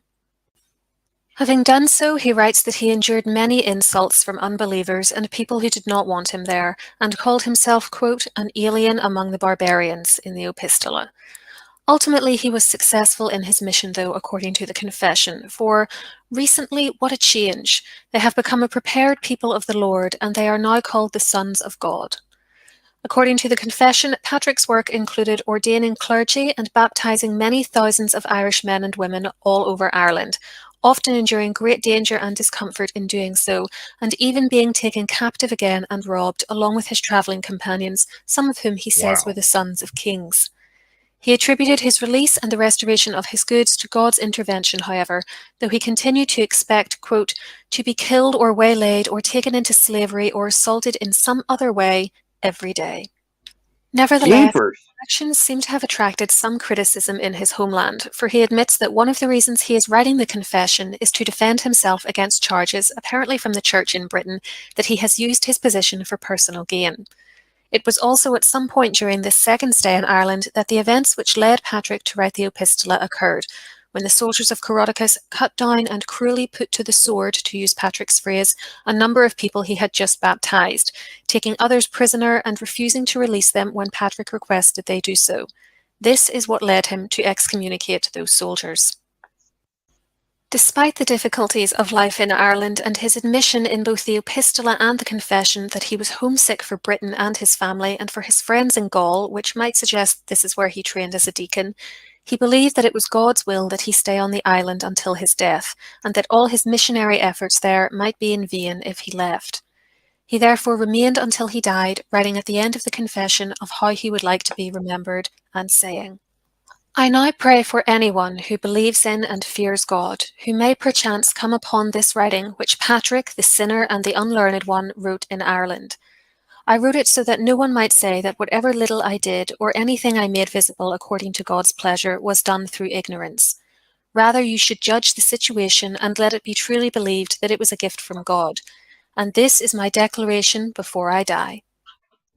This is as far as the original sources about Patrick's life take us. Later works written during the 7th century have asserted that he died in Saul, County Down, which is now in Northern Ireland, and that he was buried in the town of Downpatrick. There is nothing to confirm or deny this either way.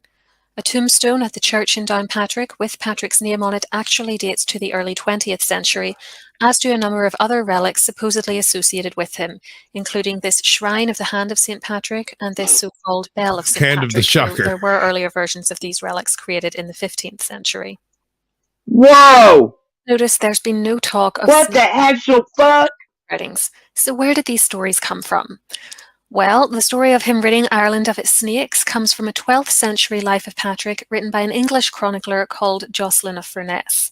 The story also appears in the work of one of his contemporaries, Gerald of Wales. Remember, though, that they were writing approximately 600 years after Patrick's death. As for shamrocks, the origins of this myth are even worse, for the earliest reference to him using this plant to explain the concept of the Trinity of God, Jesus, and the Holy Spirit actually dates to 1727, over 1,000 years after he lived. Last but not least, the reason the 17th of March is celebrated all over the world as St. Patrick's Day is because it's believed to be the date he died. This belief stems from some 7th century liturgical calendars, which are like church calendars that list when different religious feast days are. They give the 17th of March as his death date, as does a note from the 9th century Book of Armagh, now housed in Trinity College, Dublin. It may or may not be true. Well, that's the story of St. Patrick, along with the answers to a few of the most popular legends about him. I hope you found this little detour back to 5th century Ireland enjoyable. Oh, right. Giggity, giggity. And that is St. Patrick's Day. You're welcome. Although I feel like I was left alone. No, that was good. I didn't realise I was on mute the whole time. But no, that was cool. Thank you very much. That's kind of sort of the thing that I do on my Chilling with Sasquatch things. You're muted. Yeah. You're muted, Snarky. Okay. You know I did that on purpose, right? No, it's cool because it's like Constantly professional. He, you know, like they say, like he existed, but even like the original sources aren't clear as to what exactly happened. And the thing is, if you're writing about yourself as well, and like you're trying to make yourself appear in a certain light because you're trying to get off the charge, then it's not very reliable first-hand evidence. But yeah, it's really, really interesting because even though it might be a mythologized story, it still tells you something about history and geography and things like that. So, it tells you something about people in general. Yeah, absolutely, yeah. And how gullible they hadn't changed. How gullible they're all complete freaking pissers. Yeah, we love a good story. Children love stories. The thing is, it's yeah, but like sometimes you get more truth out of fiction than you do out of fact. There's a phrase that somebody said that I can't remember exactly, but that was the gist of it. I just heard a phrase that was, a picture is worth 84.7 words. What? A preacher is worth 84. A picture? Oh, a picture. A picture is worth 84.7 words. That's because you get 80 characters in a tweet, or you can post a picture. I don't know. I don't wonder why. God damn it. Well, you know, like 1,000 words. Well, someone actually did the math, apparently. I'm going to throw an extra doubt on that one. You'd have to have something solid to attach that math to in the first place. That's going to be difficult. Are we talking? If I ever run across it, I'll send it to you. Absolutely. I'll do a whole show on it. Oh, man. What is that? Poo again? Are you showing us your Yes, I'm playing with my poo. You're playing with your poo again. I'm playing with my poo. I'm playing with my poo. You're just jealous. You want one too. Playing with my poo. Playing with my poo. It's just my poo and me. Here's my mind. I can now be offended. What is that on the screen? It looks like honeycomb or something. It's a bunch of teeny tiny. Where the fuck is the camera? Jesus H. Christ. You can call me Sasquatch. Yes, I do. Okay, so they're little bitty poos. Oh, they're little poos. Are they blinking? And they spin on it with the central axis. They spin, and you shoot poos up there, and the different colors disappear once there's 3 or more. Hey, Citizen Z, welcome to the show, bud. Hey, Papa Z. Mwah. Oh, man, I see. It's kind of like one of those. Am I supposed to be drinking? Oh. If you want. Oh, speaking of drinking. I've got pickle vodka. I don't know what the. Is that like Texacraft made out of gherkin juice? Is that vodka made out of gherkin juice? Okay, remember when I had those moonshine pickles? It's like that, but not nearly as good. Right. Okay. That's what I expect to happen, but yeah. So because those were if it wasn't just for the pickly magic, I wouldn't have been able to do that. That fucking pickled moonshine pickles. I drank every bit of it though. Ate all in pickles. Yeah, I'm not sure about the whole deal, but yeah. Love you, Papa. Are you trying it now? Ooh, I just popped the lid. Oh my god. Yeah, I knew it was gonna smell like that. I need Oh wow. to figure out somewhere to order that stuff so I can have it delivered to somebody's house. I just don't want them to know that. Texacraft. Dude, that Texacraft would turn her into an alcoholic. She used to come All to right. my house pickle juice out of my refrigerator. Yeah, because some people just drink that stuff right down, don't they? Yeah, no, Like, I'd like to get a I do. kit, just have it delivered to her house with no notice or nothing. Like, just yeah, thinking. I love pickles, but I don't know that I just want to drink the juice like that. That's a bit much. Cheers. Cheers, Snarky. Here's to you and here's to me, and may we never disagree, but if we do, to hell with you. Here's to me. No. No. No. Time has come said to speak of many things, of shoes, of ships, of sealing wax, of cattle wings, of why the sea is boiling hot and whether pigs have wings. You want to get really esoteric? You can get really esoteric. 'Twas brawling in the slithy toads, did gear in the gimble wave. All mimsy where the birder goes, and the mome wraths out grave. Beware the jabberwock, my son, the claws that bite, the jaws that catch. Beware the jub burden, shun the firmest bandersnatch. Nice. Lewis Carroll, right? I love it when you talk nerdy to me. Right, exactly. I can do the same thing with gangster rap. So much drama in the air. It's kind of hard being Snoop D-O double G. No. I'm kind of liking these mashups that you're coming up with. Really? They need to get out again. I'm not going to mute. All right. Okay. Wish you would. Oh my god. Okay, we can shut the fuck up now. Go. Fucking loud in my ear. Go. I don't know if you've seen. Let's see. What have I done? All right. Heard it. Let's see here. Train's coming. I think I put it in the Sasquatch Presents. Maybe. All right. So I had some requests. Right. Are you familiar with Car Thief News? Well, sure. Okay. So Car Thief News calls me up at 2:00 in the morning drunk one night. And he's like, hey, I want you to do something, man. I want you to go and this poem called The Desiderata. And I was like, all right, dude, just send me the link. We'll see. I can't hear you when that train was. I can't believe how loud that is. I can't hear you. It's drowning you out. So I'm sorry, I can't reach the mute button. Read a poem. Can you mute me, Limey? Do what now?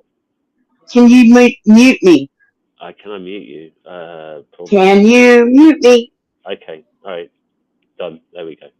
Oh, cool. I didn't even know that was possible. Yeah.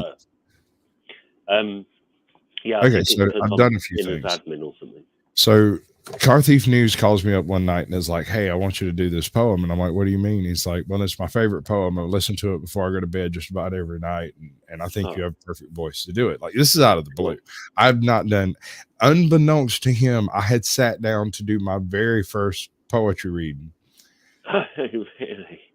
And had just finished it like a couple of hours before, but hadn't uploaded it because I wasn't really happy with it. So when he calls me, he's like, I think you need to do this. That's so cool. Yeah, it was really cool. And so I did it for him. Nice. And the cracker calls me back later and cries about it. So, yeah, no, it was beautiful. It was beautiful. Yeah, no, dead serious. I am not joking. Wrong button. This one. No, that's really cool. All right. So I went and hijacked some bit of live stream, right? Mm-hmm. Of something pretty, which in this case is a reef or some crap. I can't remember. Mm-hmm. and put some inspirational music in the background and did a basic reading, and this is what come out of it.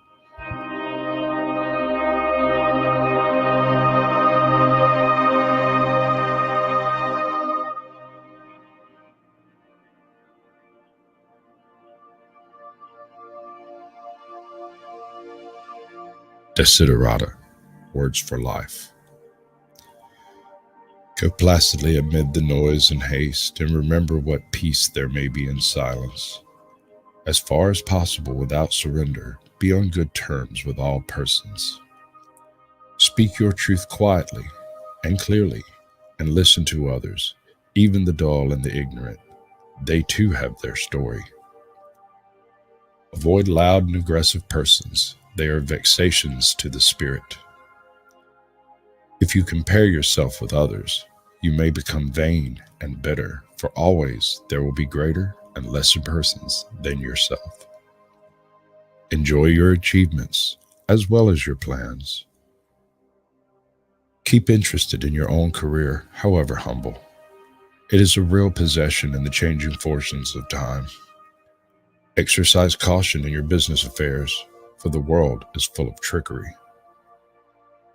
But let this not blind you to what virtue there is. Many persons strive for high ideals, and everywhere life is full of heroism.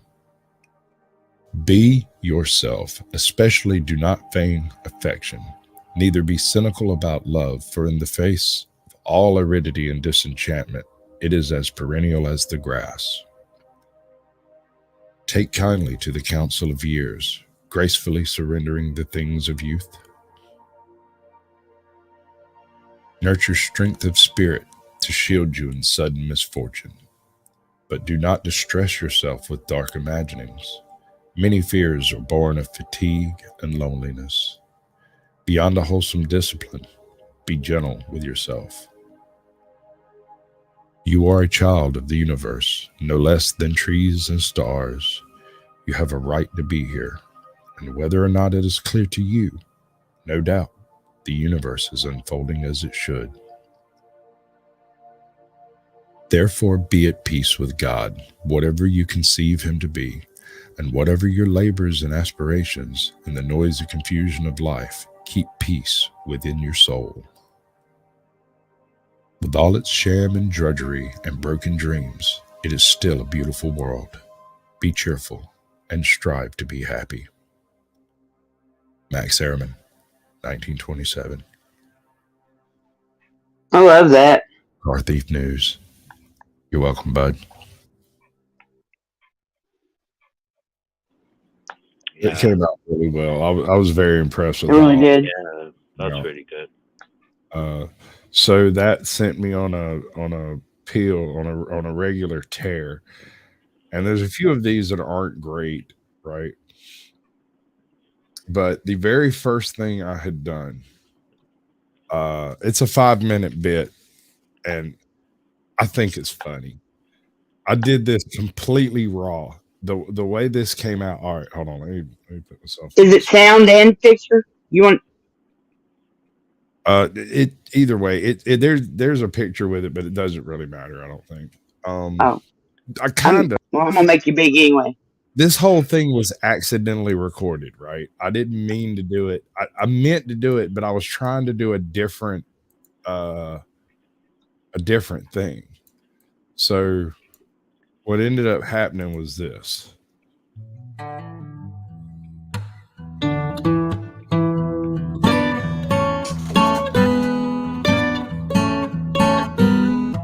I'd like to explain to y'all before, I ain't no drinking man. I tried it once and it got me highly irregular, and I swore I'd never do it again. But I promised my brother-in-law that I'd go up and watch his still while he went into town to vote. It was right up on the mountain where the map said it'd be, my friend. Let me tell you one thing, though. This wasn't no ordinary still. See, it stood up on that mountainside like a huge golden oak. Oh, and there was God's yellow moon a-shining on the cool, clear evening. God's little lanterns was a twinkling on and off in the heavens. And I explained to you once before, I ain't no drinking man. Temptation got the best of me. Whew. I took a slash. Man, that yellow whiskey running down my throat like honeydew wine water, and I took another slash. Took another and another and another, and before I knew it, down one whole jug of that mess commenced to get hot flashes. Had goose pimples running up and down my body, and a feeling came over me like something I'd never experienced before. It was like I was in love. In love for the first time. With anything that moved. Animated, inanimate, like there was a great neon sign flashing on and off in my brain saying, Sasquatch, there's a great day coming, because I was drunk. Now, to be clear, now I wasn't no slip-sliding, Reggie Youngin, commode-hugging drunk. I was God's own drunk and a fearless man. Friends, that's when I first saw the bear. He was a Kodiak-looking fella about 19 feet tall. Wandered up on the hill expecting me to do one of two things. Flip a fly, didn't do either one. It hung him up. He started sniffing around my body, trying to smell fear, but he ain't gonna smell no fear because I'm God's own drunk and a fearless man, and it hung him up. He looked me right in my eyes, and my eyes was a whole lot redder than his was, and it hung him up. So I approached him. I said, Mr. Bear, I love every hair on your 27-acre body. And I know you got a lot of friends over there on the other side of the hill. You got old Rare Bear, Tall Bear, Pretty Bear, Kelly, Jerry Bear, Smelly the Bear, Smokey the Bear, Pokey the Bear.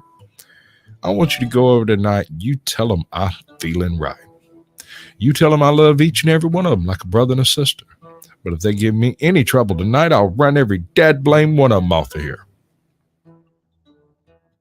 Well, he took 2 steps backwards. Hell, didn't know what to think. Neither did I, but being charitable and cautious, I approached him again. I said, Mr. Bear, you know, in the eyes of the Lord, we're both beasts when it comes right down to it. So I'd like you to be my buddy, Buddy Bear. So I took old Buddy Bear by his island-sized paw and I led him over to the still. He's sniffing around that thing because he's smelling something good. I gave him one of them jugs of honeydew wine water. He downed it upright. Looked like a big damn bear in the circus sipping sarsaparilla in the moonlight. Gave him another and another and another. Directly, he commenced to do the bear dance. His 2 sniffs, a snort, a fly, turning to grunt. It was so simple, like the jitterbug, it plumb evaded me. And we worked ourselves into a tumultuous uproar, and I was off, tired, and I wandered over to the hillside, and I laid down. I went to sleep. I slept for 10 hours and dreamt me some tremulous dreams. When I woke up, I found God's yellow moon is shining on a cool, clear evening. God's little lantern still twinkling on and off in the heaven. But my buddy the bear, he was missing. Yeah. Wanna know something else, friend and his neighbors? So was that still. All right. Now, that is a bit of Lord William Buckley. And it's not actually intended to be written down and read aloud. It's never intended to be written down. You are supposed to learn it from someone who knows it and then perform it in your own way. And so if you get little mistakes and stuff in there, that's part of it. Do it the best you can the way you remember it. And I learned it from an old country guy out here in the middle of nowhere, and I'd never heard it before. And then I found out that Jimmy Buffett and Jimmy Buffett did a version, and somebody you wouldn't expect. Hold on. It was somebody like it was like Tom Waits or somebody. He did a performance of it in a church before he became famous. He did a full on, and you're supposed to stand up and yell and scream. Well, he was a Kodiak looking fella, about 19 feet tall. He wandered up on the hill, said to me to do one or two things, flip a fly, didn't do either one. And he did it all gangsta as hell, and it's awesome. Cool. That's cool. Yeah, so it's an oral tradition and performance, right. What's like slam poetry almost? It's it was like the very first slam poem ever written. You're not supposed to write it down.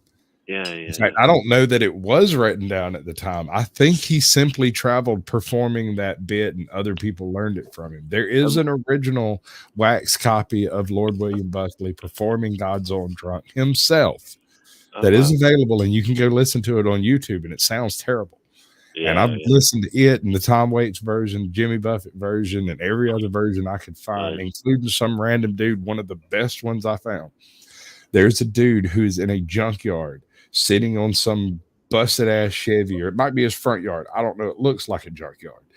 And he's sitting there. He goes, well, son, I'll tell you, there's this one story that I heard, and I don't know if I'll be able to get it right. And then he does the most phenomenal version of God's Own Drunk I've ever heard. Cool. It's amazing. Cool. But if you're not familiar with the poem and you're not interested in that type of thing, it just sounds like some asshole spouting bullshit. Yeah, right. No, because you know one of the funniest parts of it to me? My man is watching his brother steal, which is a federal crime. Yeah. While his brother goes into town to vote. Yeah. Which is a God-given right. I love it. I'm sure at one point, like, there was a bit where it was like moon shining. Yeah, with the lights, the little lanterns as a twinkling on and off in the heavens. God's little yeah.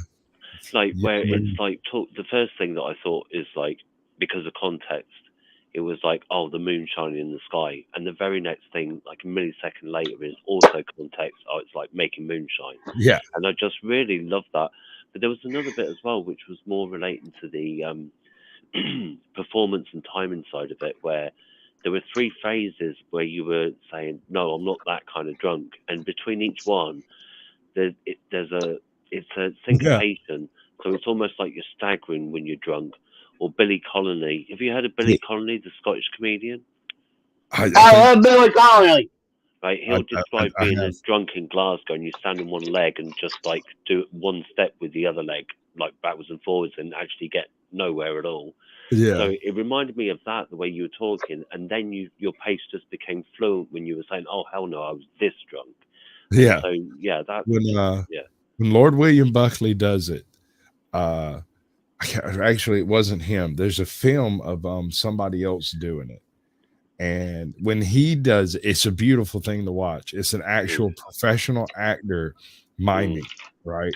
But he's not miming because he's talking, but he's doing a performance, and it's obviously a performance, but it's obviously almost ballet. And when he's doing it, he's leaning all off center, like a drunken master style. Yeah. He almost falls off the stage twice, like his foot hovers over the edge of the limelight, and then he turns back into the stage and stumbles off, continuing the story. It's glorious. I don't think I've heard it before, but that was really cool. And like your rendition was really good. Now, like I want to repeat, I accidentally recorded that. I added the bears later. Right. But at the time, I was actually trying to do Two Roads Diverge in the Yellow Wood as Foghorn Leghorn. Right. And I had a little bit of a cold, and I couldn't quite get I'll say, boy, to come out and sound right, you know. Yeah. And so, like, I sat back, and when I do these things, I'll do 30, I'll read it 30 times. In one long recording, and then put it in an editor and cut out all the bad parts until I'm left with the most perfect version I can find. Right. So I might do it 20 times on one recording. While I was doing the multiple recordings of doing The Road Not Taken, The Road Less Traveled, I'm sorry. I stopped. I was having a particular problem getting a series of consonants out. And so I stopped and did God's Own Drunk just as something to change the flavor of the word. Right. Okay. Yeah. So it was kind of like a break from the work you were doing, and then that ended up being the work itself. So. Well, I never could get a good version of Foghorn Lake. I probably need to try that again. Because at the time, practice. Anything you do, listen to it. Be, because I used to really like that cartoon, and his voice was just you know what Foghorn Leghorn's accent really is? Do you know why his accent is so intriguing to you? You've heard it before, and you only hear his particular accent from very educated individuals with a Southern accent. Right. It's called a two-lane twang. And even though he's obviously a fucking idiot, you listen to what he says because he says it with such authority that you really don't have any choice but to listen to what it is he has to say. I say, boy, you're listening to what I have to say. And it's because of my delivery more than anything else. It's kind of like chewing on a corn cob while you're trying to do it. Right. Yeah, now that you say that, I can see that like it's supposed to suggest that he's like a Southern gentleman, or from he's an educated individual, right? Yes, yeah, but he's also an idiot. Moneyed. Yeah, a moneyed Southern idiot. Yeah, right. Right. He's a Southern gentleman with no fucking use in life. It sounds like Boris Johnson to me, to be honest. Southern. Have you checked out the Craftsman channel and Meth Movies Made For? Are you asking me? Or I'm asking him, because I know I've sent you links. Oh, okay. And do you know them, Sasquatch? Point at me. Craftsman? Point at me. Yeah, no. See, I'm pointing at you right now. I'm pointing at you right now. No, you're pointing the wrong way. You're pointing at him. Not according to this. All right, baby. I got you. Never mind that we're the ones that need to know. No, it's not seen it that way. So, you know. On the Craftsman's channel, what does he do exactly? Honey, I look at so people, like, truth be told, be sending me folks, you be sending me folks. Like, I look at a lot of stuff, and I don't mean to belittle what you do. I appreciate it. I really do. But it's really hard to separate one tool channel from the next one. Have you ever heard of Patriot? Nothing. Have you? Can you hear me? There, now I can. Okay. Have you ever heard of Vegan Patriot? I don't think so. I think I've been handed a bomb, but I might roll with it just because I'm that good. ATL has contacted somebody to come on my show. Apparently they agreed with him and wanted to talk to me about it first. And so I've been popping up on their live streams, sending them messages and Instagram, let them know, look, Tuesday, Thursday, Saturday, these are when I do my things. Let me know if you happen to not be drinking and gangbanging folks at the time. We'll do a show, 57 minutes. We talk about what you do, and that's it. I'm not going to ask you anything about anything not on YouTube. If it's not publicly available on YouTube, I'm not interested. I don't care. But you know ATL, right? He's like you. Is he? Yeah, his I find we're very different. Dude, you know ATL, don't you? You talked to him. He's the one that was amazed that he saw a woman driving today. Yeah, he spouts off some misogynistic bullshit quite consistently. Does he live in Saudi Arabia? Apparently, he talked to this chick enough to convince her to come and talk to somebody she doesn't Hey, Lucky. I show up in a live stream. She's like, hey, Sasquatch, you're supposed to be sending me an Instagram. Hush! Yeah. No! Get out! Get out! Get out! Get out! Get out! Get out! Get out! Get out of here! Come on! Oscar! Hey, Lucky Laptop. Welcome to the show. It's been a long time since I've seen you. Come on, Taki. We need to do an update on your channel, man. I know you've been mucking around doing some stuff. I see it. Like, I see it. I do. I lurk everywhere. I'm Sasquatch. I'm always in the shadows. Hi, Lucky. My man was accused of attacking a cop with a laptop. They said the man said he was in fear of his life because this guy didn't have a cell phone handy. And so he used the laptop. So he used it. He's like, ah! That's some Jack. Who's scaredy pig? You have guns and bulletproof armor. You're wearing tactical gear currently, and you're it's an appliance. It's those pixels that get everywhere. Oh my god, that was another really good. Come at me with that tomato. That was another really good show. He did a really good episode. Although he felt like he didn't do well, I was actually real proud of him because he was completely unprepared, had no idea what was going on, had never heard of me, and was there because somebody else was like, "Nah, dude, he'll take care of you. Just do it." Which, by the way, Lucky, I still have not interviewed Kermit. Get Kermit in my studio ASAP. I want him. I helped him, dude. Homie was he had what do you call it, a hole in his channel. He had subscribers leaking out the bottom. No joke. I saw him put on 200 subscribers and lose 150. Put on 200 the next day and lose 190. Put on 200 the following day and lose 350 to go back to the 58 he had when he started. And I went, sir, you are shadow banned. You cannot resuscitate this channel. It is dead. It has a hole in it. It's leaking. If you wish to continue a YouTube career, I behoove you, please, I beg you, start a new channel. I don't care what you call it. Make it simple and do exactly what you're doing on the new channel and never mention the old channel. And he's like, man, you know, I got like 3 years in this channel. I said, does it matter if you lose 350 subs a day? Yeah, right. And he went, I guess not. And I said, then start a new channel and talk to me. If nothing else, I can bring you on the show. We'll get you 20 subs or so. You'll be a little better off than you were with the 58 that you had to start with because these people actually watch your content, right? Poof, he starts a new channel. He breaks 2,000 subs in like a week. Wow. I'm talking like he was doing the thing, but they were crushing it. Wow. Yeah, I mean, like, he's got nothing to lose. Look, he's like going up and down like that. So, Lucky Laptop, listen. StreamYard has this new thing where it gives me the ability to record a question and send it, and you can hear the question perfectly clearly, regardless of connection.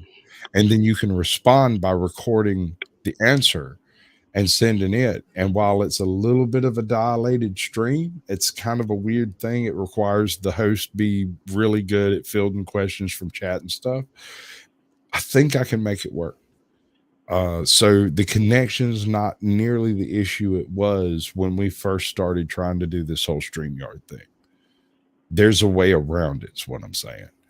So as long as he has some connection, we should be able to get a 2-part repartee taking place within the hour or so of the show.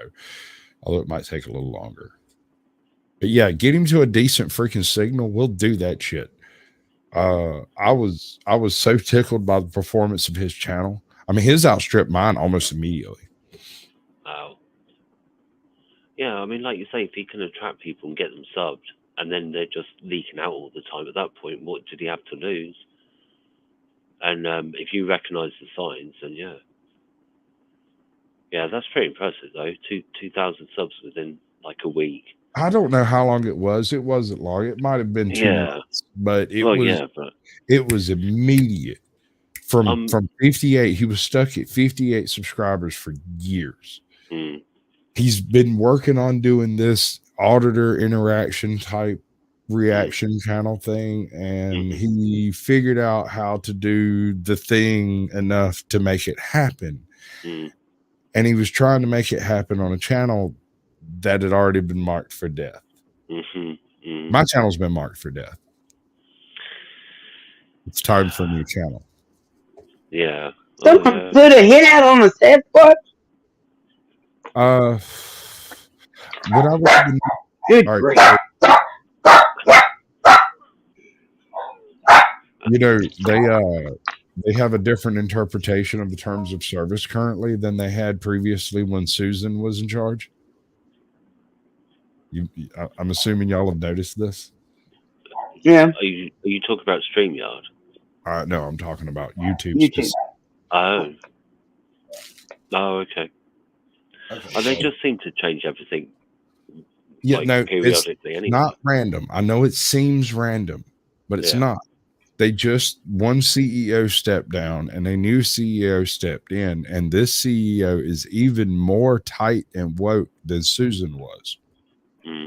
When he first took charge, one of the first things he did was make it so that any curse word uttered in the first 30 seconds of a stream demonetized the stream and the video. But that's not how it was implemented. It was implemented across the entire video. So if you cursed anywhere in the video, you were demonetized. Also, immediately upon him taking the controls of this ship, so to speak, there was a 40% reduction in everyone's AdSense, and then a 60% reduction in the actual ad time people were given. The rates of return on YouTube are small anyway. They're tiny. And so once when you do that, you take people who are on the verge of being able to make it as a channel and actually do this thing professionally and make it work, and you bankrupt them overnight.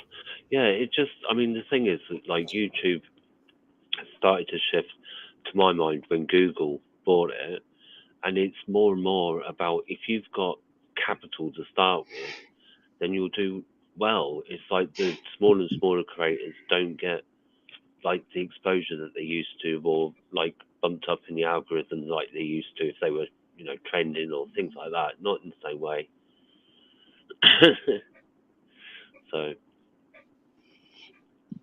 if you've got a lot of money and you've got, things straight out the gate, like branding, production, cameras, like names.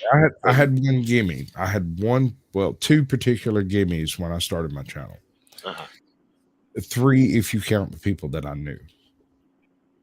As a troll, I eliminated channels that I disagreed with. I would straight murder them. Well, that's just mean. I don't care. These people were evil, and they didn't deserve a channel. Oh, right. Yes, I made a decision. So it wasn't just that you disagreed with them, you just thought they were beyond but I'm redemption. Retired troll. I do not do that anymore.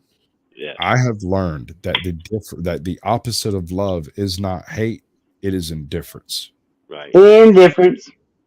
So I simply do not acknowledge anything that doesn't meet with my standards of, I guess, ego, whatever you want to call this. Yeah. Right? Yeah. Because I have a really awesome avatar that I really use. Bam. That is awesome. A bomber. Yeah, that's good.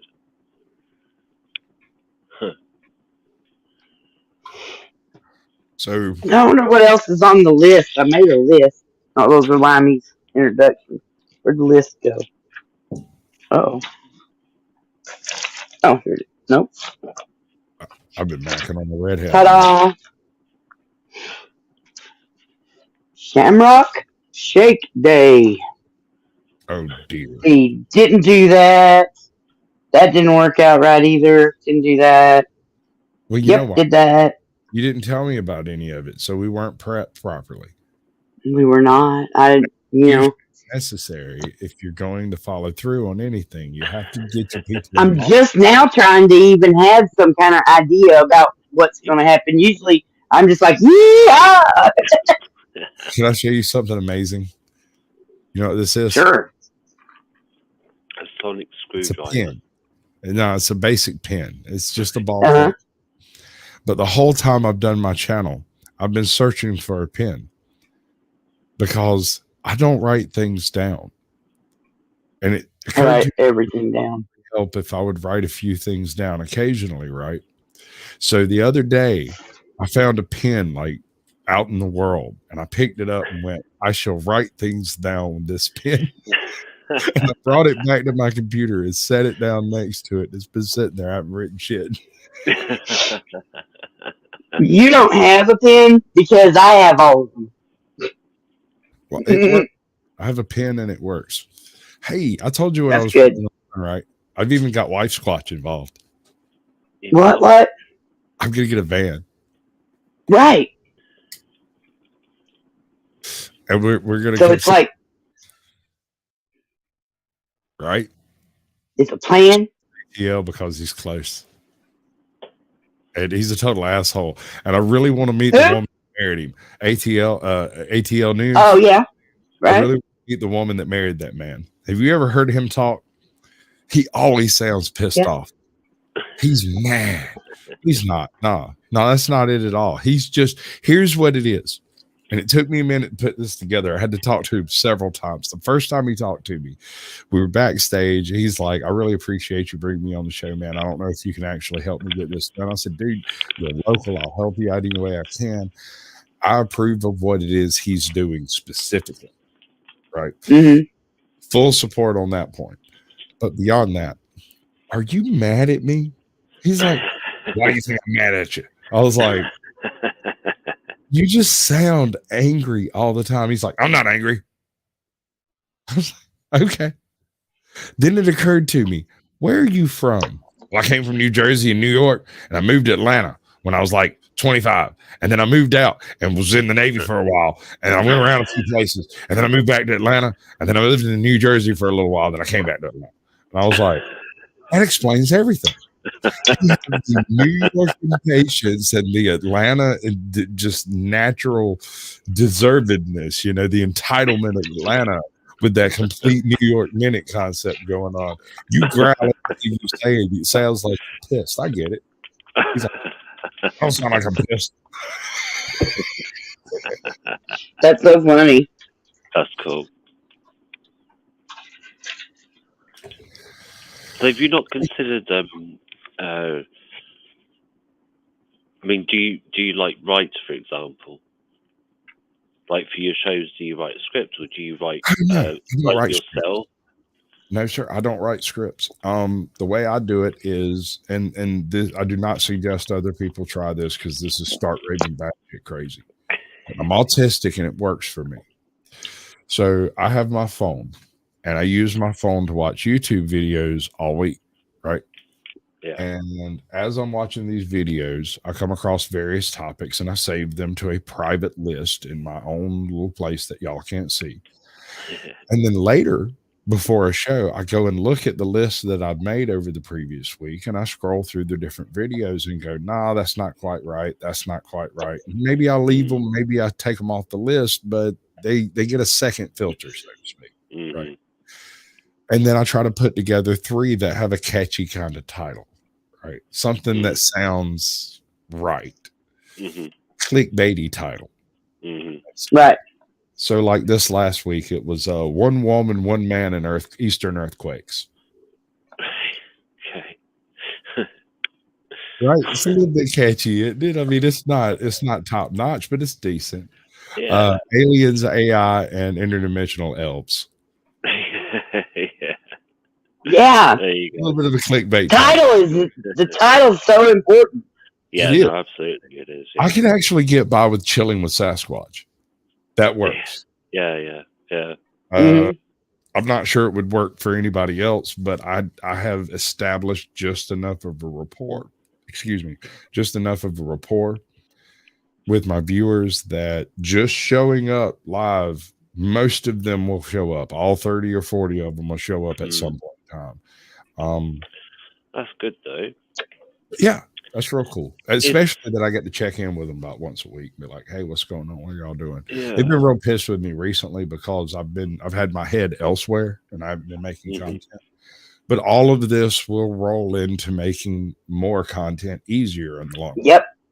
So that's my philosophy. I talk to every single individual creator and I try to figure out a way to at least double or duplicate their content across multiple platforms if possible. which is something I do not do. I do everything I do to help creators make better content because I like watching the videos. I like learning stuff. I like seeing really cool shit. Mm-hmm. Yeah, I mean, that's I don't like, care if I get paid. I'm not trying to get paid. I have a cash out. She knows I have a cash out that doesn't actually receive money. It gets information from people and sends your money back. So I know who donates, but I don't get your money. Yeah, because I mean, if you pay me to do something, I feel obliged to do that thing, right? Yeah. So if you don't pay me, and everybody's like, you got to have a cash app. Okay, I got one. It's broken, and I don't know why, but it's handy. I don't dislike it.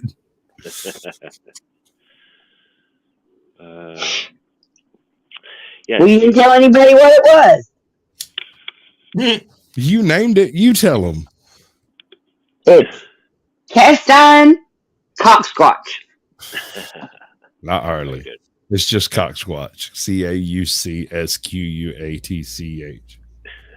Yeah, but you gotta put the cast iron in front of it. Do you write like fiction or novels or anything though, or? I have one novel that I wrote, and it is in a Kindle Fire over here that crashed several years ago. And I don't have another copy of it. Is that like your only copy? Oh, fucking hell. Dude, I had 2 years of work on that thing. I was all strung out on smack trying to quit and trying to get over all that shit. And anytime I didn't have anything to do, I would sit down and put together some tidbit of it. I told Snark a little bit about this. The whole premise, the name of the series is I Legion. Right. The series is called Legion Machine. The concept is there is a locust species in the galaxy that devours intelligent species just as soon as they develop faster than light travel. They show up and just snuff them out, reduce them back to Stone Age, right? Oh, yeah. They collect the technologies from it. Right. But they're also an insectile type species, which makes them absurdly conservative. So while they collect the technologies, they don't actually use them. They don't need to. They outnumber everything by such a huge number that the technology is immaterial. Right? Okay. So in the story, a random asshole is abducted on his way home from a grocery store by these creatures called the Collectors. Now, the Collectors are an interesting point in the series overall, but just understand it to mean they're not part of this. They're from outside the galaxy or possibly outside the timeline. It's unclear why the Collectors aren't part, but they're the Greys. They're the people that they're the folks that abduct people.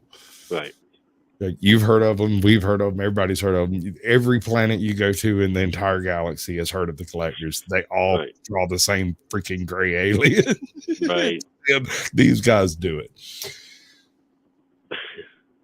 But in the process, something goes wrong, and the ship is automatically delivered to a rescue location by an emergency beacon. This rescue location is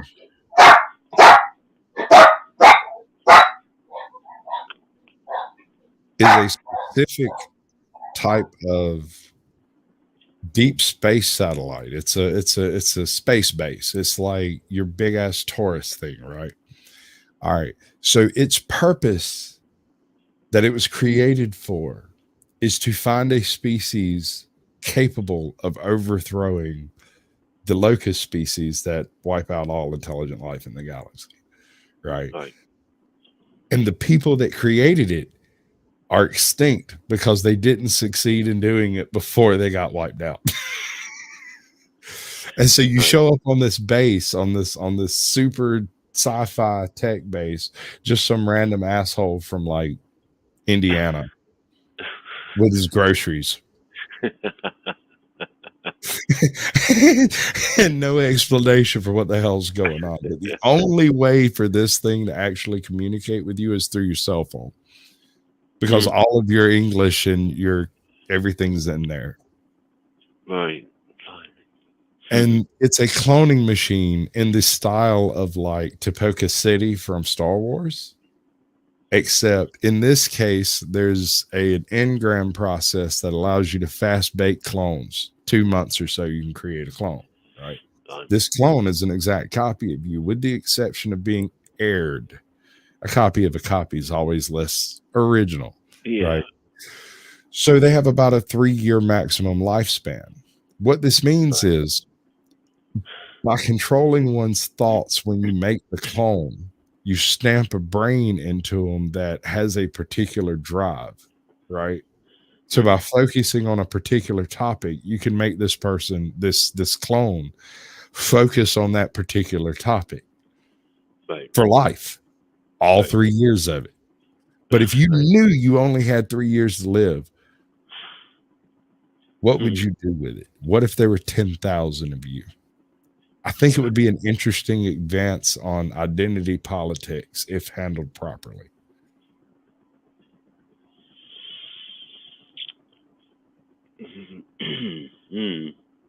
It's complicated, dude. I have in that freaking fire, I have 72 pages of cross-referenced aliens so that I could keep them straight as to who is what and what is where. So I've got Ilarians, right? These are fully extra-dimensional aliens whose only aspect in our time space is as a blue crystal that powers spaceships and drives their communication. The only source of faster-than-light communication known by the overseers. Okay. That's pretty good. But here's the beauty of it. Every single species in the book develops their own method of faster than light travel. So the overseers don't care what your method is. If you develop faster than light travel, they notice it, they show up, and they devour your entire freaking planet. So one species develops something called step plates. And these are literally real space chunks of rock, for lack of a better term, that are quantum entangled to be the same location. So you split them and you set this one here and you take this one to the moon and then you step on this plate and you're over there. Yeah. That's something I was going to say earlier, is like when I started finding out a bit more about quantum physics and mechanics, and I just thought, like I said, like this seems to be like Douglas Adams, or it just seems to be something that somebody made up or from science fiction, and now they're talking about it as science fact, and I was just like, here's what triggered it. I was watching the Clone Wars, and this is not throwing shade at the people who did the Clone Wars. They did an absolutely fantastic job on that cartoon. It is an amazing bit of animation. Thoroughly respect their work. But I always thought they took a fairly extreme view of identity politics on that shit. They made every single clone go to some weird extreme to prove that they were different from their clone brethren, right? Right. This is a fully adult individual who's cloned. This isn't a case where we cloned babies and trained them. These are force implanted and imprinted clones. So they wouldn't have this identity issue of whether or not I'm the real one. You're not. You would know that. You would remember going into the machine to make a new clone. You would remember why you did it. Right. Okay. Does that make sense? And so the identity is not so much of an issue as the purpose of the clone is. Yeah, I suppose it depends. Like, I'm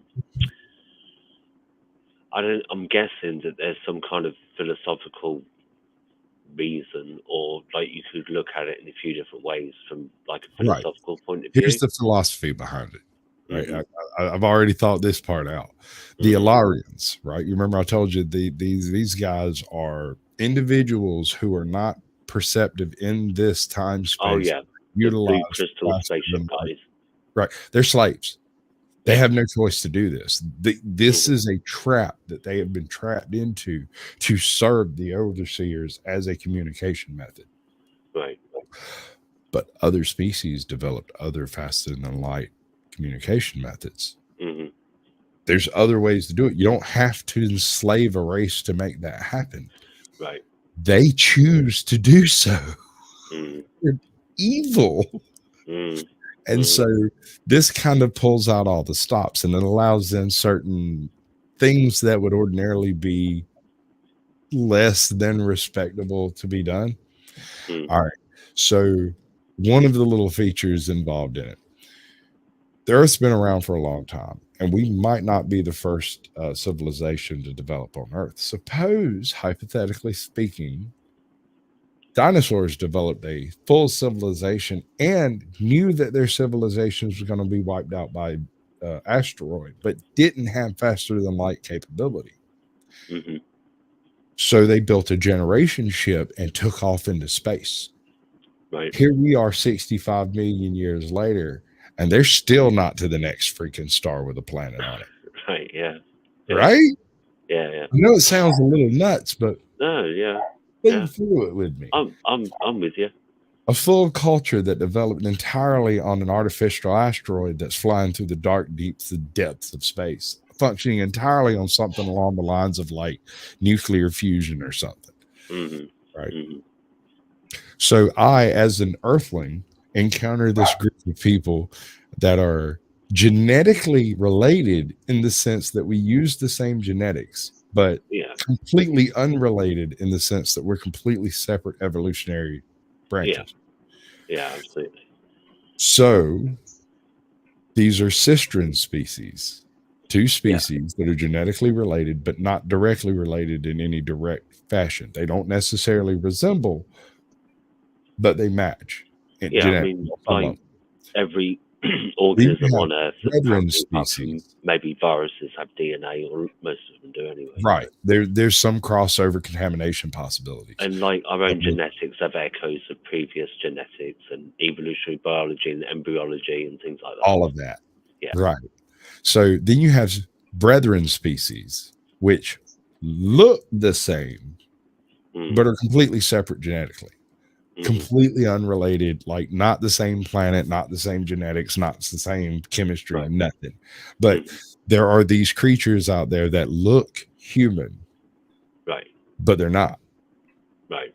For all the world, they look like Nords or they look like Irishmen, you know, but they're not. They're just not. Then one of them in particular is a arthropod derived simian type species who is basically they're bees, right, all female cast of warriors. You never see a male, right, ever, but they look human and beautiful, but they're not human at all of your body language is wrong. Everything you're reading off of them is incorrect. Their entire thought process is completely off base. Yeah. I spent a lot of time on this, dude. I'm sorry. No, it's cool. I love the shit out of it.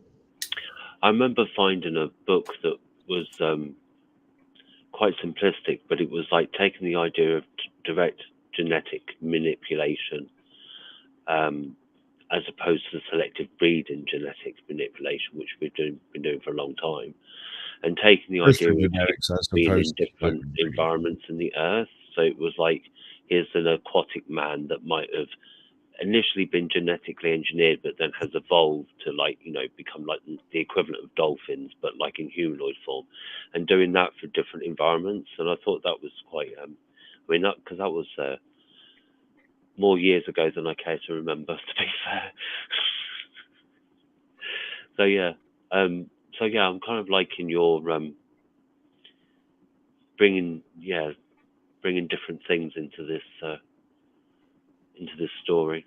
It's what really got me to going on it was I was watching a lot of Stargate at the time, And Oh yeah.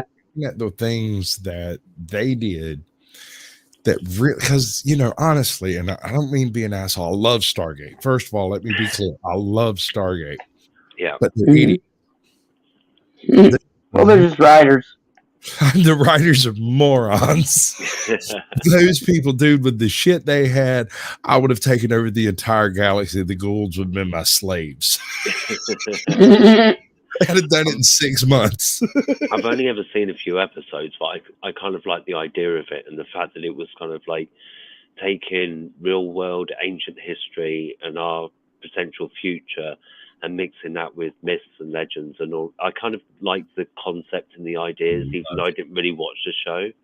But yeah, I saw it a few times and thought, yeah. Honestly, and I mean, look, first of all, take this with a grain of salt because opinions are like assholes. Everybody's got one. Yeah, and they should be examined every now and again. Of the Stargate universe was Destiny.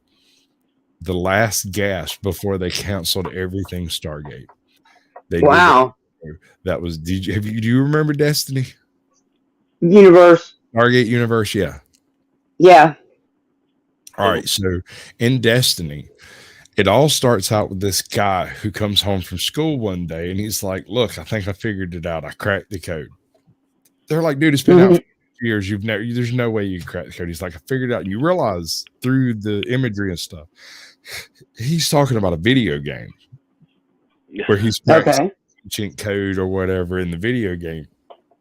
He goes in and does it, and it just ends the game. There's no credits. There's no grand, pompous and everything. There's nothing. Right. There's not even a reward, but there's a knock on the door. It's Jack O'Neill. He shows up. He's like, "Hey, dude, did you just beat a game?" "I don't know what you're talking about." A game downloaded illegally from, the Air Force. Did you happen to beat it? I hear tell that somebody beat it. They live here. I don't know what you're talking about. You'll have to talk to my mother, the mother that needs cancer treatments that I'm willing to pay for. We would like to talk. And that shit's handled. Talk to me, dude. Right. I loved it, dude. He was a gamer who happens, because it's great. It's a beautiful thing. He's a gamer who happens to be a little autistic and see patterns in places people don't normally notice them. Right. You can see why I like it. Yeah, that's cool. I like, Yeah, I can't believe you came in on. Yeah, I'm a super duper science fiction super trooper. You know what I'm saying? Oh, have you seen? I watch all of them. Have you seen podcasts of the Lotus Eaters, Starship Troopers Politics? No, I actually haven't ever seen Starship Troopers because it looks gross. All right. So Starship Troopers, the movie, isn't great. No, it's not. The book is fucking amazing. I could see a book being way better because it was definitely the movie that was fucked up. Didn't carry it well. But one thing the movie did carry extremely well is the political circumstances Heinlein was trying to exhibit. People misunderstand the quote unquote alliance for being socialistic or being tyrannical, because they vaguely look like Nazis and they're a military organization. And the entire culture is based around the idea that if you do not serve in the military, you don't get to vote. Wow. That's the premise of it. And so a lot of people think it's a fascistic but that's not the case at all. If you actually look at the politics a little closer, you realize that the only people who are allowed to vote in that society are the people who have given the most for it. You have to volunteer first, shed your blood, sweat, and tears. Then, once you've survived whatever's left of you, you get to go and run for Congress, run for presidency. You do all of the citizenry things that we take for granted. You first have to serve to get. It's a beautiful concept. I might be slightly right wing of Attila the Hun. No, what that means. a hair right wing of Alexander Macedon. Just a little bit.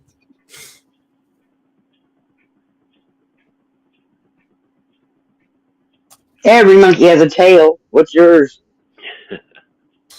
Oh, baby.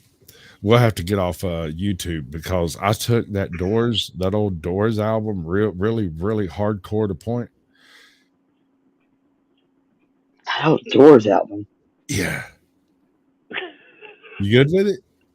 Can we do this? My whole brain is just completely blank now. I won't think another thought for 30 minutes. Everybody in? Is Yeah. everybody in? The ceremony is about to begin. You've seen this entertainment. No, I did it wrong. This entertainment is not new. You've seen this entertainment through and through. You've seen your birth, your life, your death. You might recall all the rest. Did you have a good world when you died? Enough to base a movie on? Yep, and it was a pornography. It's rated X. The live stream. We'll talk about. Yeah, I don't. No kids need to be coming seeing my movie. First found my porn, my YouTube porn, the thirst trap I made. He found it all by himself. I was so proud of him. My wife wants me to make a thirst trap. She also wants me to start a workout Twitch. She wants me to be a Twitch star. Wow. OnlyFans. Yeah. I told her, okay, but I'm only going to sit on cakes. Yeah. You know what's really ridiculous? There'll be people that'll That take might that. work. Yeah, exactly. Right. Yeah, absolutely. We have a really nice derriere. Just the derriere in the dairy. It could work. I mean, why not? Nobody'd have to know. They could just call me Twinkling Tigger or something. Yeah, definitely. You know, you've been streaming for 5 hours, right? No, has it been 5 hours? 5 hours, 9 minutes. Now I know it. Seconds. Blimey. Okay. Well, I I hadn't mean, looked. learned. As long as I get an occasional bathroom break and an ability to go get another Dr. Pepper occasionally, I'm good with it. Yeah, speaking of which, I'm going to go to the bathroom again myself. Cool. Oh my God. I thought you would say Lou. No, well, sometimes I say loo. You go to the loo. Loo, toilet. I'm sorry. I'm an asshole. No, I don't mean to be. It's all It's good. It's intentional. all good. Like, yeah, I mean, it's like, what was it? I can't remember who said it originally, but it's two countries separated by a common language, which I've always kind of liked. Oh, So, God, yeah. that's America every day of the week, baby. Me and Snark, look, Snark is in opposition to some of my concepts, and I'm good with that. I'm fine with that. That's okay. Yeah. I'm fine with you having your concept. I don't step on your toes about it because I know that you become emotional about these particular subjects, and I just don't even venture into those freaking areas because I've seen you react to other people about this specific subject. Why would I'm not here to be in a debate club. I'm in the gets and jiggles business. I get it. I totally get it. So we skip that whole question by just not having those conversations. But occasionally, while we're discussing things, we come across points where you and I are completely at cross points. Yeah. Well, sure. Pro-gun, anti-gun, pro-defense, anti-defense, like this kind I'm of... not anti-gun. No, but you're not a huge fan of people just carrying them around all willy-nilly. Personally, I Not a think... huge fan of it doesn't mean that I want to stop it. As long as people are responsible, that'd be great. I just don't believe humans are smart enough or responsible enough. Right, that's a basic... But I'm not having nobody come around and take anybody's guns for fuck not, because if I want to get a gun, I can. And I can carry it. But I don't want one. I feel like I'm too crazy. So you're familiar with mandatory carry? Yeah. Okay. All right. You know who I'm talking about. Cool. Yeah. All right. So he was aghast at my suggestion. He was like, "Yeah, I believe it should be a not a right to carry, but a responsibility to carry in order to get the rest of your citizenship benefits." Because as the Second Amendment says, in order to have a peaceful union, you need a well-regulated militia. So he took that to heart to mean that it is your right and responsibility. I have a different opinion, and it has nothing to do with rights or responsibilities. I want to issue every 12-year-old in America a single-shot pistol. And when they turn 15, give them a revolver. And when they turn 18, give them an actual full-on freaking AR that is issued to them, or a pistol. I'll go with pistol. We'll stick with pistols. Issue them a straight 9mm when they turn 18. The pistol is your ID, and yes, you must present it to every cop that asks. Now, 3 things will happen immediately. You will have a massive gun deaths across the country. This is Darwinism and perfectly acceptable. Do not become upset because the morons have extirpated themselves from the conversation. That's not executable. I never said it was. I was just saying it was a great idea. Okay, cool. I don't think this is actually going to happen. This is absurd. It's absurd, right? In a perfect world, we could take off all the warning labels on everything and no one would die. The gas pumps. There's warning labels on the gas pumps. Don't stick this in your mouth or your butt. You know you had to write that because someone did. That's what I'm saying. I've got a video on it. I do. I'm thinking about making a video series where I get y'all to give me subjects and I see if I have a video for it, because I bet I do. I shall return. Thank you. I shall return. I couldn't figure out what he said. I've just got to pop to the bathroom for a second, so. Cool. Do it. Hey, y'all. I'm playing Sudoku.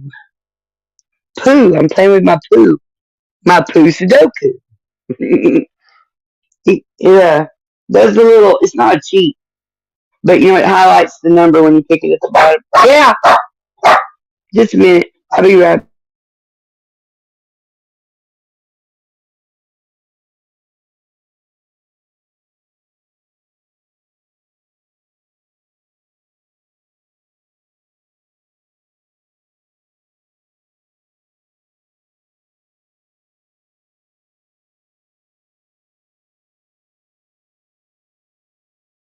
Dude, I'll walk away and y'all just shut down the whole freaking show. What in the world is wrong with you people? 2 seconds, I'm gone, and there's not even a voice happening on the show. How dare you? How dare you? Animated and inanimate, it didn't matter. It was like there was a great neon sign flashing on and off my brain saying, Jimmy Buffett, there's a great day coming, because I was drunk. Now, I wasn't no knee crawling, slip sliding, Reggie Youngin, commode hugging drunk. I was God's own drunk and a fearless man. And that's when I first saw the bear. He was a Kodiak looking fella about 19 feet tall. He wandered up on the hill expecting me to do one of 2 things. Flip a fly, didn't do either one. It hung him up. He looked me right in my eyes, and my eyes was a lot redder than his was, and it hung him up.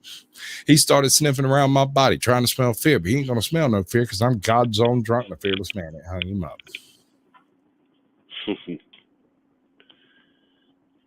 And I can just keep going. It's dead! He was a Kodiak looking fellow about 19 feet tall. He wandered up on the hill, expected me to do one of 2 things. Flip. I've already done that. Damn it.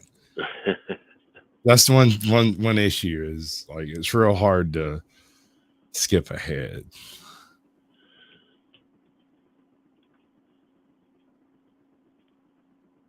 Darn it. That's so sad. What's that? Well, I had Okay.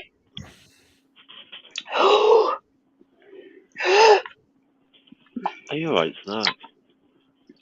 She's good. I am just fine. Okay. Hey, I'm going to Savannah this the end of the month, and I'm gonna go meet up with a bunch of YouTubers and a gardening network of some sort. All right. A what? There's this YouTuber meetup going on. There's like this seed convention thing happening in Savannah at the end of Cool. end of March. And I'm gonna get a hotel room down there in the same hotel that a bunch of YouTubers are supposed to be staying in, and I'm gonna start my whole Shields on Wheels concept. Hopefully, if it works, but it's also happening over April 1st, and since it's April Fool's Day, I was kind of thinking about trying to get me like a gorilla costume or something. I don't know, man. I don't know if I could tolerate it. Yeah. Woo! So, I like, had to evict that motherfucker. so is this like a pot seed convention and networking at the same time? Hold on.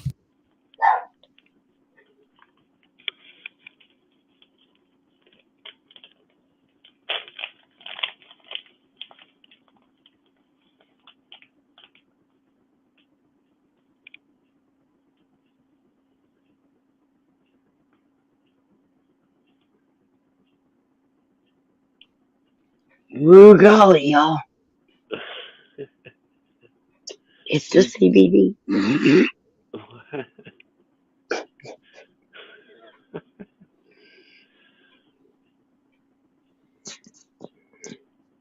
Sup, Scorch? Why is it my plan's never going to be challenged? What? What'd you say? I can't hear you properly because of the flaming dogs. It's an endless amount of Squatch hatred taking place. No hatred. Oh yeah. Who could hate us, Seth? Locals. Sometimes they come with torches and pitchforks. I don't know. Like, what am I supposed to say? I'm just. That doesn't sound good. I do worry about that myself sometimes. Because I'm quite mouthy. Miss Bees! Hi, Miss Bees. Miss Bees. Hello. Mwah! Top News is back. And Moo Moo's saying something about respond so that I know. Oh, and Lucas Warren's World is here. Hello, Lucas. Oh, jeepers. This needs some kind of sauce. Peepers. Where'd you get those peepers? Jeepers, peepers. Those peepers are nice. I was so mad when they made that scary movie about that. Loved it. Oh, it was a good one. It was a good one. I ended up having to watch it a bunch, but... Which scary movie was that? Jeepers Creepers. All right, so the 1, 2, and 3, and 4, and 5, and 12. The first movie was loosely based off of a group of murders that took place, I think, in Indiana in like the late 60s. Mm-hmm. All right, so in the movie, you have this supernatural predator that shows up every 21 years. The actual case it's very, very, very loosely based upon involved a family of serial killers. Oh God! I mean, that operated in a particular area in the American Southwest. That's a fucking star, isn't it? Hell, a family of serial killers. That's fine. I've been really wanting to do like a true crime video, just to have it. There's a bunch of families of serial killers. There's more than you think. Hey, you want a fucking family of serial killers? Check out the Trail of Tears in British Columbia. There's something weird about that place. I have watched a bajillion. You remember that autism thing I told you about, noticing patterns where patterns don't really exist? All right. So I have a personal theory that there are 4 groups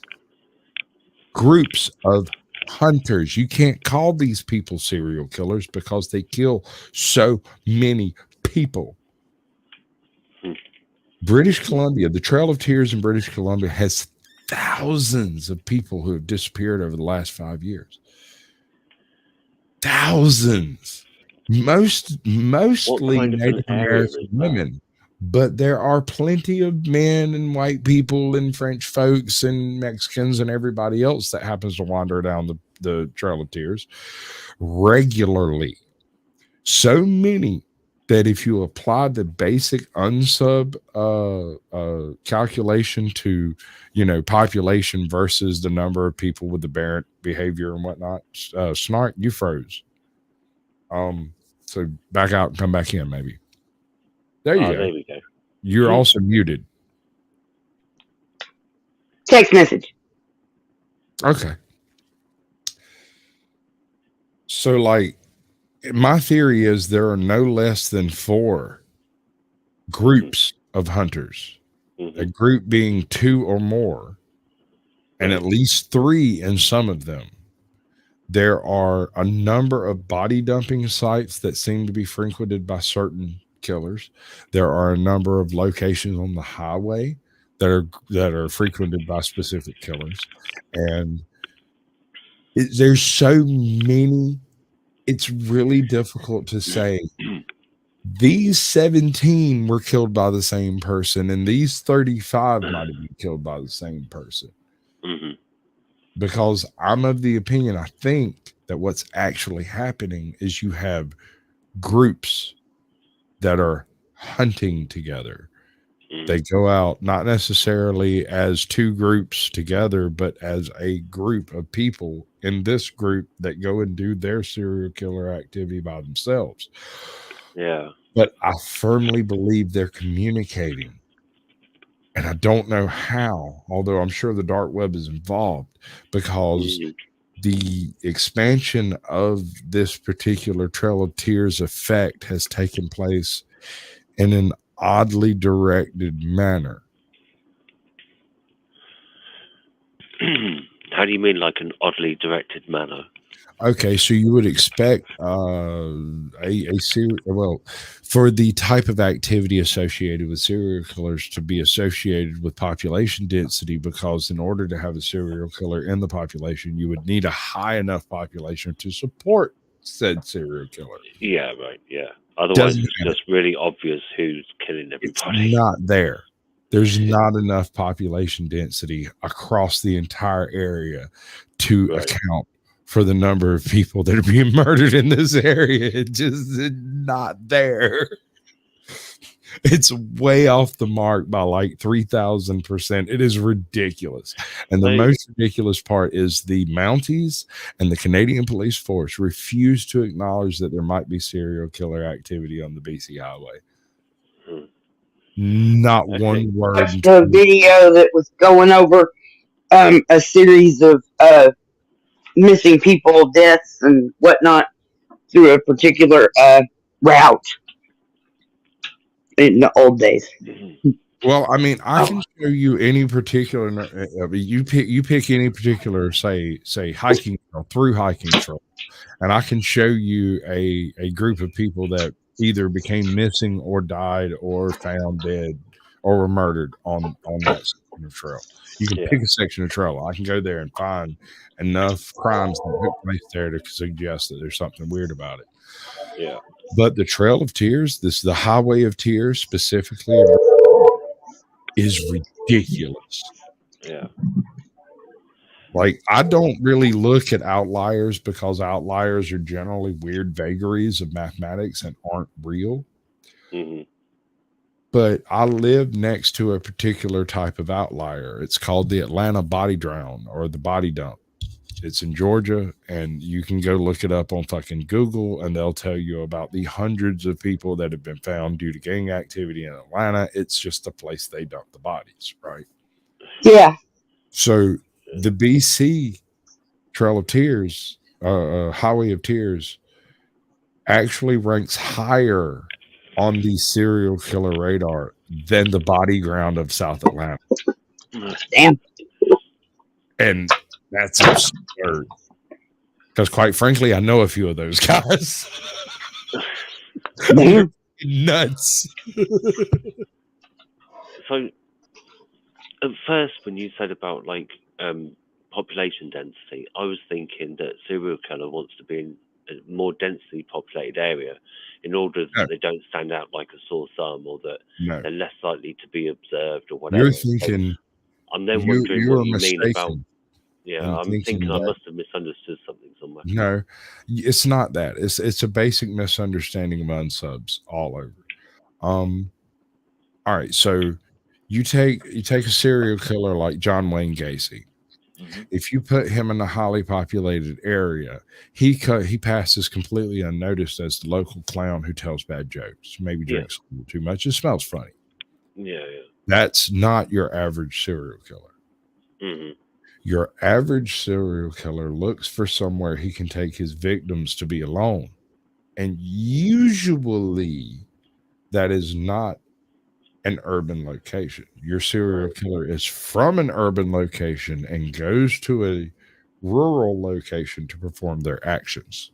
Right. Okay. If we assume that's a basic operating strategy of your average serial killer, which I don't see anything that says otherwise. I mean, there's a few exceptions. You've got Ray William Mathis, I think, out of South Atlanta. He operated all over the Southeast. He strangled people in like 9 states. He killed like 92 people by his own admission. And there's a few he may have forgotten in there, but he paints pictures of his victims to help him deal, but it also helps identify victims too. Yeah.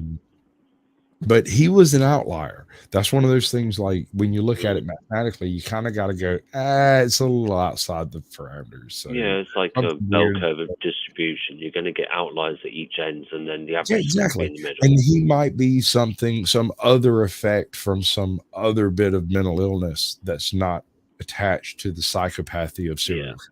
Right. Yeah, sure. So he falls inside the realm of data, but outside the realm of consideration. You got to put limits somewhere. Yeah. So what makes this? Is it just the sheer numbers of people being killed, or it's the lack of population density in the area versus the number of people found dead there in relation being to killed elsewhere distance they are from the locations that they were picked up? And the number of native, that is to say, what do they call them? Aboriginal women. We're talking upper Northwest Territories types. Not Algonquin, that's northeastern, that's Ontario region. We're talking British Columbia. This is Iroquois. No. Shit. I used to know this.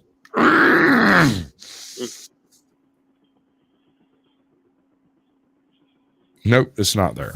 Okay, so yep.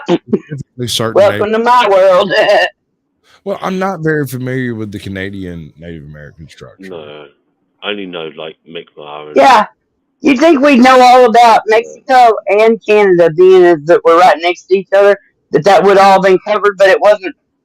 Just that is the country. That is the country. That's all we learned about it. Know nothing about Wales and Scotland, so yeah.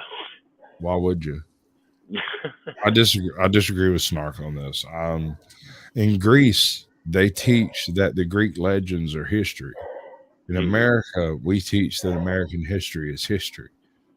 In Britain, you're taught that UK history is history, right? Yeah. It doesn't matter if it's actually true. Yeah. What's more important is the effect it has on the nationality, your patriotic spirit and whatnot. Can I ask you a question? And you can just tell me to fuck off, or just you don't want to answer. I don't mind people asking questions, and most times I'm going to answer, but then I still reserve the right not to answer. But you can ask. Sure. Yeah. So, have you been to London recently? Recently, no, not past year. No, I haven't got 18 months, 2 years. The last time I went to London would have been, oh God, I don't even know. Like over 5 years. Doesn't matter. Doesn't matter. a lot of I people, don't live far from London, so yeah, no, I was just fixing to say a lot of people in Britain or the UK in general seem to have a misunderstanding of the size of the planet. And it took a minute for me to get George to understand. This is a buddy of mine in the UK. I think he's around the Swindon region. okay. No, exactly. Right. Anyway, he was really upset by the fact that a friend of mine, AJOT, American Justice of Texas, is in a county that's twice the size of your island. Yeah. Yeah. He couldn't grasp that. He couldn't get it.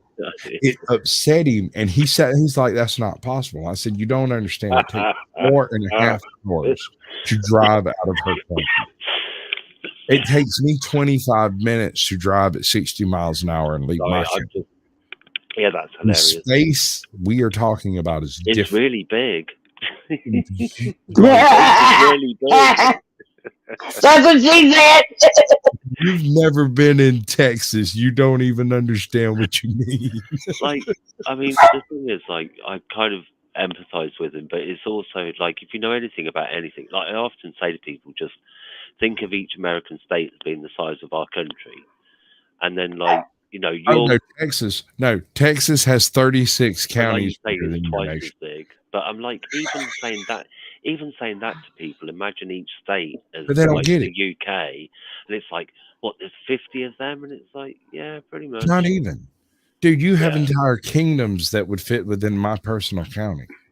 I'm not trying to be an asshole. I'm just trying to say that there's a disconnect between the reality of the size of the planet versus our the thing is, like, if you look at older maps that different countries have drawn on every, like, if Iraq's drawing the map, Iraq's the biggest country, and they'll say, no, that's its actual size, and the UK is like the size of the whole of Western Europe, and it's like, no, seriously, that's how big we are. It's like, no, that's your ego.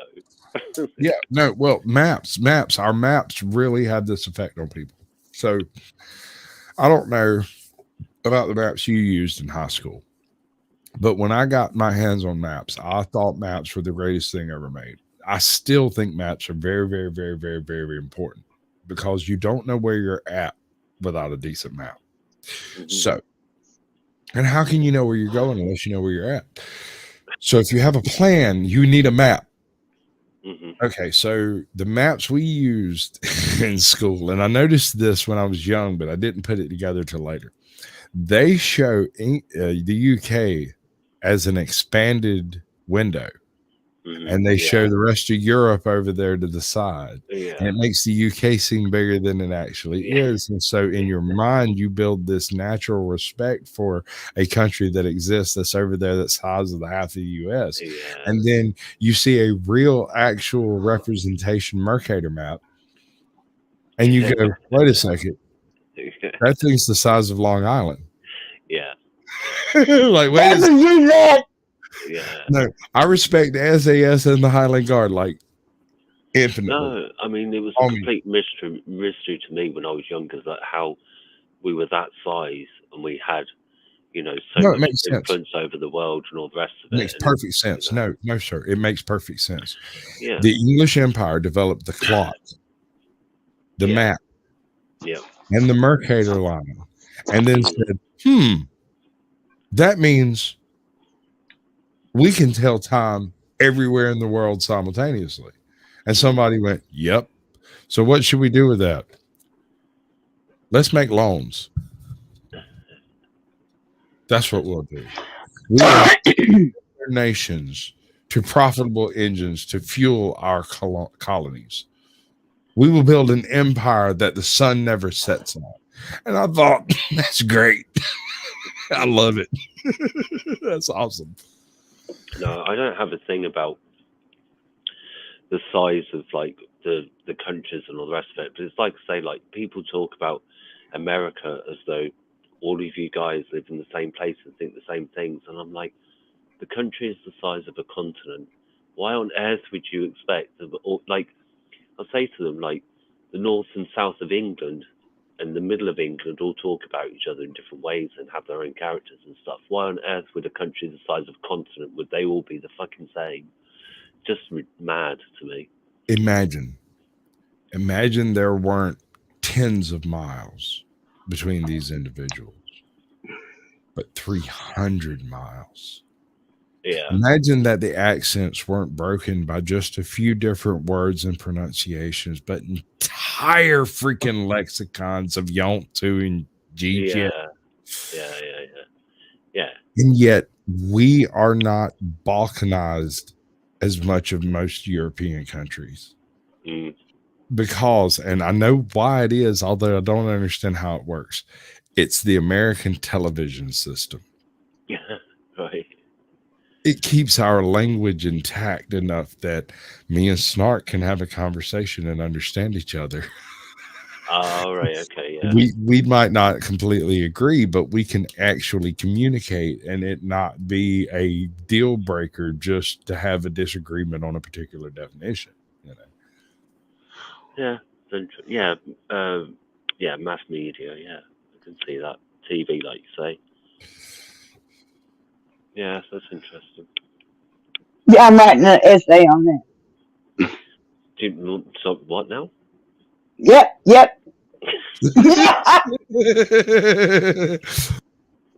Welcome to the South, buddy. That is a translation loosely. I approve of what it is he said, and I agree. Yep. Mm-hmm. Yeah. I love being Southern. I hate that I have to like get past what someone might think being Southern is, you know. But I'll do it, and that's the price I pay as a descendant or whatever. You know what I'm saying? Yeah, it's like people having preconceived ideas about you based on where you are is a bit daft. No, I mean people. You know, we're humans. We don't read minds and stuff. So there's no other way to do it except to maybe start with an idea of what you're working with. Don't lie to me. You know good and well your ass have been sitting there one day and got that feeling on the back of your neck that some shit was going horribly wrong. You got up, walked the fuck out, and everything went wrong right after you left. Oh yeah. All right, so I have a perfect example. A buddy of mine named Jesse. Jesse rented a house, found out that the guy he rented it from didn't rent it to him, and his decision, I do not approve of this, but this was his, was to throw an enormous house wrecking party because he got scammed. Oh my gosh, that's just wrong. Oh yeah, no, I don't agree with this at all. However, he threw this party and it was an absolute record breaker for the county. Like an unbelievable number of people showed up at this tiny house in the middle of freaking nowhere over here on like a back street, like right over here, 2 blocks away. So he throws this party and everybody who's anybody who was ever considering to be anybody showed up. Like insane. We had, listen, and this is absurd. And all right, so does anybody follow American football at all? No. All right. I don't follow sports in the UK, so locally, my county is relatively famous for producing high-end professional NFL football players. Like a really high percentage of people that graduate from my high school go on to be in the NFL. Right. 3 of them who were actively in the NFL at the time showed up at this party. Homie broke off. He really laid down some shit on this one. Like, it was for real. But at about 12:45 that night, Joey broke out his 357 and started shooting all the lights out. Oh my God. So that damn Joey. Yeah, right. Yeah, right. Okay, well, hypothetically, this was at like 1:45 in the morning. At 1:47 in the morning, my happy ass was like rounding up the boys, going, "Look, we got to get the fuck out of here because the Popo's gonna be here in a minute." Right? Yeah, we got to go. They're like, "Dude, we're having so much fun. Everything's cool. Don't you want to be where the fun's at?" I'm like, "Not anymore." So since no one would leave, I left walking, and I was the only individual at that party that didn't get arrested, and I was immediately freaking noted as a narc. For 2 months. People hate what they don't understand. Right, they didn't get it. No, I had to explain it to them. I got everybody together in a room, all 25 of them or so. These are all the dealers, the movers, the shakers, the con artists, all of them. I get them all in the freaking lunchroom one afternoon. I get them all together. I'm like, hey, you do remember Joey shot out the lights, right? Oh, yeah. I left when Joey shot out the lights. I didn't call the cops. I just got the fuck on when folks started shooting. That seemed like a logical decision to me. They were like, oh, yeah, I guess you're right. They saw it. They knew that it had actually happened that way. It wasn't magical. It wasn't any mystical freaking magic that I knew the cops were coming. Joey shot the light, and I walked out the door. Yeah. I mean, you know. I guess know. It's just good they accepted it when you like pointed it out to them. Some people might have been like, nah, you're still as you please. Like, I literally went to my best buds in the room, was like, hey, Jeff, you know, we need to fucking dip Joey shooting out the laps. Hey, Russell, we need to fucking bounce, man. I know you're having fun with all those chicks, but listen, Joey just shot out the lights, and we're inside limits. We're in town. That is a felony. This is a bird sanctuary, and discharging a firearm is a direct felony. We should leave. The cops will come here. Oh man, but we're having so much fun. I don't care. I'm leaving. It's like you're not gonna have much fun. Bye. Where are you, lad?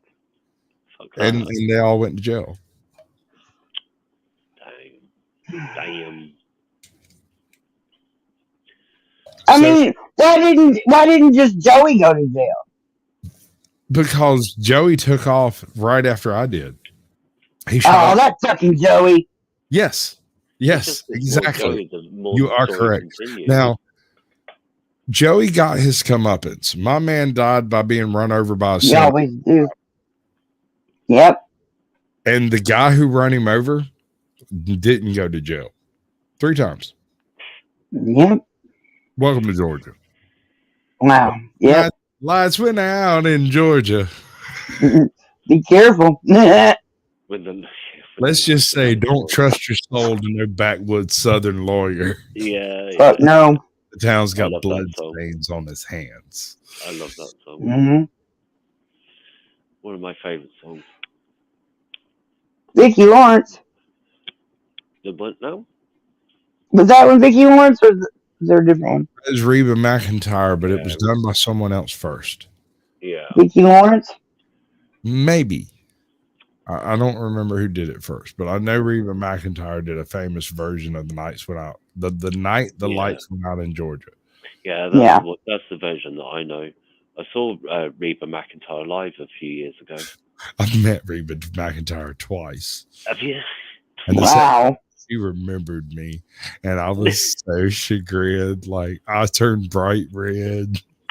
I couldn't do, because here's the thing, like, she used to have this place over here like 20 miles away, and I worked for a construction company that did very selective, like very specific work. Right. Like, you can't work for these people if you ever tell people that you work for people. Right. I don't know how to explain it. I was an accepted closed mouth, I guess you could say. And I was hired to do some work on a particular cabin type thing. And I went in, and it was not a cabin type build. Like, they wanted 16 range freaking controls built into a freaking sink setup. And I was like, this is odd.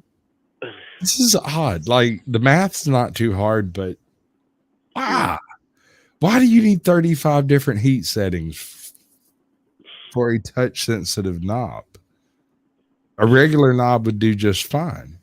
Fine, whatever. I don't care, as long as the check clears on Friday. I don't give a shit. Whatever. I'm just curious. Okay, so I'm sitting around working under the sink one day, and I look up, and there's Dolly Parton standing there, and I'm like, "Yeah." What? I said, "Hey." What?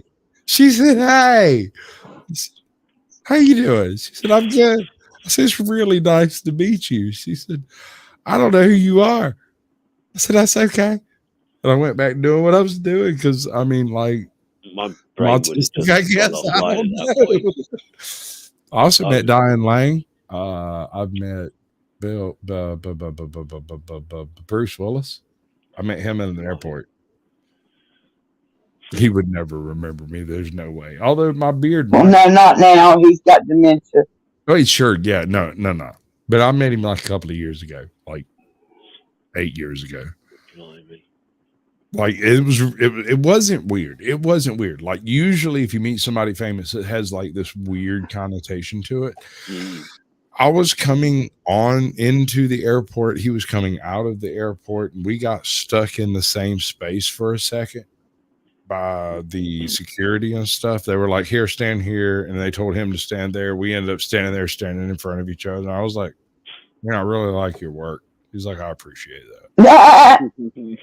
And then we went, and it was like, what? And my brother was like, what'd you say to him? I was like, well, I mean, I like his movies. Die Hard was awesome. It's a great Christmas movie.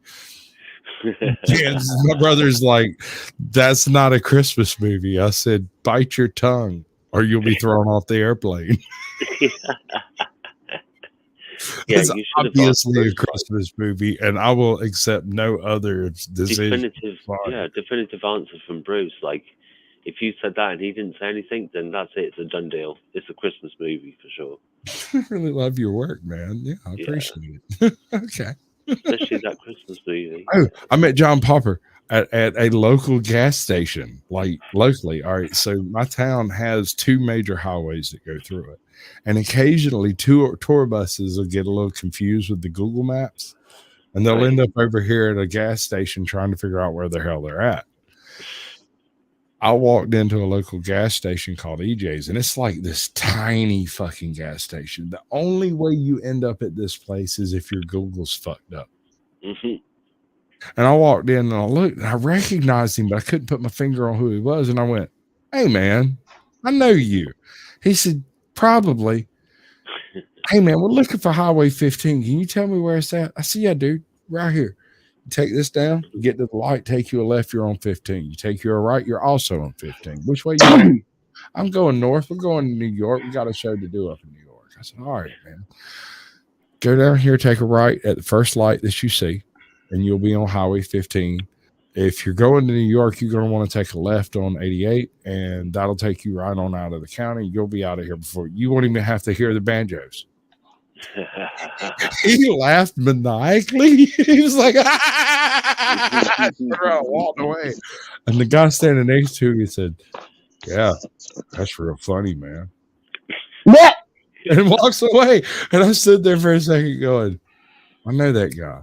Where do I know that guy from? Who was it? John Popper. Who's that? From Fish. Fish. It's a band. A band. Okay. I don't know. I never heard of them. They're well known in the UK. Let me try this for the Gords. There's so much drama in the air, it ain't safe. It's kind of hard being Snoop D-O double G, but I somehow, some way, hey, I'm starting to laugh.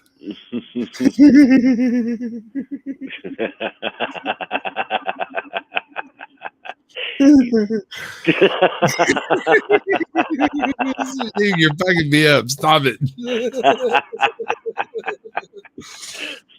Giggling. I didn't realize you giggled. Coming with the funkiest shit nearly every single day. And can I cook a little something for the G's and make a few friends as a breeze through.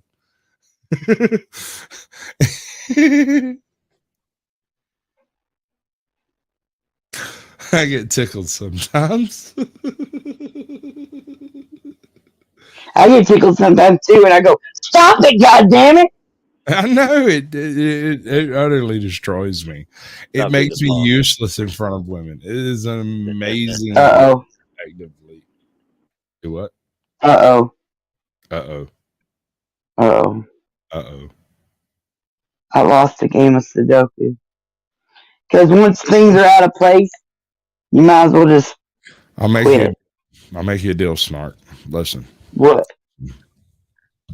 We'll get together later and we'll all give a shit together. Okay? All right. Yep. Later on, we'll get together and care about that. All right, great. Let's move on.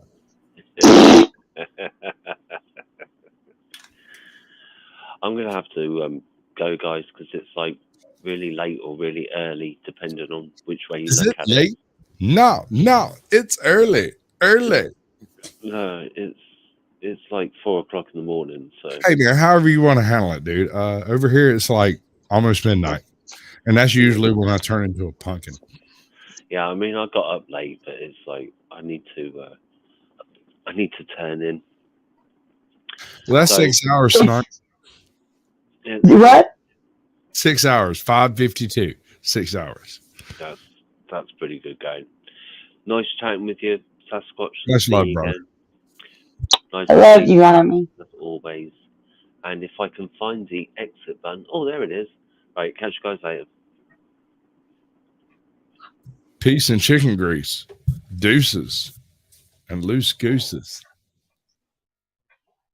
All right. Oh, thank God that sleeve covers my arm jiggle. So I got a question. I got answers. Let's see if we can match them up. Are we ending this when we reach a different day other than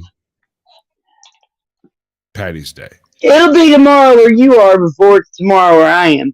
There's that counter on the eyeball says 0.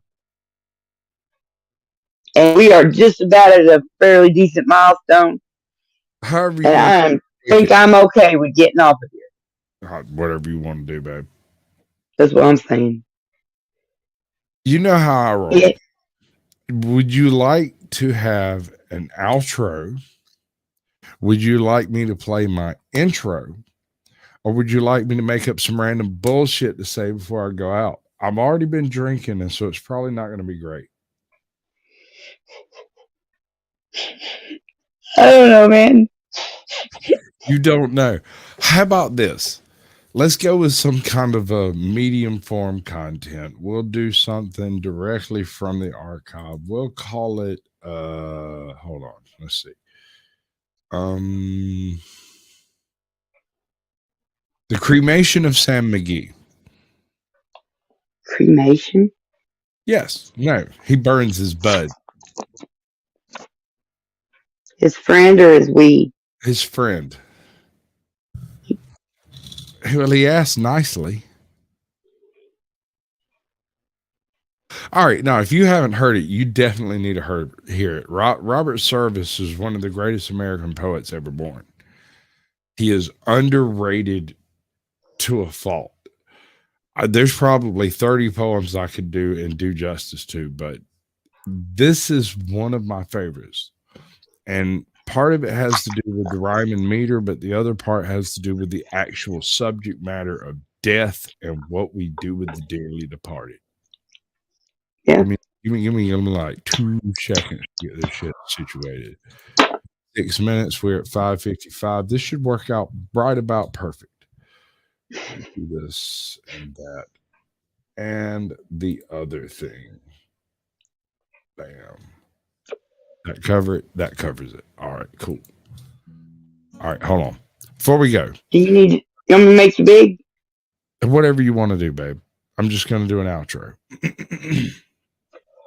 I appreciate each and every one of y'all to come in and talk to us and have a little discussion with us and let us talk with you and about you and amongst you. We enjoy the time we spend with y'all.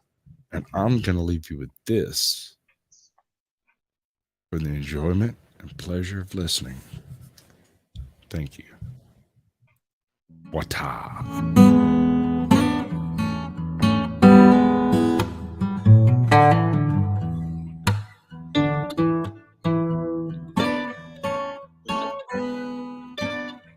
The Cremation of Sam McGee by Robert Service. There are strange things done in the midnight sun by the men who moil for gold.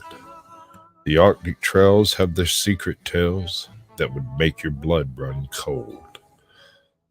The Northern Lights have seen queer sights, but the queerest they ever did see was that night on the marge of Lake LaBarge I cremated Sam McGee. Now, Sam McGee was from Tennessee, where the cotton blooms and blows. Why he left his home in the South to roam round the pole, God only knows. He was always cold, but the land of gold seemed to hold him like a spell, though he'd often say in his homely way that he'd sooner live in hell. On a Christmas day, we were mushing our way over the Dawson Trail. Talk of your cold through the parka's fold, it stabbed like a driven nail. If our eyes we'd closed, then the lashes froze till sometimes we couldn't see. It wasn't much fun, but the only one to whimper was Sam McGee. And that very night, as we lay packed tight in our robes beneath the snow, and the dogs were fed and stars overhead were dancing heel and toe, he turned to me. "Cap," he says, "I'll cash in this trip, I guess. And if I do, I'm asking that you won't refuse my last request." Well, he seemed so low that I couldn't say no.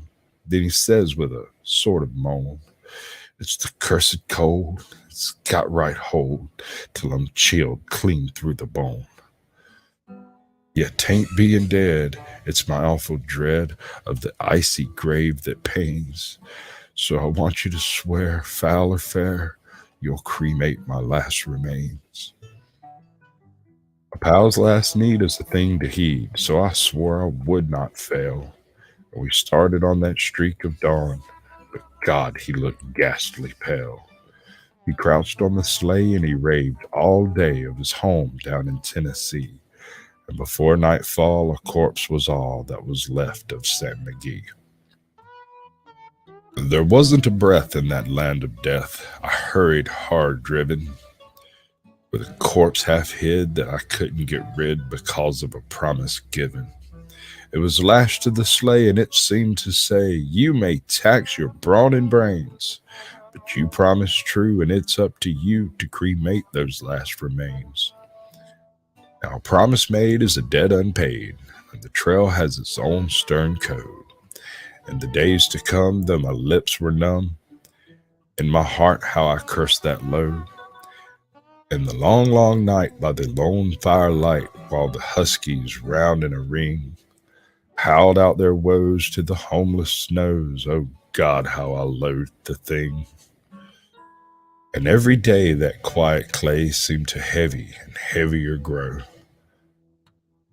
And on I went, though the dogs were spent and the grub was getting low. The trail was bad and I felt half mad, but I swore I would not give in. I'd often sing to that hateful thing, and it hearkened me with a grin. Till I came to the marge of Lake Labarge, and a derelict there lay. It was jammed in the ice, and I saw in a trice it was called the Alice May. And I looked at it and thought a bit, and looked at my frozen chum.